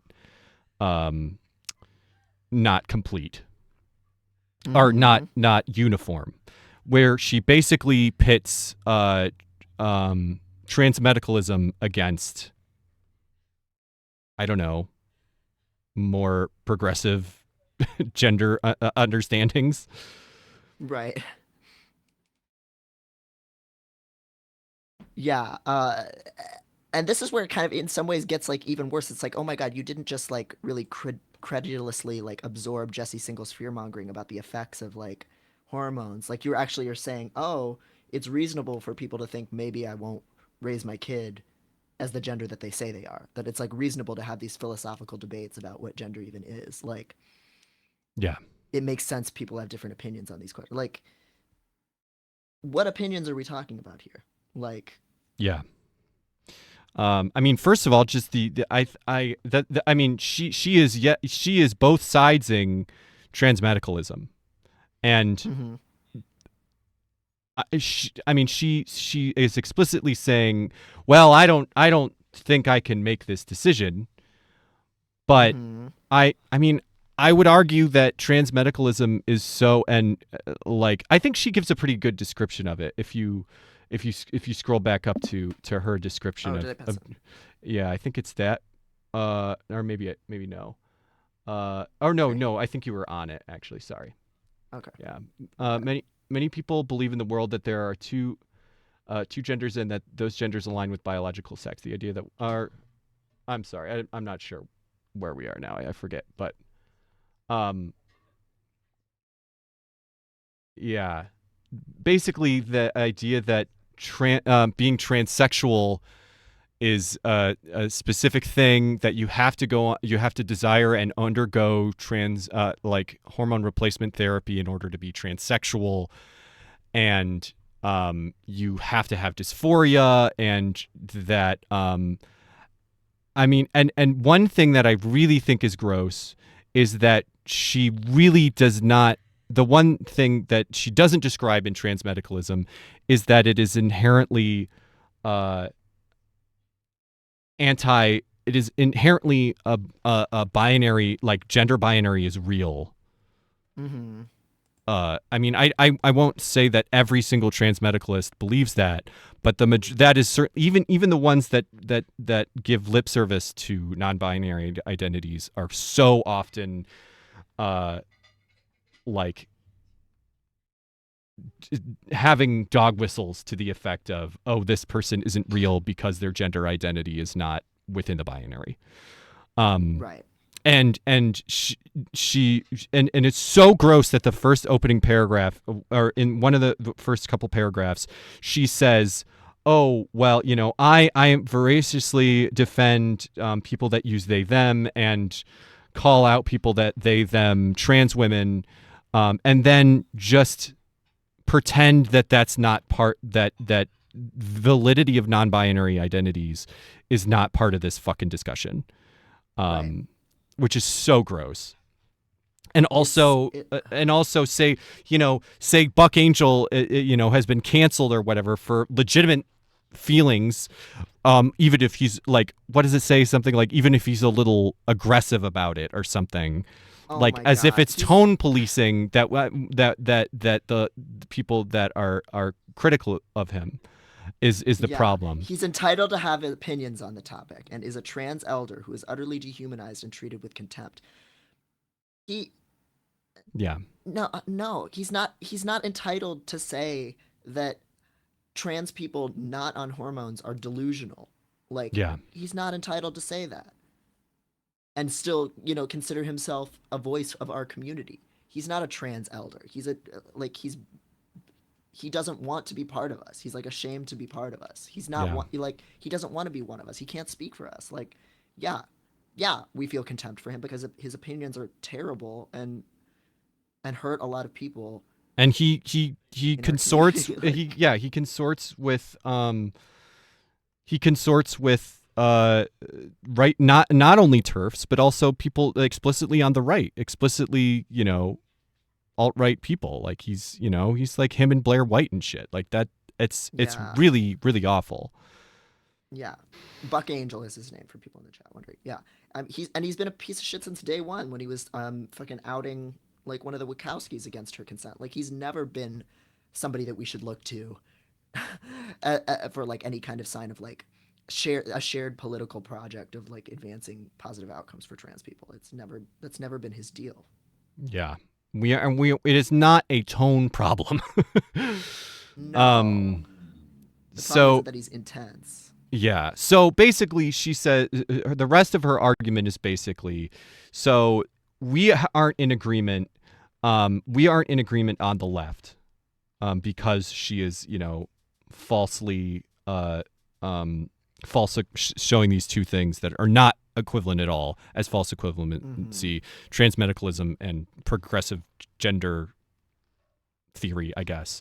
Um, and then she's basically like, we have to accept that not everyone has the same ideas about gender, and we yeah you have highlighted, I also think that calling people bigoted, transphobic, or anti-trans because they believe in the existence of two genders rooted in biology is both inaccurate and ineffective as a political strategy. So she's basically saying that, you know, the yeah, that it is that the standard conception of gender and sex, of it being a binary with roles rooted in biology, is a philosophical and at times religious belief that should not necessarily be criticized. And Mm-hmm. she even specifically contrasts it with, I think, female, uh uh like circumcision, or I'm trying to remember what it Yeah, is. she talks about like she talks about like um likening having different views about gender to like religious pluralism and Right. thinking, people should be able to practice their own religious beliefs. And so here she's kind of talking about it in a positive way, like I don't need to have the same faith as somebody else to think they should wear a hijab, be able to wear a hijab if they want. Right. Um, I don't see where the genital mutilation Maybe I was comes into wrong. Maybe I was wrong about that. But there was something she was like, I have to be able to take a principled stance about things, even if even if I don't agree with them. And it's like, yeah, I think this part of it, I is more complicated of a argument for me, like, but I don't know. I'm more curious what your take is, Devin, on that particular well argument. I what even is the point here, like what are you saying, like what's the problem with calling Buck Angel a trans medicalist? Like I don't understand, Yeah. or like any of these things. Like if we think that somebody's ideology regarding gender is associated and linked to them making a take and arguing for policy positions that damages us as a community, what's the deal? What's the like? Buck, we're not going to have any kind of political solidarity with Buck Angel that's going to benefit us. Like, it's not because we're being mean to him or being mean to people who are trans medicalists or only see a model of a gender that's like biologically linked and binary sexed. Like, there is no way to broach and broker a peace with these people where we have goals in common. Like they do not have the same goals as us. Like that is the kind of thinking that led to being gay and being trans being like an impossible thing. Yeah. Um, like under a lot of medical guidelines. Like Buck Angel and people like that, trans medicalist people, that is a point of view that typically says that gender dysphoria is really obvious and really painful and rare, and that only certain people have it, and they meet certain very specific criteria, and those are the only people allowed to transition. That is against the project of trans liberation, where I believe anybody can be trans whenever they fucking want to be, and they shouldn't have to prove it to anybody. Like, it's just like the diagnosis versus self-realization kind of school of thought with autism. Like if I really think that autism is a political identity, that means I have to support anyone being able to choose it, and I want to build solidarity alongside anybody who, is invested in that. And they're the ones who are very deliberately like making their movement smaller with these definitions. You know what I mean? Like Right. so it's not threatening solidarity for us to say this person is totally fucking things up. Like they Uh, are. and then the other argument is about, so the right is arguing that, this is a quote from her, the right is arguing that schools are teaching, quote, gender ideology and, quote, indoctrinating children. So social justice orthodoxy insists that it's not indoctrination to teach that trans people exist. But I think that is a bad faith response. What social justice proponents want is not for schools to simply teach that trans people exist, but to teach a particular worldview about gender. We want schools to teach that gender is fluid, that can change, and is based on self-identification, not biology. Whether or not you believe that this is what schools should teach about gender, you must admit that teaching this is not the same as simply teaching that trans people exist. I guess I do agree with that, but you also have to acknowledge that teaching the alternative and what the right is arguing for is that there are two genders, or there are two sexes, and sex and gender are inextricably linked. And like we're not talking about thing like, we're like, the status quo is to teach, and what is trying to be pushed is to teach that like gender and sexuality are such that being transgender is a delusion. Like, and yes, we are trying to push, I think we are trying to push for actual liberation. Like I think I agree with what she's saying. Like I think It's weird, like treating the status quo as if it's neutral ground. Very Right. leftist of you, like Yes. Clementine. Right. Like, oh, let's not get too hasty with challenging any of the dominant means of society that, like, by inherently as leftists we recognize as like oppressive. Like, Right. okay, Like maybe yeah, it's this very is a cynical. criticism. Maybe this is a criticism I agree with, but of what? But it's criticizing what she's saying. I think that we do. I mean, I think that I I am arguing for something revolutionary. I am arguing for Yeah, something that is, starkly different. I think that society as a whole is based off of like this idea that gender is a that gender and gender roles are based on some objective reality. And I am arguing that I think we should teach in schools that they're not. And right. I mean, I guess we can argue whether that's real, but I'm not going to fucking not argue that because because of what right-wing people think that means. Like, Mm-hmm. Well, yeah, and like to bring it back to her religious pluralism example, like it's very telling that like she makes it sound like she thinks we're like in this in her framing, and I'm sure she knows on its own face that this isn't actually true, that we don't live in this like perfectly egalitarian religiously pluralistic culture where every religion is treated equally, right? Like we can say, oh yes, you have protections under the law to practice your beliefs, but at the end of the day, in most sections of the country, in both the US and Canada, where she's from, if you're going to a school, you're going to have a lot of Christian teachers who are going to be slipping prayers in front of football games, are going to be teaching European history from through a very Christian lens, who are going to be embedding all that they teach, and even honestly the whole frameworks of knowledge that we have are influenced by Christian orthodoxy, and that influences how we think about a lot of world issues, a lot of history, and a lot of other faiths too. And so to be truly neutral is to not actually just say you're like truly like religiously pluralistic, would not just to be say, oh, just to say like, oh, this is all over now, all religions are equal. You have to actually talk about that history and say, oh, we actually believed a lot of things that were wrong, and Christianity is embedded in our legal system still, and that it's still there, and we need to unpack that. And it's the same thing going on here with gender. We can't just say, oh, gender, we can all have our own beliefs about gender now. right. Because we're not all free to have our own beliefs about gender now. There was a particular orthodoxy around gender that has been imposed on all of us since birth, that is embedded into our laws, that's embedded into our systems. Its fingerprints are all over everything that we do. And so we can't just say, oh, it's done now.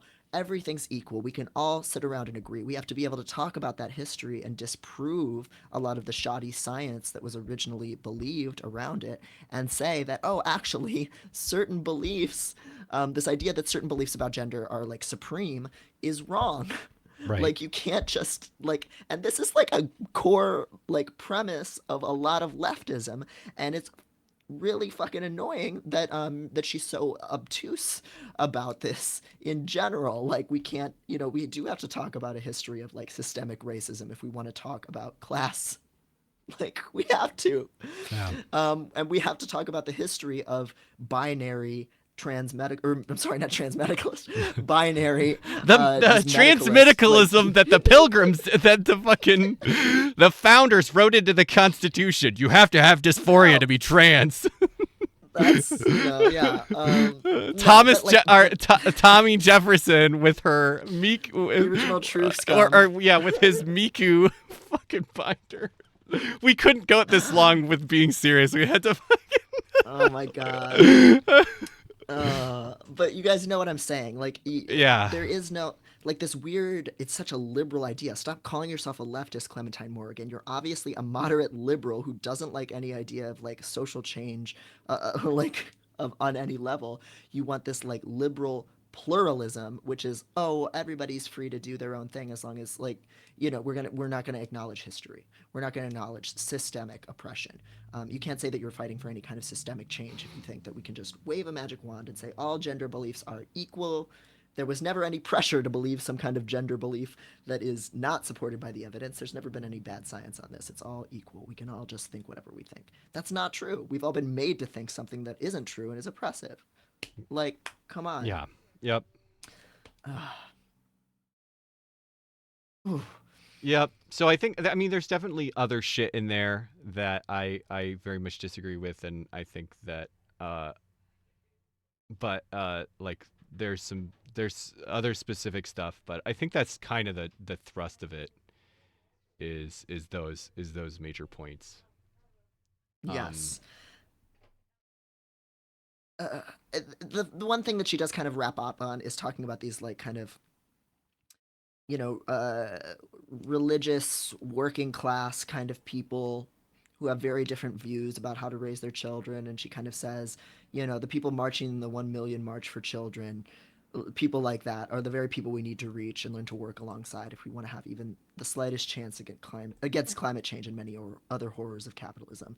This is a point that she and Jay make a lot. They call themselves eco-socialists, and they really believe in this idea of building the widest, they say, like the widest tent possible, that the only way we're going to stop the crisis of climate change and make changes in the economic system is if we include, working class evangelicals, like people like from the heartland with these kind of views that they might not agree with us about racism or these arcane transgender issues, but they're in the working class. Um, and that's their like vision for getting there is so completely like porous. It's we need to silence anybody who in essence it comes down to we need to silence anybody who's too angry about trans issues or too angry about racism and things like that, because they are the problem by bringing these things up. and It's and not the fucking evangelicals who won't work with them. right. And it's also a false equivalency because the true debate when you're talking about, people um people's opinions on trans issues is not me and your opinion versus Jordan Peterson's opinion or Donald, or the governor of Florida's DeSantis's opinion. That's not the Mm-hmm. true debate among regular people.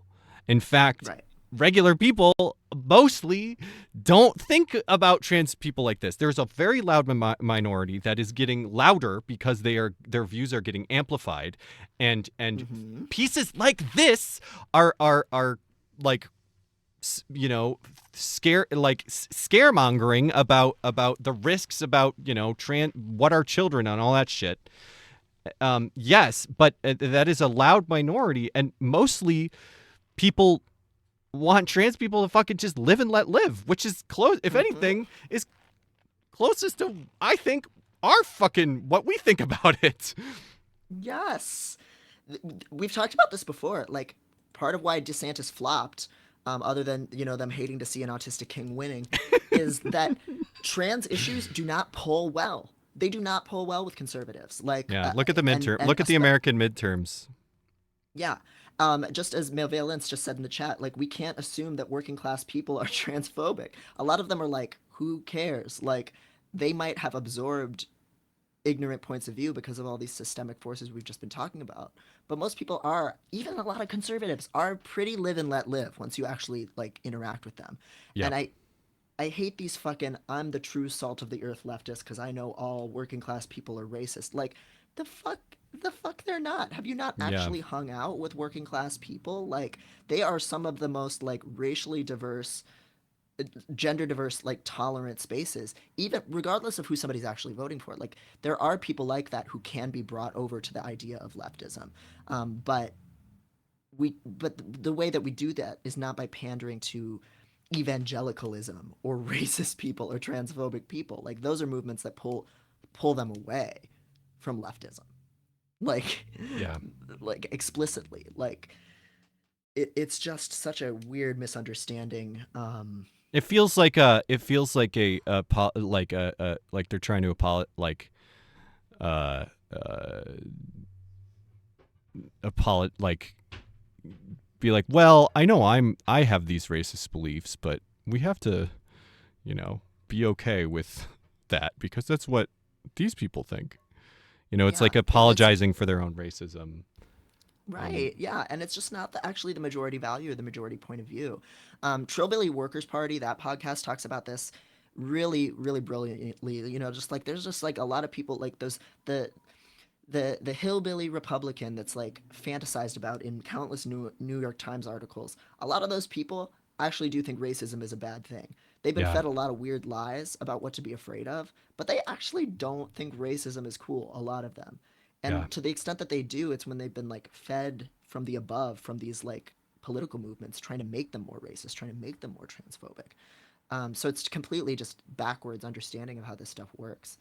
And this idea that we'll somehow be able to make people class conscious without ever having to make them, we'll have to do that like really uncomfortable work without them ever having to think about other forms of consciousness makes no sense. That's just not how that works. Yeah. Yeah. That's not how change happens. Yeah. It's going to be hard work. Like solidarity building is hard work, but it's not in the way that they seem to think a leftist being upset or mad sometimes is like the biggest barrier to building solidarity. Yeah. Lulu thinks no group has ever needed evangelicals. Hope that helps. Yes. So anyway, ring the gavel. Clementine is canceled. The anti-cancel culture leftists of Instagram are not an intellectual group, to put it mildly, as that meme goes. Clip that. Send it to Clementine. Don't actually. I don't want to cancel anybody, but I do want to hurt their feelings as a evil autistic with no empathy and good opinions. We don't need to hurt their feelings. It's not the point. The point is No, you're right. You're right. to be super clear, without irony. The point is these are dangerous fucking opinions. These are dangerous despite her trying to say otherwise, this is dog whistle rhetoric. You are fucking Yes. You are dog whistling. You can't just say, "Well, I'm not dog whistling." You're still fucking doing it. I don't care what you say. And this is the pipeline that this kind of anti-culture, cancel culture being your whole political identity. This is where it leads. This started years ago for her, and this is the end point. When you decide that me being criticized for my views and being challenged to think about things like racism is me being under attack, and we should never do that. That leads to a politics of just completely erasing any kind of ways in which like class-based oppression like manifests through other systems of oppression. Yeah.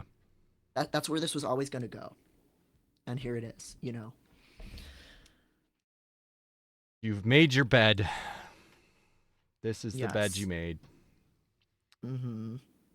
All right. Well, the smell of dinner in my house is making me so hungry of delicious dinner that I think like 3 people are cooking for me. So Oh my god, amazing. yeah. So I need to go. You've earned it. Yeah, I'm it's very good. Hopefully you couldn't hear the talking in the background too much. Here, thanks. Yeah. Okay, good. Yeah, Devin, you would have heard it. So hopefully these blankets are good. This was a really great stream in so many ways. We also we had like 77 people when just a little bit earlier. We had like 50s and 60s when we were playing the game, which typically we get a little bit fewer numbies when we're They playing. were waiting game. around this whole time for the tea, so we Yeah, tricked I them know. into We need playing to stories with us. we need to start playing the games first to force these people to eat your vegetables before you can have your discourse dessert. Yes. Oh. Oh boy, I'm so glad that I don't get any notifications or messages having just done this. Wow. I could still say get them that all. I'm being canceled all the time. Oh, good luck. I've never. Nobody sends me any messages, good or bad. So we'll see, we'll see if I could get canceled. Raise some money for my. Oh. Oh, I'm excited. Yes. I'm excited. Hello, Clementine. If you do watch this, genuinely, jokes aside. Get your life together, Clementine. Get your fucking life together. I was You'll gonna stop feeling say we're not trying to hurt your feelings. Like we're genuinely, this is really worrying stuff. This affects me. It doesn't affect you. Yeah. Not that that's this always isn't- a litany. Not that trans people can't be transphobic. But Jesus fucking Christ, listen to the majority of trans people. Listen to your own writing about what trauma brain does to people because you are doing it. That's all. That's all I can honestly say sincerely. That's the tweet. You're distorting your entire worldview of other people you actually should be in community with because of how you're seeing a lethal attack from any criticism. You need to let go of this victim complex stuff. It's fucking your life up. Honestly, sincerely, like. Yeah. I make fun of it because I get it, like any of us who have had the ability to do white woman victimhood, we have to overcome some of that fragility because we do fucked up shit when we're in that state. And you know it because you do talk about it. And I hope you figure it out because it sucks. Yeah. At least grift better. Yeah, I hope you sell some fucking zines. Yeah, go full fash and just fucking. Yeah. If you want to sell some fucking zines, go full fash. Is that what you want? Look who you're hanging out with. Like Jesus Christ, but. Yeah, look who the people you're. Taylor Swift does this. Look who you're hanging out with and who those people are hanging out with. Like that's not. Like, come on. Yeah. Look who fucking Jesse Single is hanging out with. Come on. ContraPoints has already walked away from a lot of her anti-cancel culture stuff. She's very open now about regretting a lot of the shit she said. Yeah, I will bet. I would love to hear her takedown of this because I bet she wouldn't agree with any of this shit. She has a lot of. Actually, she just did a podcast on queer conservatives that I'll link to. That I heard about that. I'm so proud of her because I think a lot of us have been rooting for her to kind of overcome certain things in her thinking, and there comes a point in a person's life where they can go the path that some of these people we've been talking about today went down, or you can go the path Natalie's been on lately, and she's been really good at saying, you know what, some of this stuff was not right. Trying to reach alt-right chuds and be reasonable to them maybe wasn't the right path. And maybe that came from my own pick me instincts of my own internalized self-hatred as a trans lesbian.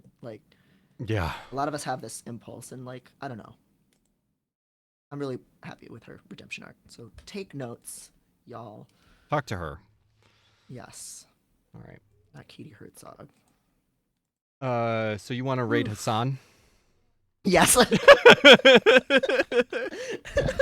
You know what? Yeah. Should we? I don't know Hassan that. Should we actually do it? Would he call us? I mean, he's honestly. He's a lot better. If we want to talk about a leftist who actually does talk about trans issues correctly and ropes more people who are on the fence into the project of leftism, I think he's actually, to an extent, he's not perfect at all. Pebbles and Marbles, first time chat, and he's hot. And he's hot. And he's hot. He has good takes, and he does he's fully horizontally organized. Everybody that he podcasts with gets an equal percentage of his take on things. He's not a boss, which is cool. He's actually doing it, the thing. All right, let's do it. Let's do it. I don't know, so I trust you. I trust your opinion. So he does. Yeah. He does. All right. Got big bara titties. He really does. Yeah. Oh my God. Hassan. So much, y'all. Yeah, this was really great stream. Thank you so much, everybody. This was a really just jam-packed full of a lot of really good stuff. Oh man, thank you for sticking around, y'all. This was so fun. This was really good. Just before we go, I'll just join the Piscord. It's fun. Follow us on YouTube. Yes. Edited VODs. They're coming. I'm sorry, I'm leaving this right at the end. I do have fucking sleep apnea, so everybody get excited for me to get a machine that's gonna make me not feel like shit all the time. Hopefully, this is eventually. Great news. Oh my God. Yes, really big news. That I'm very excited about. There's a reason my brain sucks, and I'm gonna get it solved. Oh, That's so that's really great news. Oh my gosh, I'm sorry that I didn't ask. I didn't no, realize no, no, no. It's that's what would okay. be in. I was thinking about saying it, but yes, very, very excited to have a machine that is going to report back to the insurance companies about my sleep. Oh That's boy. how bad I need it.